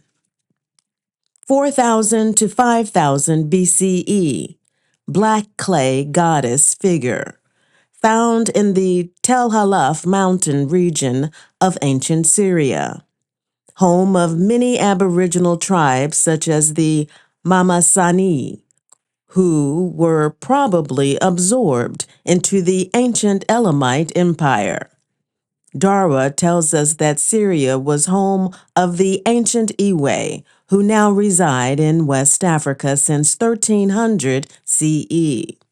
Dozens of these type votive figures have been found in the region. Used as offerings to Mama Isis, they are typically displayed cupping their breast, a characteristic feature of Elamite goddess figures. Her body painted with red ochre, symbolic of menstrual blood, and the ritual and ceremonial use of this figure to either celebrate life or to invoke assistance in fertility. Though the so-called Semitic invaders from the north regarded the religious practices of the Afro-Elamites and their mountainous Sioux black peoples to be a land of witches, magicians, and evil spirits, they quickly adopted and are presently credited with many of their ancient cultural and ritual practices. This while the Afro-Elamites remain virtually forgotten. Goddess worship for the African was not centered on an archetypal, nondescript, generic manifestation of the feminine power, as it is misunderstood in the West. These figures traditionally represented a particular ethnic group's blood and cosmogenetic connection with a divine ancestor or clan totem deity. Some of these divine ancestors and deities simply became so powerful that they soon took on a far more reaching range of veneration and multi-ethnic communal worship.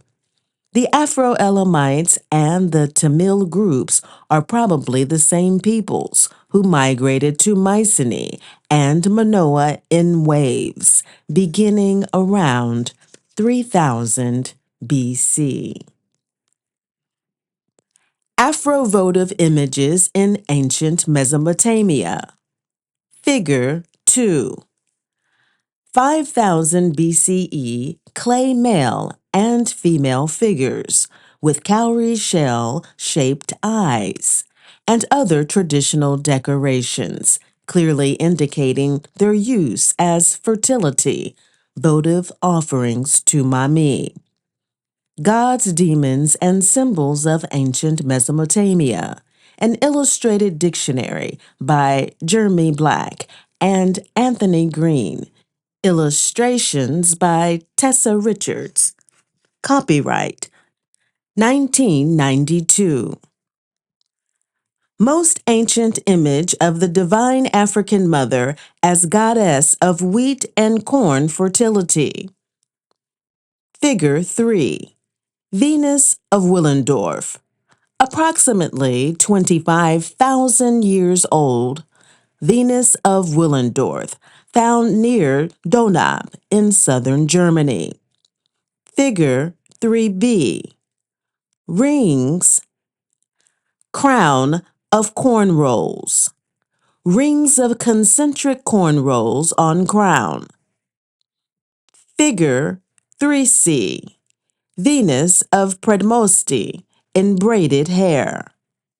Venus of Predmosti found in southern France. It is documented that the so-called Grimaldian or Aurignacians, Africods, migrated into southern France and Spain more than 30,000 years ago. The Africans who prehistorically and ethnographically fit this description are the Khoisans, or so-called pygmies. The worship of the African mother as the divine manifestation of God is the first and oldest form of organized religion. In African cosmology, her worship was not centered in a feminist Western ideology, but rather in the Susu, Nyaitefe, Iponri, Logos, or keeper of the divine truth made evident, as reflected in the cosmos, and the natural order of how all life manifested on earth. It is she that the entire human race is indebted for its very survival, sustenance, and civilization. Her reverence and the deities entrusted to the earth into her care are the first and oldest organized religions on earth. All modern religions, theologies, ritual practices, and spiritual disciplines are merely adulterated versions of the first, African logos. Specialized African deities which first manifested from the firmament, celestial waters, that are known in the West African and diaspora Vodun as Mami Wata. In the above illustration, the worship of the water deities and a thunder god by the matriarchal Aurignacians, Pygmies, is at least 25,000 years old. Within their cosmology, they too claim descent from a moon or mountain mother that rose from the waters. In the caves of Domboshawa in southern Rhodesia, they saw the ancient tradition of regicide, death king, which includes a drawing of priestess dancing beside a stream, bearing baskets of fruit, accompanied by a standing python. In another scene, there stands a nude priestess beside a cauldron, sacred tripod, and a bison, clearly possessed by the spirit. Most of these drawings are depicting life and ceremonial scenes using totemic animals sacred to the divinities and the African mother as ancestral gentrix. These Orangians left indisputable evidence of their African cultural origins in the Paleolithic caves of Altamira in Spain and in the Caverne des Trois Frères, Cave of the Three Brothers on the French Pyrenees. Their complex, highly organized religious customs survived intact and extended across the globe. The Quasians claim descent and feature in Egyptian cosmology as Bes. Their presence is known in ancient Punt, Somalia, and in the ancient temples of Amravati in India. In West African Vodun, their Trovodu, deified ancestors, are part of the Tohosu. Above Willendorf image was originally covered in red ochre dearly to symbolize female menstrual or ritual blood. The use of red camwood to symbolize blood is a standard ritual practice in nearly all African ritual rites for fertility. Appendix II. Ancient Ewe Kingdom of Hatti Keta in Mesopotamia. Figure 4. Avobe, head of Africoid woman found in northern Syria, 1200 BCE. The ancient Ewe Kingdom of Canaan was a powerful vassal kingdom that reigned in what is now northern Syria. Darkwa has linguistically and culturally traced the Ewe and God clans to ancient Canaan. One of the major worshiping sites of Mami Hatar Atagartes, and Ishtar. What is known thus far is that the Iwe and Ga clans, just as many other African clans, maintained a custom of renaming villages and city-states after a previous location of which they had settled. Conversely, the Greeks and Romans, just as present-day Europeans, were notorious for not only changing the names of their conquered territories, but also changing the racial ethnicity and claiming their deities and the higher attributes of the conquered culture for themselves. Whereas the Turks were at least politically astute at restoring the old cultural names after they had conquered the lands from the Greeks and the Persians. Figure 5. Map of ancient Mesopotamia. At least 5 of these major kingdoms were black and originally matriarchal. Darkwa's theory is compelling because what is also known is that the kingdom of Canaan was a powerful vassal kingdom that reigned in what is now northern Syria between 1600 and 1200 BCE. The sacred city of Carchemish, Ka, Ki, Mi, the capital of Hatti, is a Ga name and was the home of the ancient Ga. Name Ketu and Kana, pervasive in Iwe ancient history. Ketu was also the name of a town in ancient Egypt, perhaps at the time of the Iwe Egyptian kingships during the Middle Kingdom. Centuries later, the Iwe and Ga would found a city-state in what is now the Abeokuta district in southwest Nigeria named Ketu. 300 years later, the Anlo Iwe would migrate to a province in Dahomey named Ketu, and later in the Volta region of Ghana, naming it Keta, where there also exists a large sacred Mami lagoon named Keta. There is also a province in central Togo named Kana Kana.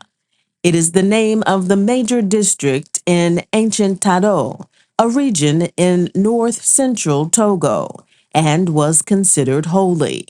It is where the serpent-worshipping clans of the Mami Wata Vodun migrated around 1420 CE from the east. We learn that Canaan, meaning fish canal, is the name of the Canaanites, the original inhabitants of Palestine. It is also the site from which the biblical name Cain is derived. Cain is specifically derived from Kainan and Ka-nu-ne, which in the ancient Chaldean tongue means to stand upright, righteous. The multi-ethnic African groups who revolted against the divine African mother, later to call themselves Levitical Jews, became the enemies of the fiercely matriarchal Canaanites, and through their Genesis fables, blamed them, Cain, for the initial fall of man, translated patriarchy. However, the Canaanites' only fall was in not abandoning their worship of her. Unfortunately, it is the account of the enemies of the Canaanites whose biblical fantasies have been widely circulated in the West and throughout the world, and violently defended as divine truth. Hittites and the Hattis not same. Though researchers tend to strongly imply that the Indo-European Hittites and the Hattis, Iwe, were the same group, they were neither ethnically nor linguistically the same, known as also the Katish. The Hatti groups predate the 1400 to 1190 BCE invasions of the Hittites, but are somehow forgotten or misplaced. According to present historical accounts, they and their language have vanished from the face of the earth. It is known that several Iwe were Egyptian kings, and the discovered cuneiform texts found in the Hittite ruins, composed of litanies, prayers, lore, and incantations, indicate that their religion is very much consistent with African traditional practices as they manifested in the ancient Mediterranean world during that period. Translation of Iwe, Hatti, Hittite, cuneiform. Figure 6. Sample of one letter from more than 20,000 cuneiform tablets found in the African kingdoms of Mami, and Hatti in ancient Mesopotamia. Cuneiform, the world's first and oldest system of writing, was invented by the ethnic groups who developed the cluster of independent kingdoms nestled along the Mediterranean, collectively known as Mesopotamia. The linguistic and cultural evidence thus far indicates that at least 5 of these major kingdoms were Black African and probably matriarchal.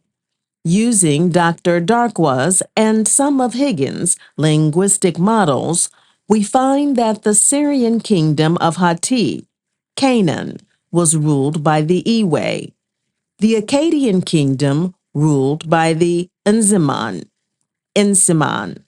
Akkads. The kingdom of Chaldea was believed to be ruled by the Akan Kwahu clan, and the ancient Phoenicia and Elam have all been documented to be Black matriarchal kingdoms. Their development and use of cuneiform writing was of great importance in communicating and maintaining diplomatic harmony amongst these Afro-ethnic kingdoms. Archaeological evidence gathered from the more than 20,000 letters uncovered from the Enziman Akkadian city of Mari meaning Mami, dating from 1850 BCE, reveal that they developed an elaborate system of communication that stretched from Egypt to Syria to South Babylonia. One of the most significant and successful translations was the now infamous El Amarna letter, found in 1887 in present-day Egypt. Its successful translation reveals a correspondence between Amenophi III, an Iwe king of Egypt, and his son, Akhenaten, dating around 1370 to 1349 BCE. Another letter translated was from the king of Hatti, congratulating Akhenaten on becoming the new king of Egypt. There is still ongoing work all across the world in an attempt to translate the ancient cuneiform texts of Mesopotamia and the Hittite empires. Unfortunately, there is no evidence that African scholars are a part of this important project. However, some of the results of present scholars are worth sharing here, for it indicates an intimate connection to its present inhabitants on the West African coast, as well as in the diaspora. The name of a deity named Nana is being addressed. Nana is an Iwe and a Ka word meaning mother or grandmother.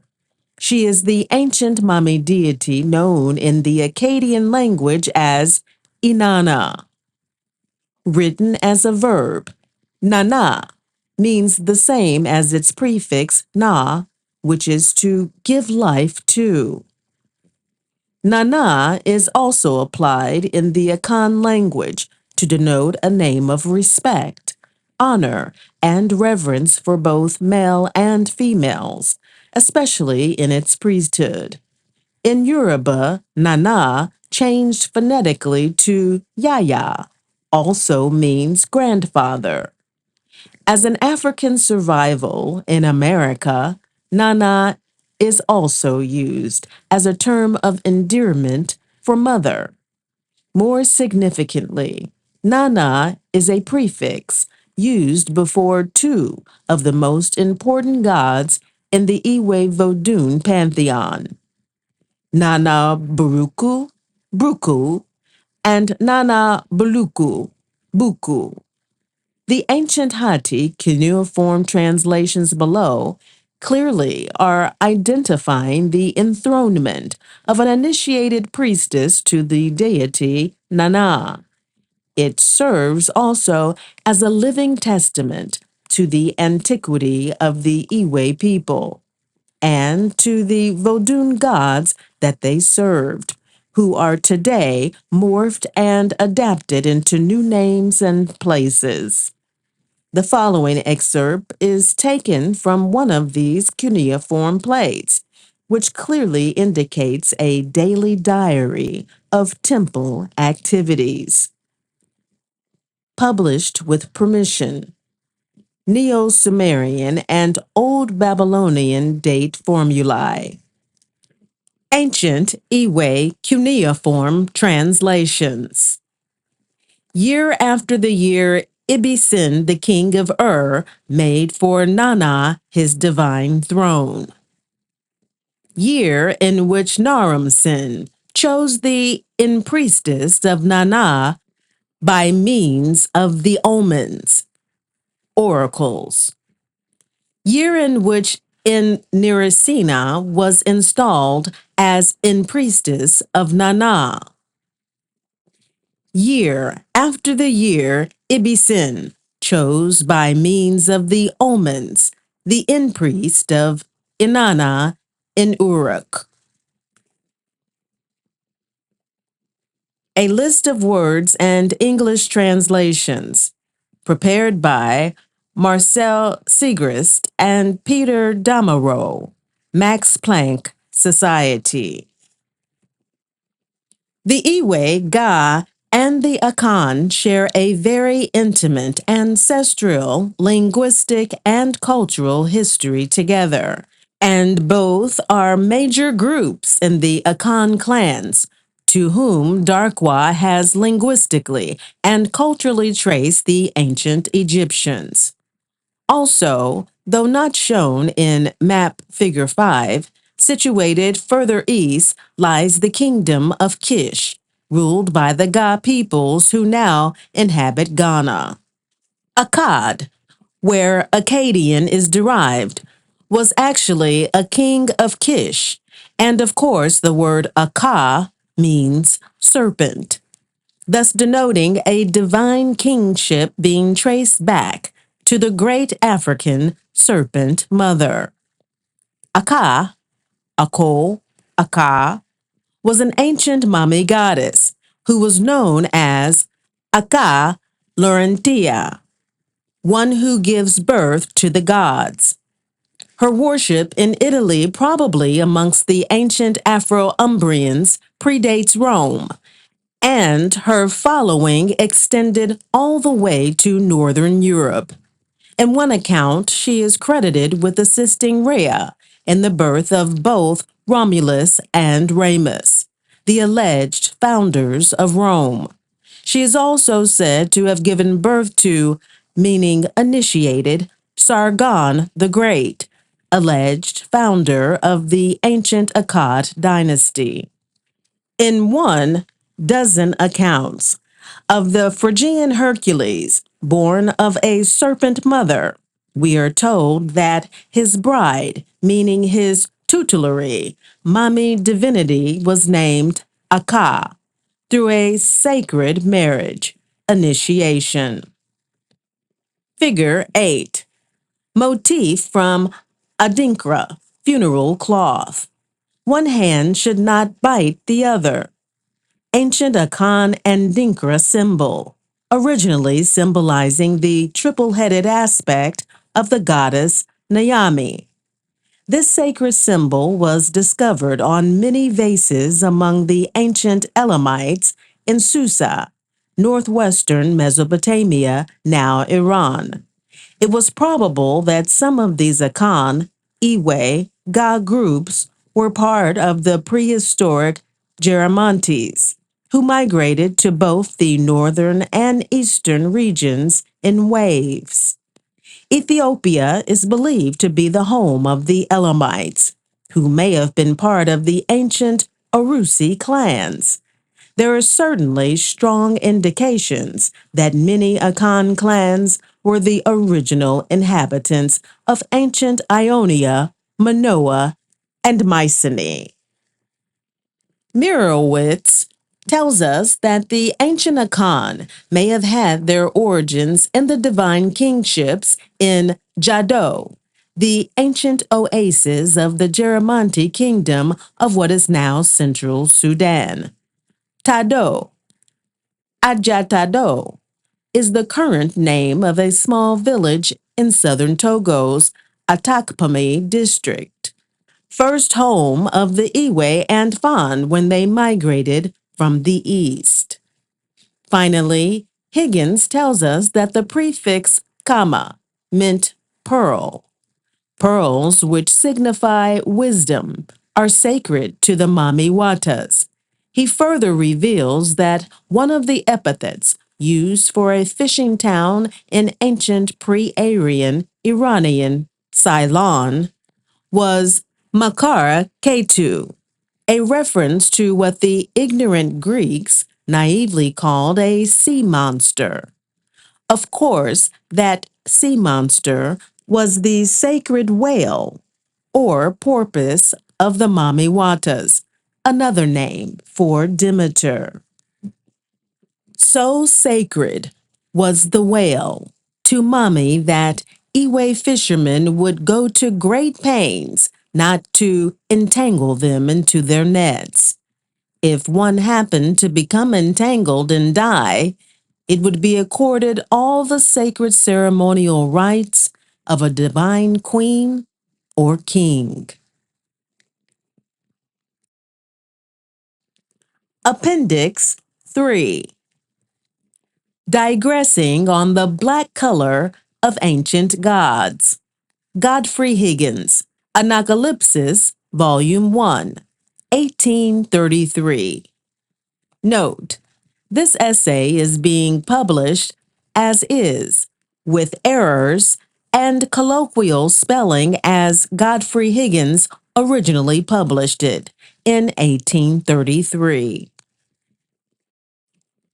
We will now attend the solemn consideration to these particulars, offering such observations as occur upon each, as they come in order. But, gentle reader, if you please, we will, as we go along with the Reverend Gentleman, not forget that Lord Shaftesbury, who shrewdly observed that solemnity is of the essence of imposture. And first, with respect to the name of Krishna, or so it must be written to bear the asserted analogy to the name of Christ, Mr. Vuoni, after 2 or 3 pages of unparalleled impiety in which he resolves the whole life, death, and resurrection of the Messiah into an ingenious allegory allusive to the growth, decline, and renovation of the solar heat during its annual revolution, and after asserting that, by the Virgin his mother, is meant the celestial sign Virgo, in the bosom of which, at the summer solstice, the sun anciently appeared to the Persian Magi to rise and was thus depicted in their astrological pictures. as well as in the Mithraic caverns.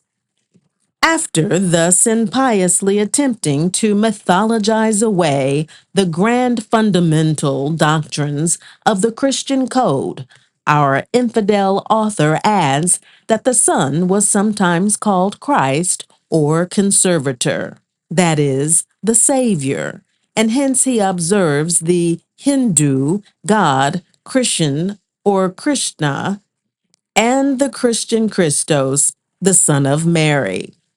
Now, whatever ingenuity there may be displayed in the former part of this curious investigation, into which I cannot now enter, I can confidently affirm there is not a syllable of truth in the orthographical derivation for Krishna, nor Chrisin, nor Krishna, as to serve a worthless cause subversive of civil society, he artfully perverts the word, has not the least approach in signification to the Greek word Christo, anointed, in allusion to the kingly office of the Hebrew Messiah, since this appellative Krishna simply signifies, as we shall presently demonstrate, black or dark blue, and was conferred on the Indian god solely on account of his black complexion.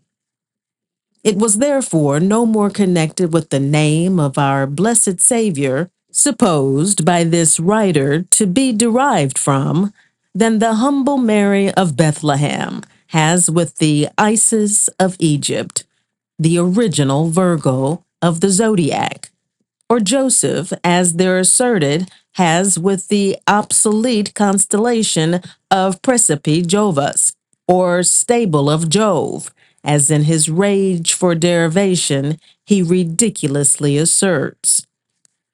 Now, upon the observation of Mr. Maurice relating to the Celestial Virgin and the Virgin Mary, the reader is requested to suspend his judgment till he comes to my chapter where she is expressly treated of.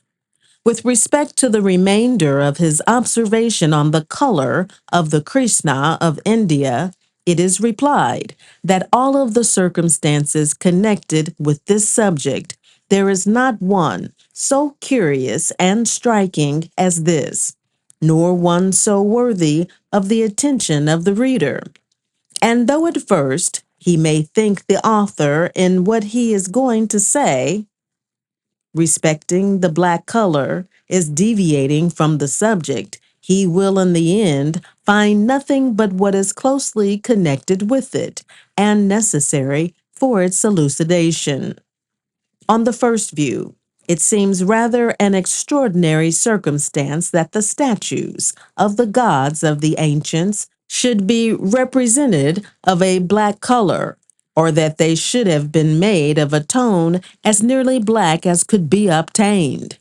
Where the stone could not be obtained quite black, a stone was often used similar color blue slate of a very dark blue color, the drapery of the statue often being a different light-colored stone. It is evident that the intention was to represent a black complexion. Of this there can be no doubt. The marble statues of Roman emperors are often found with the fleshy part black, and the drapery of white or some other color. Eusebius informs us, on the authority of Porphyry, that the Egyptians acknowledged one intellectual author or creator of the world under the name of Senef, and that they worshipped him in the statue of human form and dark blue complexion. Plutarch informs us that Senef was worshipped by the inhabitants of the Theobald, who refused to contribute any part towards the maintenance of the sacred animals because they acknowledged no mortal God and adored no one, but whom they called Senef, an uncreated and immortal being. The temple of Senef, or Senuphis, was in the island of Elephantine, on the confines of Egypt and Ethiopia. In the evangelical preparation of Eusebius is a passage which pretty well proves that the worship of Vishnu or Krishna was held in Egypt under the name of Knep. The Egyptians, it is said, represented the demiurgos Kneph as of a blue color, bordering on black with a girdle and scepter. Mr. Maurice has observed that the Senef of Egypt and the statue of Narayan in the great reservoir of Kathmandu, are both formed of black marble. Dr. Buchanan states the statue of Juggernaut to be of wood painted black with red lips. Mr. Maurice says that Osiris, too, the black divinity of Egypt, and Krishna, the sable shepherd god of Mathura, have the striking similitude of character imitated by Mr. Wilford cannot be disputed any more than that Krishna, from his rites continuing so universally to flourish over India from such remote periods down to the present day, was the prototype, and Osiris, the mythological copy. Both are renowned legislators and conquerors, contending equally with physical and spiritual foes. Both are denominated by the sun. Both descend to the Hades and raise the dead. Again, he says, now it is not a little remarkable that a dark blue tint approaching to black, as his name signifies, was the complexion of Krishna, who is considered by the Hindus not so much an avatar as the person of the great Vishnu himself in a human form. That is, he was incarnate, or in the flesh, as Jesus was said to be. For reasons which the reader will soon see, I am inclined to think that Osiris was not the copy of Christ, but of the earlier god, Buddha. That by Osiris was meant the sun. It is also allowed by every writer who has treated on the antiquities of Egypt. Mr. Maurice, as the reader sees, states him to have been black, and that the Manevis or sacred bull of Heliopolis, the symbol of Osiris, was also black. Osiris is allowed also to be the Shiva of India, one of the three persons of the Indian god Brahma, Vishnu or Krishna, and Shiva, of whom the bull of the zodiac was the symbol. It is curious to observe the number of trifling circumstances which constantly occurred to prove the identity of the Hindus and Egyptians, or rather the Ethiopians. The word Nile in the Indian language means black. Dupuy says Nilo in Indian signifies black, and it ought to signify the same in Egyptian, since whenever the Arabs, the Hebrews, the Greeks, and the Latins have wished to translate the word Nil, they have always made use of a word which in their language signifies black. The Hebrews call it Sikor, the Ethiopians Knuckle, the ancient Latins Malo, the Greeks Melas, all names signifying black. The word or name Nilos, then in Egyptian, presents the same idea as the word Nilo in Indian. But the name of Nile was a modern one, comparatively speaking, a translation of the ancient name of this river, which was Siri. Speaking of the word Nile, Tzetzi says, Sit Osiris, sit Omphis, Nilus, Cirrus, Sieve, Quadocul, Alud ab Hierophantes, Usapatum, Nomen, Ad Onum, tatum solum antiquissimum gentium numen redunient omnia. See also Parkhurst.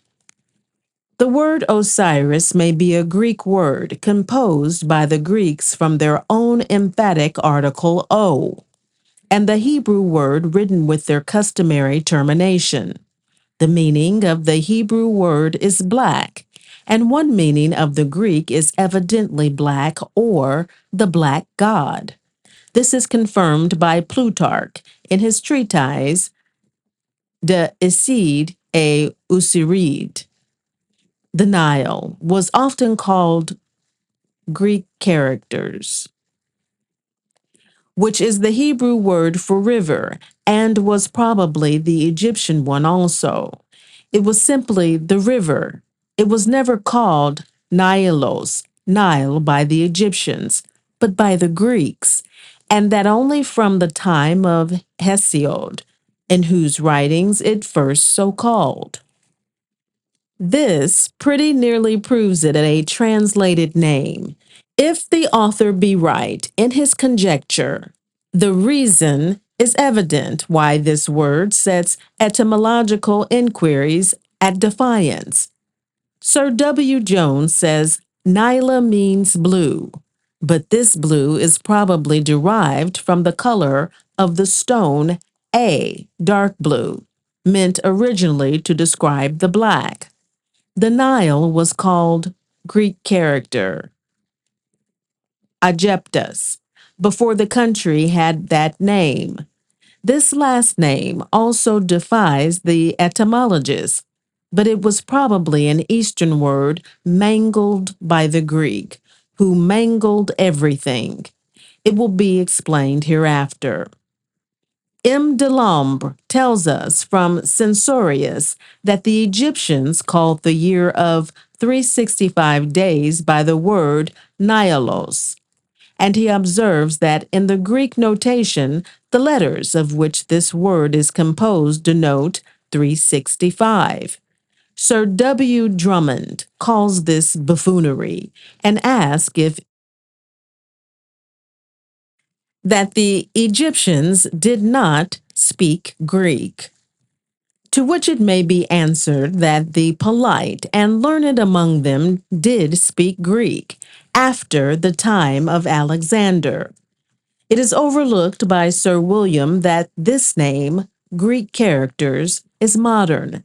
It is probable that the Greeks hand the ancient Egyptian name to signify black, and the letters of it to denote or to signify the year of 365 days.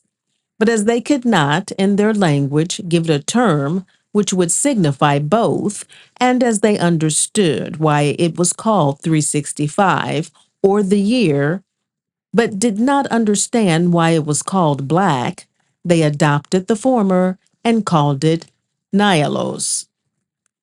The ancient name, as we have said, was Sir or Siri, the same as Osir or Osiris, who was always black, after whom it was called, and by whom was meant the sun.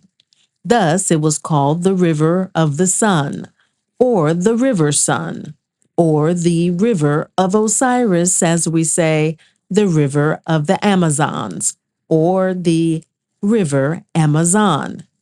And this river flowed from the land of the sun and moon. It rose in the mountains of the moon and flowed through the land of Seir, perhaps the land of Siriad, where Josephus was told that columns had been placed which were built before the flood. Manetho, 300 years before Josephus, says these columns stood, and from then Josephus took his history, which was inscribed on them in the sacred language, and in hieroglyphical characters. A language and character evidently both unknown to him. These columns were probably the Egyptian monuments, pyramids, or obelisks, which had escaped the destruction of Cambyses, perhaps because they were only historical and not religious, or perhaps because they were lingams, to which the Persians might not object. But the knowledge of whose characters was at that time lost amidst the universal destruction of priests and temples, and which has never been really known since. Thought the new priest would not be willing to confess their ignorance. Query the Holy Land of Sur. The River Nile in Sanskrit books is often called Krishna, is the origin or root of Osiris, and means lender, regulator, ruler, or director. The ninth of the meanings given to it by Parkhurst in the form of sir is that of beeve. The modern words sir, monsieur, monsignor are all derived from the Hebrew word sir, or Lord, as we translate it, which was an epithet of the sun in all the Eastern countries. This is the same as the Iswara of India, which means Lord. The bull of the zodiac, or the sun, also had a name very similar to this, which probably it came to be applied to the animal, or at least they had the same names. See Parkhurst in Vosse, Sir. Mr. Maurice says, Surya is the name of the solar deity of India. It is also the name of Osiris. Mr. Bryant says, as the god of the Egyptians went by several names, as Apis, Serapis, Senuff, Osiris, so did the god of the Hindus. The word sable or black was one of their epithets. Thus Christ is in like manner an epithet of Jesus. He is called Jesus the Christ, the Anointed. As the reader has seen above, and also in my book, Celtic Druids, I have derived Osiris from the word sir, and the Greek empathic article o.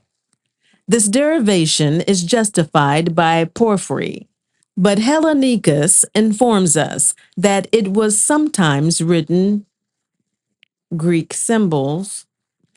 Now, as Isis was the wife of Osiris, may it not have come from the Hebrew word symbols to save. Osiris was the sun, so was Surya, India, and Persia. For as we have seen, per se suri deum vocant, Syria was the land of the sun. The sun was called Lord and Savior, so was Mithra. The bull was the emblem of the son of Mithra, called Lord, and of the god in the land where Surya, or the sun, with 7 heads, was adored, and in Japan, where he breaks the mundane egg with his horn. The bull was the body into which Osiris transmigrated after his death. And lastly, the Hebrew name for bull is Sir. Orpheus has a hymn to the Lord Bull. Iswara of India, or Osiris, is the husband of Isi, or of Isis, and Surya is Buddha. Can all these coincidences be the effect of accident? Osiris, or Lares, as Sanchoniathon calls him, is also the same name with Mizraim, when the servile letter of M is left out. The reason of the monogram M being prefixed to this and to many other words will be shown by and by. I have some suspicion that Osiris is a Greek corruption, that the name ought, as already mentioned, be what it is called by Hellenicus, Isiris, or Osiris, and that it is derived from, or rather, I should say, is the same as Iswara of India. Iswara and Isi are the same as Osiris and Isis, the male and female procreative powers of nature. Iswara in Sanskrit signifies Lord, and in that sense is applied by the Brahmins to each of their three principal deities, or rather to each of the forms in which they teach the people to adore Brahm, or the Great One, Brahma, Vishnu, and Mahadeva, say the Puranics, where brothers and the Egyptian triad, or Osiris, Horus, and Typhon, were brought forth by the same parent. Syria was called Surya.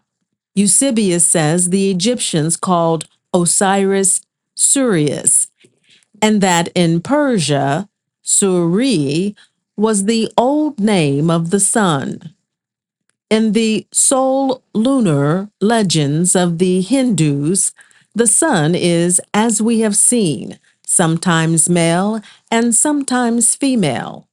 The moon is also of both sexes and is called Isa and Isi. Deus lunes was common to several nations of the ancient world. The peculiar mode in which the Hindus identify their three great gods with the solar orb is a curious specimen of the physical refinements of ancient mythology. At night and in the west, the sun is Vishnu.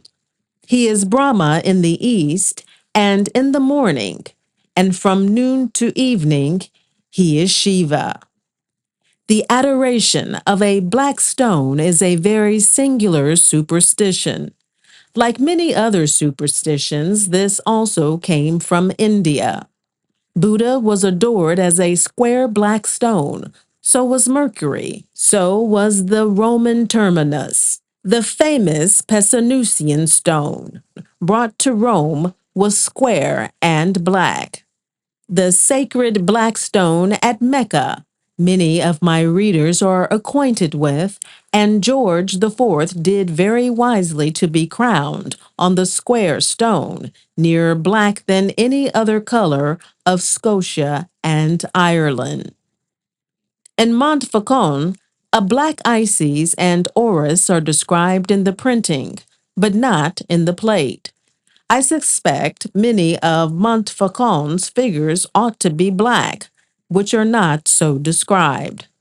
Pausanias states the Thespians to have had a temple and statue to Jupiter, the Savior, and a statue to Love, consisting only of a rude stone, and a temple to Venus Melaenis, or the Black. Ammon was founded by black doves. One of them flew from Ammon to Dodona and founded it. At Corinth, there was a black Venus. In my search into the origin of ancient Druids, I continually found at last that my labors terminated with something black. Thus the oracles at Dodona and of Apollo at Delphi were founded by black doves, prophetess. Doves are not often, I believe, never really black. Osiris and his bull were black. All the gods and goddesses of Greece were black. At least this was the case with Jupiter, Beaches, Hercules, Apollo, Ammon. The goddesses Venus, Isis, Hecate, Diana, Juno, Medea, Ceres, Cybele are black. The multimamia is black in the Campidoglio at Rome and in Montfaucon, Antiquity Explained. The lingams in India anointed with oil are black. A black stone was adorned in numbers of places in India. It had already been observed that in the galleries we constantly see busts and statues of the Roman emperors made of two kinds of stone. The human part of the statue of black stone, the drapery white or colored. When they are thus described, I suppose they are meant to be represented as priests of the sun. This was probably confined to the celebration of the Isiac or Egyptian ceremonies. On the color of the gods of the ancients and of the identity of them, all with the god soul and with the Krishna of India, nothing more need be said. The reader has already seen the striking marks of similarity in the history of Krishna and the stories related of Jesus in the Roman and Heterical books. He probably will not think that their effect is destroyed, as Mr. Maurice flatters himself, by the word Krishna in the Indian language signifying black, and the god being of that color, when he is informed of what Mr. Maurice was probably ignorant, that in all the Roman countries of Rome, in France, Italy, Germany, the God Christ, as well as his mother, are described in their old pictures and statues to be black. The infant God in the arms of his black mother, his eyes and drapery white, is himself perfectly black. If the reader doubt my word, he may go to the cathedral at Moulins, to the famous chapel of the Virgin at Loreto, to the church of the Annunziata, the church of St. Lorenzo, or the church of St. Stephen at Genoa, to St. Francisco at Pisa, to the church at Brixen in the Tyrol, and to that at Padua, to the church of St. Theodore at Munich, in the two last of which the whiteness of the eyes and the teeth and the studied redness of the lips are very observable, to a church and to the cathedral at Augsburg, where a black virgin and child as large as life, to Rome, to the Borghese Chapel, Maria Maggiore, to the Pantheon, to a small chapel of St. Peter's on the right-hand side on entering near the door, and in fact, to almost innumerable other churches in countries professing the Roman religion. There is scarcely an old church in Italy where some remains of the worship of the black child are not to be met with. Very often the black figures have given way to white ones, and in these cases the black ones, as being held sacred, were put into retired places in the churches, but were not destroyed, but are yet to be found there.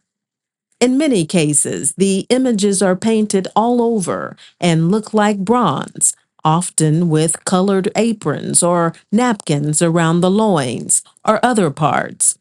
But pictures in great numbers are to be seen, where the white of the eyes and of the teeth and the lips a little tinged with red, like the black figures in the Museum of the India Company, show that there is no imitation of bronze. In many instances, these images and pictures are shaded, not all one color of very dark brown, so dark as to look like black. They are generally esteemed by the rabble with the most profound veneration. The toes are often white, the brown or black paint being kissed away by the devotees and the white wood left. No doubt, in many places, when the priests have newly painted the images, they have colored the eyes, teeth, in order that they might not shock the feelings of devotees by a too sudden change from black to white, and in order at the same time that they might furnish a decent pretense for their blackness, that they are an imitation of bronze, but the number that are left with white teeth let out the secret. When the circumstance has been named to the Roman priests, they have endeavored to disguise the fact by pretending that the child had become black by the smoke of the candles. But it was black where the smoke of a candle never came. And besides, how come the candles do not blacken the white of the eyes, the teeth, and the shirt? And how can they redden the lips? The mother is, the author believes, always black, when the child is. Their real blackness is not to be questioned for a moment. If the author had wished to invent a circumstance to corroborate the assertion that the Roman Christ of Europe is the Krishna of India, how could he have desired anything more striking than the fact of the black virgin and child being so common in the Roman countries of Europe? A black virgin and child among the white Germans, Swiss, French, and Italians? The Roman Krishna is black in India, black in Europe, and black he must remain, like the ancient gods of Greece, as we have just seen. But after all, what was he but the Jupiter, the second person of the Trimurti or Trinity, the Logos of Parmenides and Plato, an incarnation or emanation of the solar sun power? I must now request my reader to turn back to the first chapter and to reconsider what I have said respecting the two Ethiopias and the existence of a black nation in a very remote period. When he has done this, the circumstance of the black god of India being called Krishna and the god of Italy, Christ, being also black, must appear worthy of deep consideration. Is it possible that this coincidence can have been the effect of accident? In our endeavors to recover the lost science of former ages, it is necessary that we should avail ourselves of rays of light scattered in places the most remote, and that we should endeavor to recollect them into focus, so that by this means we may procure as strong a light as possible. Collect as industriously as we may, our light will not be too strong.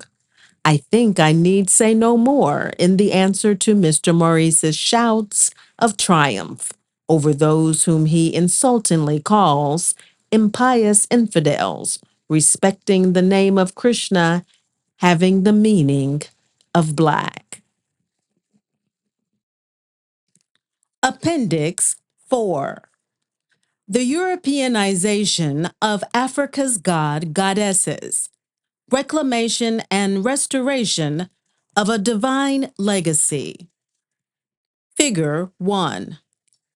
Hygeia, meaning healer, a Romanized aspect of the African Python oracular priestesses of the Black Diana. Above, she is portrayed with Asclepius, ancestral python serpents. For centuries, she was originally worshipped at Mycenaean Ionian temples, tended by Pythias, her black sibyl, oracular priestesses. Gorgon, Libyan ceremonial ancestral mass from Temple of Black Athene, built by the Black Amazons of ancient Libya. The Greeks learned from the Amazons how to use images of her face as an amulet to protect against illness and evil spirits. Greek version of Isis. Greek imitations of votive images of the African Isis and Osiris represented in their primordial serpentine form of the sacred love knot, probably offered to the waters to bind two lovers. Rome, major center of African god-goddess worship. If one were to peruse some of the older guidebooks of Rome that were published in the middle of the 4th century, it will have listed the following. 1. 424 temples. 2. 304 shrines. 3. 80 statues of goddesses and gods made of precious metals. 4. 64 made of ivory. 5. 3,785 miscellaneous bronze statues and an untold number of marble statues. Lanciani. Further, it would have been recorded that in the foundation of the new Tiber River, above and below the bridge, along the line of the banks near the Vatican, were found more than 1,000,000 votive little statuettes, offerings to the goddess Isis, accumulated between the years 292 BCE to the fall of the Roman Empire. The guidebook might also state that all of the above existed when Rome was under heavy pagan influence. However, what the old tour guidebooks will not mention is that these so-called pagan influences were Black and African.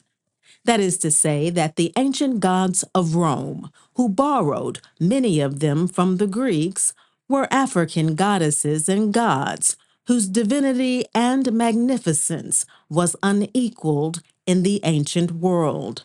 Their influential priestesses, known as the Sibyls, along with the Black Chaldean diviner priest, dominated the Roman augury and were the major clerics not only of Rome, but also in ancient Greece. Vatican, originally seat of Black Sibyls. The notion that Rome and Greece are lily-white civilizations may be the fodder of the myth makers in Hollywood and carefully edited history books, but it does not hold up at all against the historical records, nor the archaeological or linguistic evidence. The overwhelming majority of the major statues of Roman goddesses and gods were originally Afro-Roman and Afro-Grecian and were simply remade over into Euro-Roman and Greco-early Renaissance styles, which date no later than the 5th century. Nearly all of the major saints and Greek heroes were actually African. In other words, historians and the Vatican, who usurped the power of these Black clerics, have known and hidden for centuries the historical evidence of the true origins of where they obtained their theological knowledge and ecclesiastical persona. However, the worship of Black goddesses and gods was universal in ancient times and not limited to one single region. Its history does not even begin with Rome. The worship of particularly the Black goddess as the divine African mother began outside of Africa long before Rome was ever conceived. Ancient world worshipped African goddesses and gods in their original Black form. For thousands of years before the arrival of the Dorians, Greeks, and before what would be known as the Roman Empire, the ancient world had worshipped and revered African goddesses and gods in their original Black African form. Since the dawn of civilization, long before the arrival of Arab and European slavery and racism, black was considered a sacred and mystical color, associated with esoteric knowledge, high civilization, wisdom, wealth, and longevity. In ancient Mesopotamia, the sacred name to define the divine force exuded by the god-goddesses was known as Melam, black, rooted obviously in their blackness. It was also who were the direct inspiration for Africa's first and oldest civilizations, whose early influence, had it not existed, there would have been no Greece, Rome, or America. Equally, the refined empires of India and Asia would have never risen to their great prominence, but not for the Black Dhyana, Black Buddhas, and other influential ancestral and divine religious figures. Thousands flocked to Africa's shores, seeking the counsel of their powerful diviners, priestesses, and priests. During ancient times, thousands flocked to Africa's shores and Mediterranean colonies, seeking the counsel and assistance of their powerful diviners, priestesses, and priests, presided over by an equally impressive pantheon of goddesses and gods. Many foreigners ambitiously and competitively sought entrance into their famed schools of philosophy, religion, medicine, science, music, literature, and law.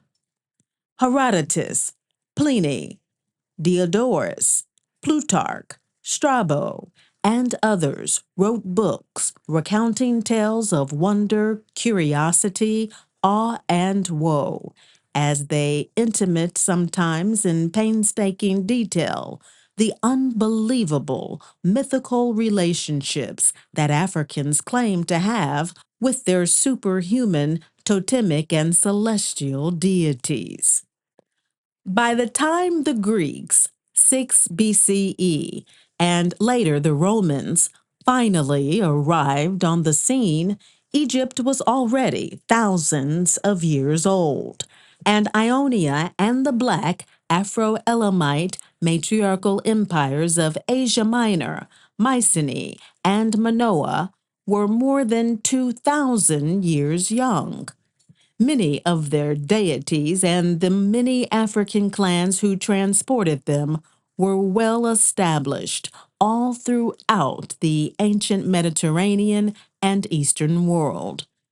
That is what the Greeks witnessed when they and their marauding armies invaded their shores.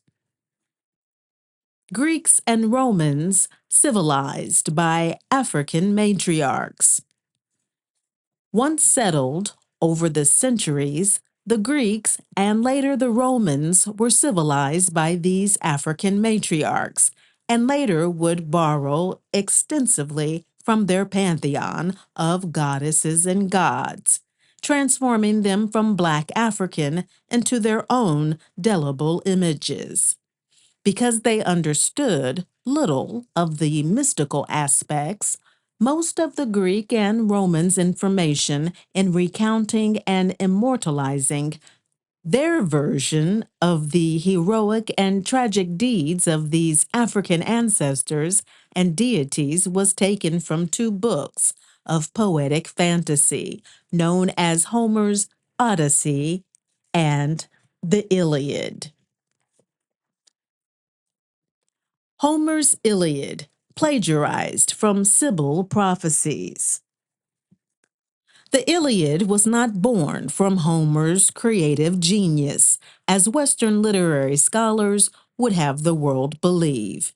It was nothing more than a plagiarized and corrupted version of the Black matriarch's religious and mythical culture, a deed that the Sibyl prophetess predicted Homer would do, and she admonished him for it decades before he even put pen to paper. Homer, who was not around during the time of the Black matriarchs, invented what remained of their great culture from their traditional African songs and compiled it into embellished Greek stories. However, Plato knew they were stolen from the songs left by these Black matriarchs and tried to have them banished from his imaginary public. Higgins informs us that the Porphyry says, we ought not to doubt that Homer has secretly represented the images of the divine things under the concealment of fable. The very name Iliad precludes all reasonable expectation of discovering the meaning of the whole, for they were known originally to have been loose, detached songs. Though volumes have been written about the greatness of Greek and Roman cultures and the entire foundation of Western civilization precariously rests on its legitimacy, the majority of Western scholars today, including its citizens, either ignore or possess no earthly idea as to the indigenous African origins of their most cherished goddesses, nor the reasons why they actually existed. Destruction of African mystery schools and culture created 500-year dark age in Europe. So intent were the church papals in establishing their global hegemony and in rooting out the seed of Black divine matriarchal predominance in what would later be known as Europe and in the ancient world, that it was left with no choice but to destroy all of the libraries and to obliterate their divine images and mystery schools and universities throughout the entire ancient world. Vatican. Levite Jews and Arians divided spoils of African mystical knowledge and prophecies. When they were done, with nothing to replace it, Europe and the world quickly descended into an abominable and unnecessary 500-year dark age. When the world finally recovered, the Roman papals had tendered a well-organized book of divine plagiarism. They labeled the Holy Bible, crediting themselves, and being forced to acknowledge and divide the historical spoils with the Levitical Jews and Iranians as the original progenitors of what is actually Africa's ancient gifts of spiritual knowledge and civilization to the world.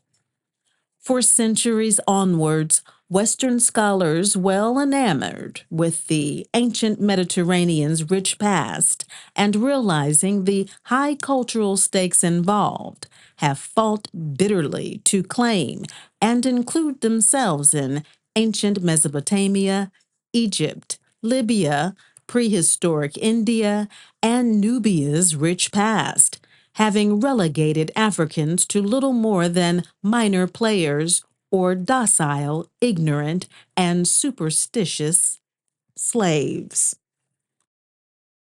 Moreover, in collusion with the Roman Catholic Church, Western historians who maintained for centuries a hegemonic edge in shaping the minds and souls of the world through their version of history continued to perpetuate the lies began by the Church, further sealing Africa's fate by suppressing, altering, and claiming her glorious past as their own, or worst, attributing it to some obscure, bogus source, usually to the mysterious extinct Asiatics, Semitic races, and sometimes even to aliens.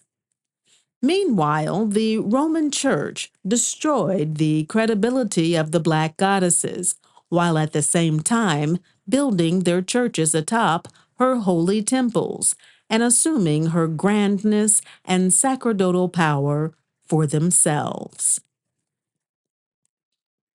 Africans and others born with mystical gifts of spirit, condemned as witches. Since the church papals could never possess the mystical knowledge and esoteric powers as tangible proof of their legitimate reign, they simply outlawed and condemned anyone, meaning these black priestesses, vested with divine powers as witches and agents of their invented devil. The papal authorities stole all the sacred honor and solemn rites due the Black goddesses, including her holy Eucharistic rites, sacred feast days, and ecclesiastical vestments, while waging a vicious, immoral, and psychologically brutal propaganda campaign condemning her priests, priestesses, diviners, philosophers, and elders as frauds, and their sacred gods and deific ancestors as pagan, demonic idols. An unceasing battle that continues up until today, where African and diaspora based religions suffer from ongoing ridicule and cultural condemnation and ostracism, the West amazingly having forgotten the African origins of their own most cherished goddesses and gods, whom they and the world now bow to today in white face. Higgins and Macy inform us that those same African idols and demons, so reviled by Western theologians, Roman papals, and scholars, are the same deities appropriated, Aryanized, and worshipped by the Greeks, Romans, and the entire ancient world. Figure 2. Rare artist rendering of Black Athena, founder of Athens and mother of the Black Amazons. The majority of the artist's renderings have often been used as substitutes for history. Anthony Van Dyck, 1990.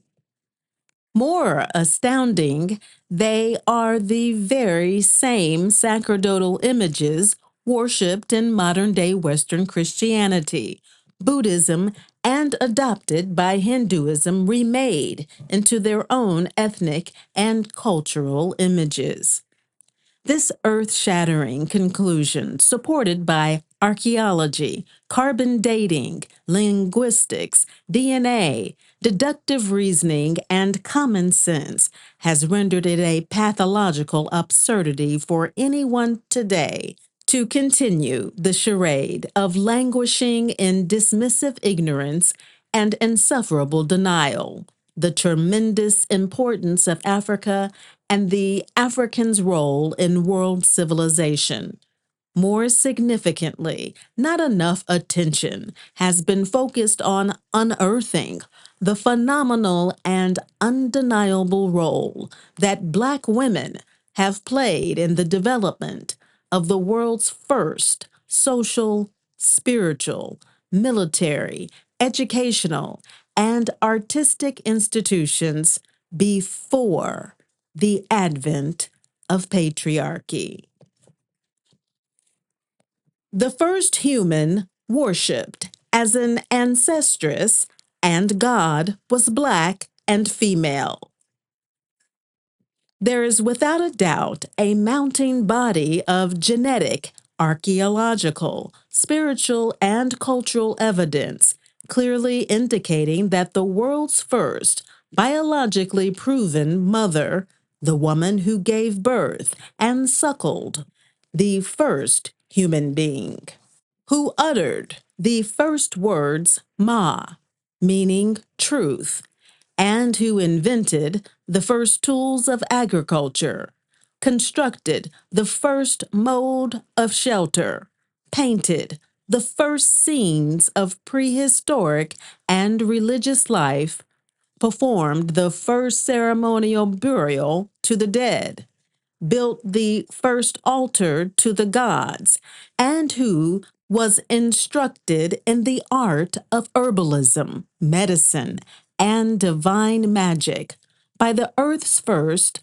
guardian ancestress, was none other than a jet black woman.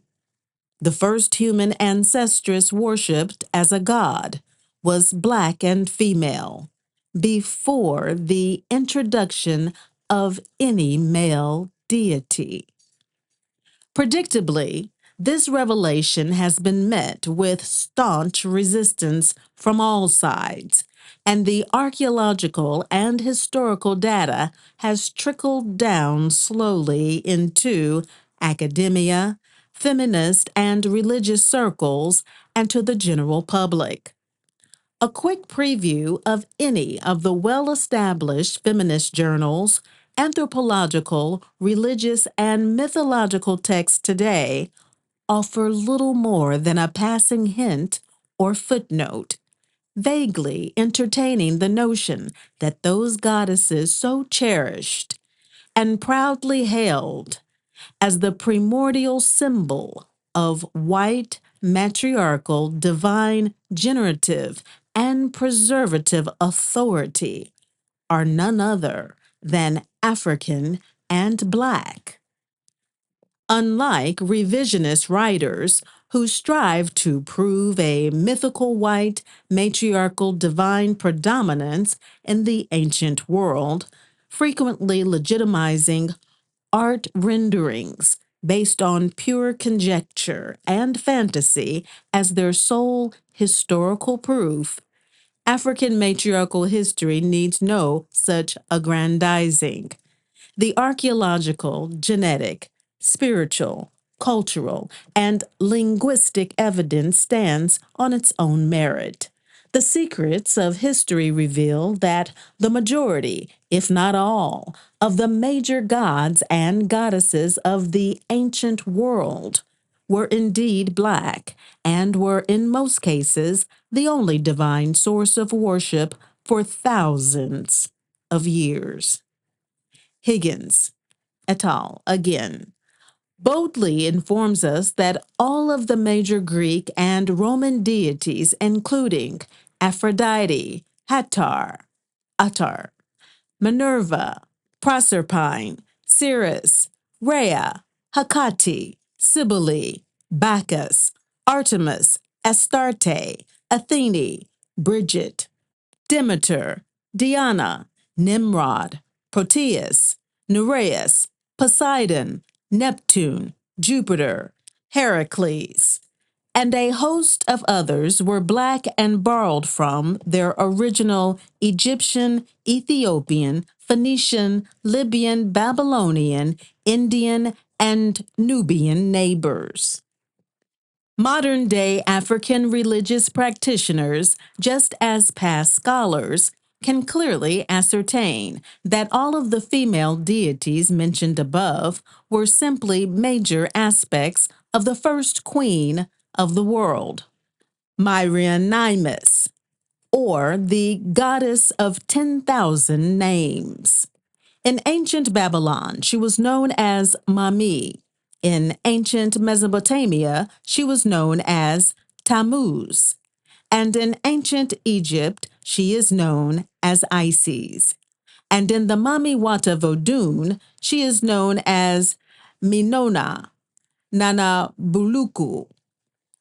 Paired with her masculine solar consorts and birthed from the sacred womb, symbolized by the great mountain which rose beneath the dark celestial waters which would soon represent Earth.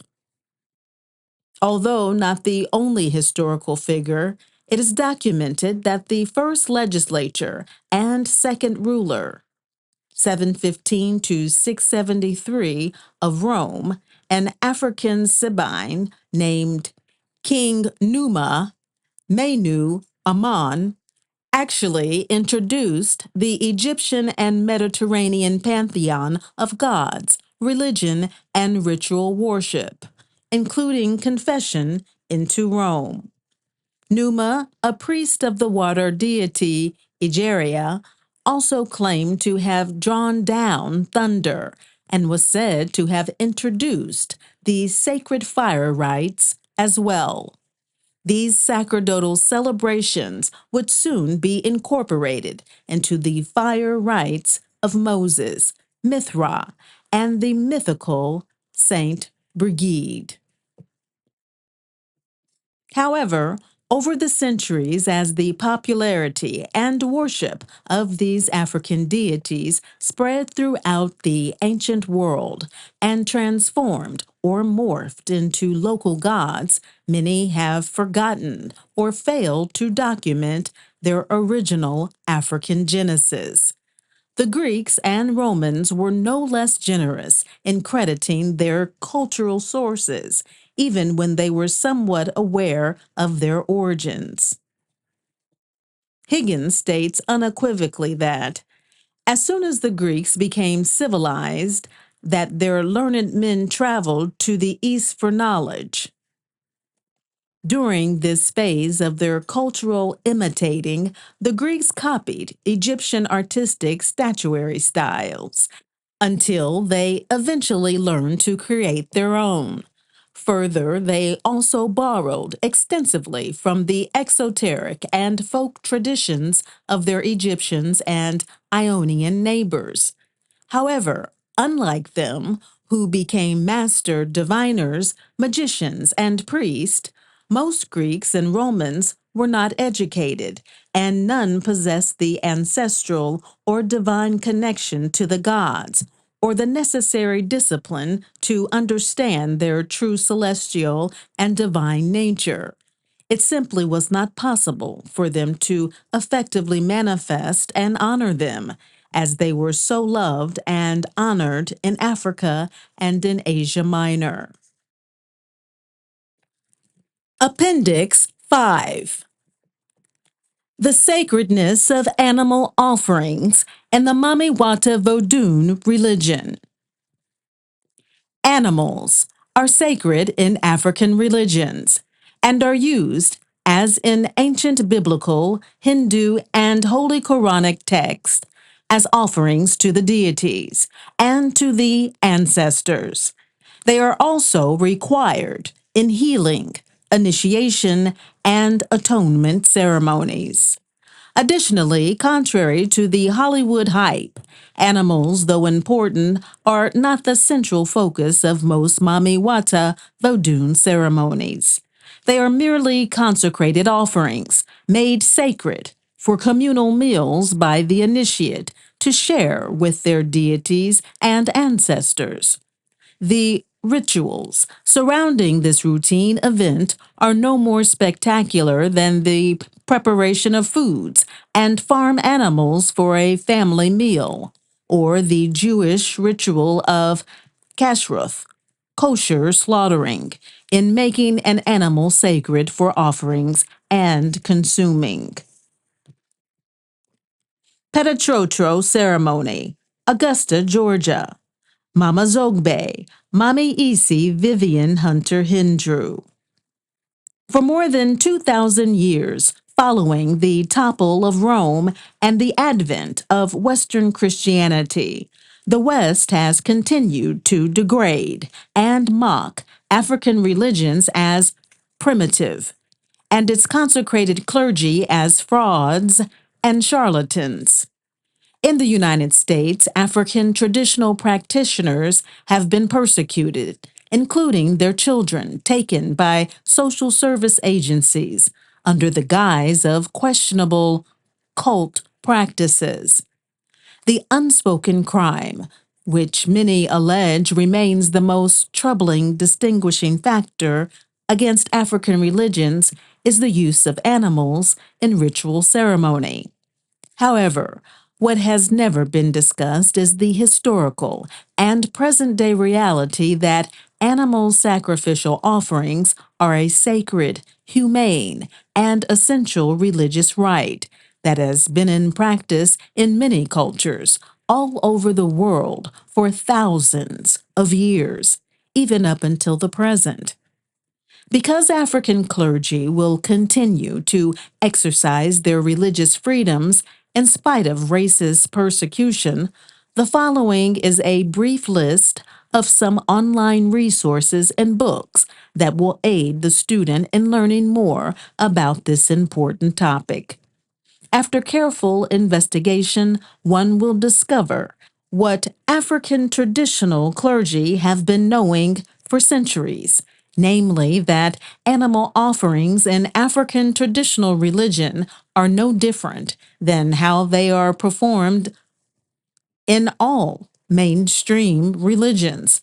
The only difference being that its clergy and adherents are Black. Appendix VI. African Cultural and Religious Language Survivals in America. Figure 1. Gula Images. The Art of Jonathan Green. One of the most widely held misconceptions regarding African religious survivals in America is the belief so adamantly held by Western scholars and others that they did not survive in America. These experts contend that the majority of Africans, upon their arrival, though they could neither read or write the English language and were not allowed to read the Bible, were, in spite of this, devoted Christians. However, the language survivals of the Gula and Geechee culture, located in the islands that are a part of South Carolina, Georgia, and North Florida, dispute their claims. The Gula culture acts as a virtual African microcosm of not only the African religions that survived, but the culture of Africa as well. The Gula religious and clerical languages represents the different African ethnic groups, spanning a cross section of the millions of Africans enslaved in the greater continental United States. Hundreds of thousands of Africans were taken from what is known as the Windward or Rice Coast of Africa, including a great number from Angola and many from the African interior. Some of these groups, which make up the Gula, include the Bai, Mande, Mende, Twi, Iwe, Hausa, Yoruba, Igbo, Kikongo, and many others. The Gula language, a mixture of Victorian British and African tongues, has been recorded by Lorenzo Turner, who in 1931 overheard during one of his visits to the Sea Islands Mrs. Amelia Dawley of Harris Neck, Georgia, singing a funeral song that was later discovered to have originated from Sierra Leone. In tracing its phonetic structure, Lorenzo discovered it to be the Mende language group. The Gula language is a crucial element of African American history because it represents a cross section of all the African groups brought to America's shores and enslaved throughout the United States. Nearly 6,000 African words have survived amongst the Gullah peoples, a dozen or more making their way into the English mainstream. Abiona, Yoruba, born by the wayside.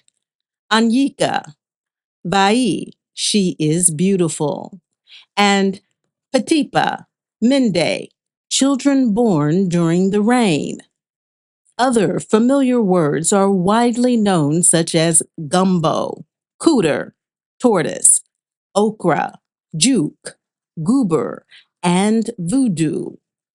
In 1969, Turner published his findings in a monumental work, Africanisms in the Gula Dialect, Arno Press, York Times, in which a sample of these words taken from his book have been recorded here, with the permission of the University of South Carolina, Columbia, who now hold the copyright.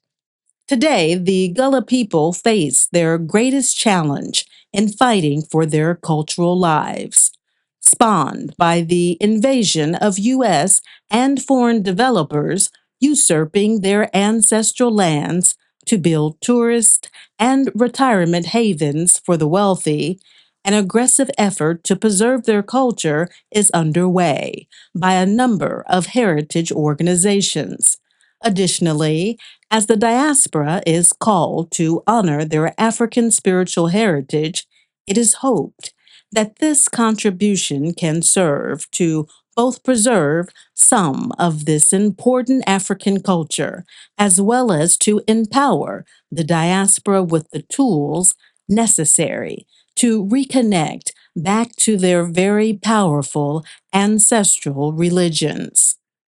Much thanks and appreciation to the Gullah people for their tenacity against all odds to cling to the most precious jewels of the mother tongue.